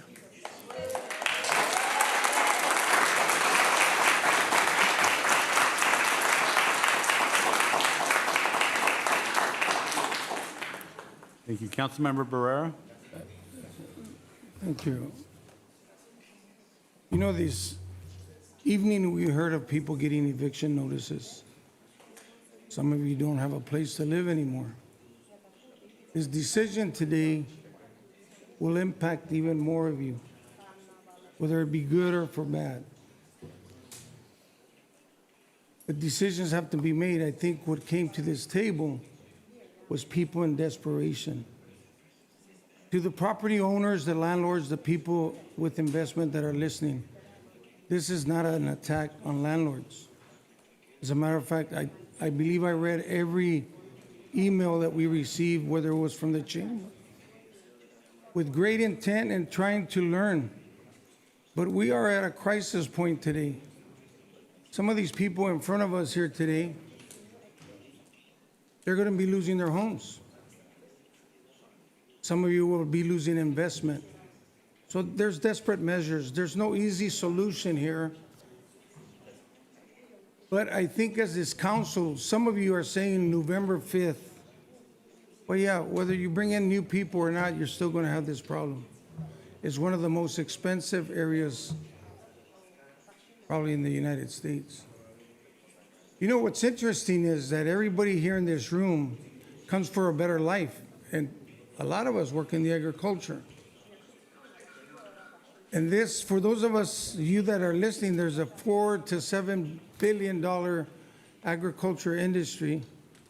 But yet your workers are here tonight, and they're going to get up early in the morning at 4 or 5 in the morning and go to the fields, go work in the crops. That's the reality. That's not about politics. That's about real life. And you know, today I hope that the decision that this council makes is to look for common ground. I'm going to read an email, a short sentence from Audrey Wardwell. This email really touched me because I believe she means well. But the last sentence of her email, it says, I remain hopeful that we can find common ground in future discussions to truly benefit all members of our community. You know, I want to look at Mr. Pelayo. He's thinking about his 3 children. He wants to buy them a home. And he works hard, but he doesn't have enough money to make it happen. But I know his heart, and he will make it happen. But we heard about a 91-year-old landlady, una señora, 91 years old, that if she doesn't get money from her investment, she can't pay her medical bills. And I just heard about a man that's in front of us here today, that he says, you know what, I got kicked out of my house. I almost gave up, but I'm here because they make me come and fight for this. And that's the reality. So my colleagues, this doesn't have nothing to do with politics. It really has to do with being fair with everybody. I like what one lady says, you know what, if I have to go to court to keep my family at home, I'm going to court. Imagine that. Well, you stick close to your family, you do whatever you need to do for your family. Because it's important, you as a father, you as a mother, imagine our children are going to get up early in the morning for school, and they're worried about the family because they've been hearing there's not enough money for rent. That's serious. But I hope that the decision that you hear today, whatever it is, that it brings hope, that I hope that you find a good place for your family because your family deserves that. Thank you.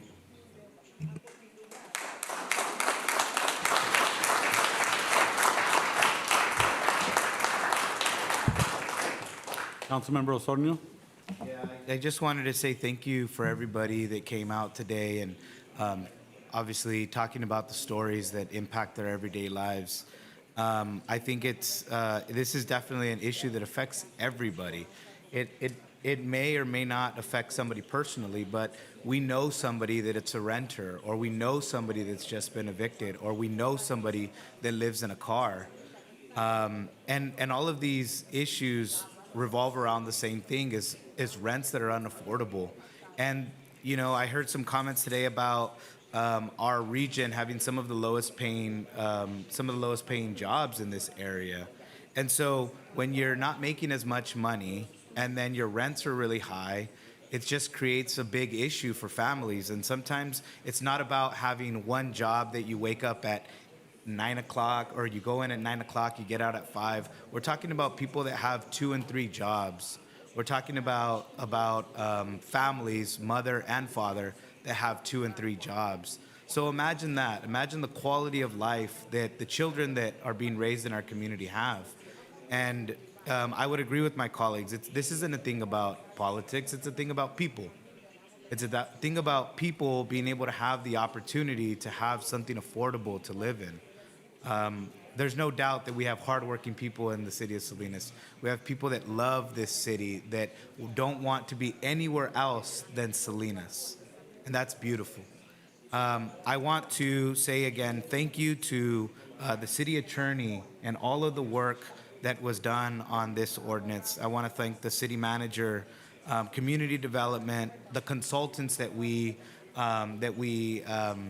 ended up speaking with, and all of the community organizations. This really couldn't have been done without all of the support and all of the voices and all the organizing.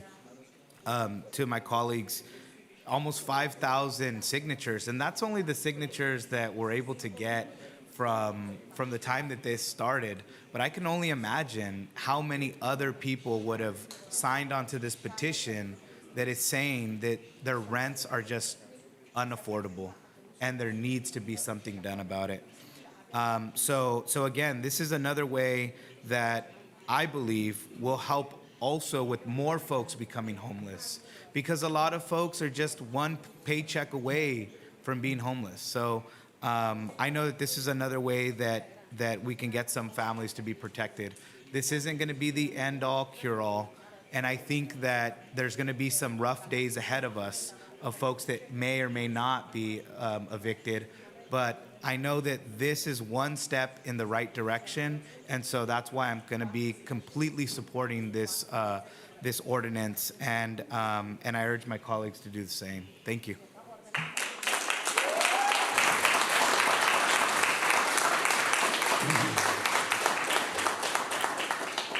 Voy a tomar esta oportunidad para pedirles una cosa que tengo su atención. Es que miren el poder de la gente. Si pueden quedarse involucrados en el sistema de gobierno, podemos hacer cambios. I'm going to tell all of you one thing since I have this opportunity, to stay engaged in government, because when community stays engaged in government, then we can make positive changes. And the second part of that is when you have a council that reflects and represents the community, we can make even bigger changes. I want to echo, I'm not going to repeat what my colleagues have said, but I do want to thank my colleague to the right, the teacher, Ms. Carla Gonzalez, for her amazing leadership. I think she's an amazing person. I saw some of her students here. My colleague Rocha and Osornio and Barrera, I think everyone is here for the community. I also want to recognize that, like a lot of you said, you're very hard workers. I recognize that you're all very hard workers. I come from a family of farm labor as well. My dad trabajaba en la espinaca. He used to work at the spinach. My mom in the Castroville artichokes. And we had a lot of opportunities back then, which I don't see are possible for any of our residents now. And so I've seen my neighbors come and go with those same excuses that Mr. Pelaya shared, that they really want to remodel their home so that they can double the rent. I've seen the harassment and the retaliation against tenants. I also recognize that there's a lot of people who are facing eviction today because this change that's coming is hard. And the reality is all of you here probably need to stick together and support your neighbors more than ever, because there's going to be a reaction to this change because nobody likes change. Well, actually, when it benefits the community, especially there's those who don't like change. So I know there's a lot of good organizations here, CCA, Centro Binacional, BHC, Padres Unidos. I encourage you to reach out and stay united because neighbors are going to need to support neighbors to get this, to get through this. But overall, we will see the positive impact of this. We will be judged by what the decisions we make now, and I can guarantee you that all these people here are confident in what we're doing. So thank you very much for participating. Stay encouraged and stay engaged. And with that, City Clerk, can we call the roll for each individual ordinance? Or?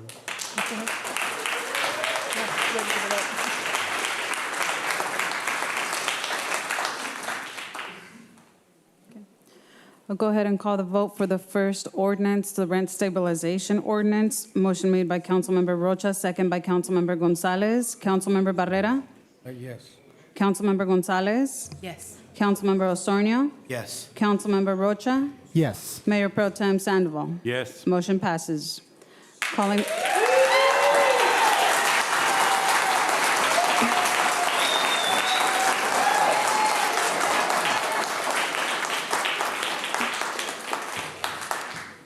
Calling for the vote on the second ordinance, the tenant protection and just cause eviction.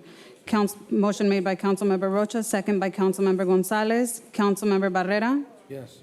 Councilmember Gonzalez? Yes. Councilmember Osornio? Yes. Councilmember Rocha? Yes. Mayor Pro Tem Sandoval? Yes. Motion passes.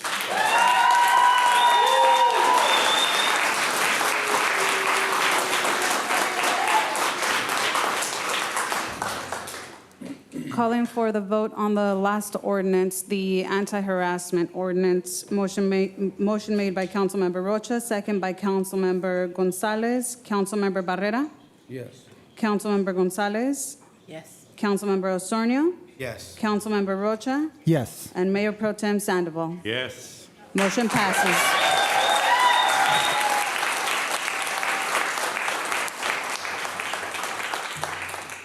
I want to thank everybody very much. With that, all three ordinances have been passed, and it's a historic day for Salinas and a historic day for residents. Yes.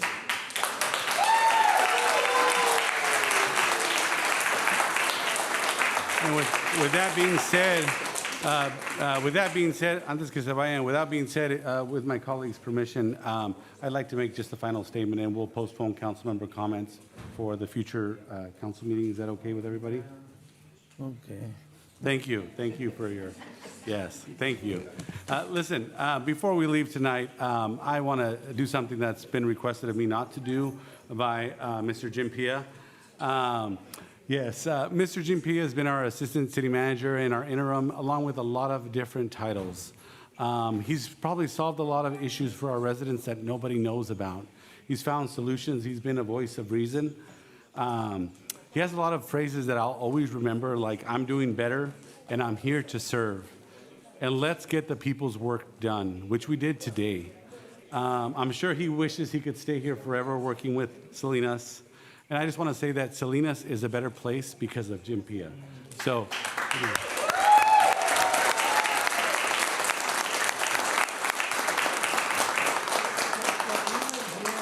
Que viva Jim. And with that, this meeting is adjourned.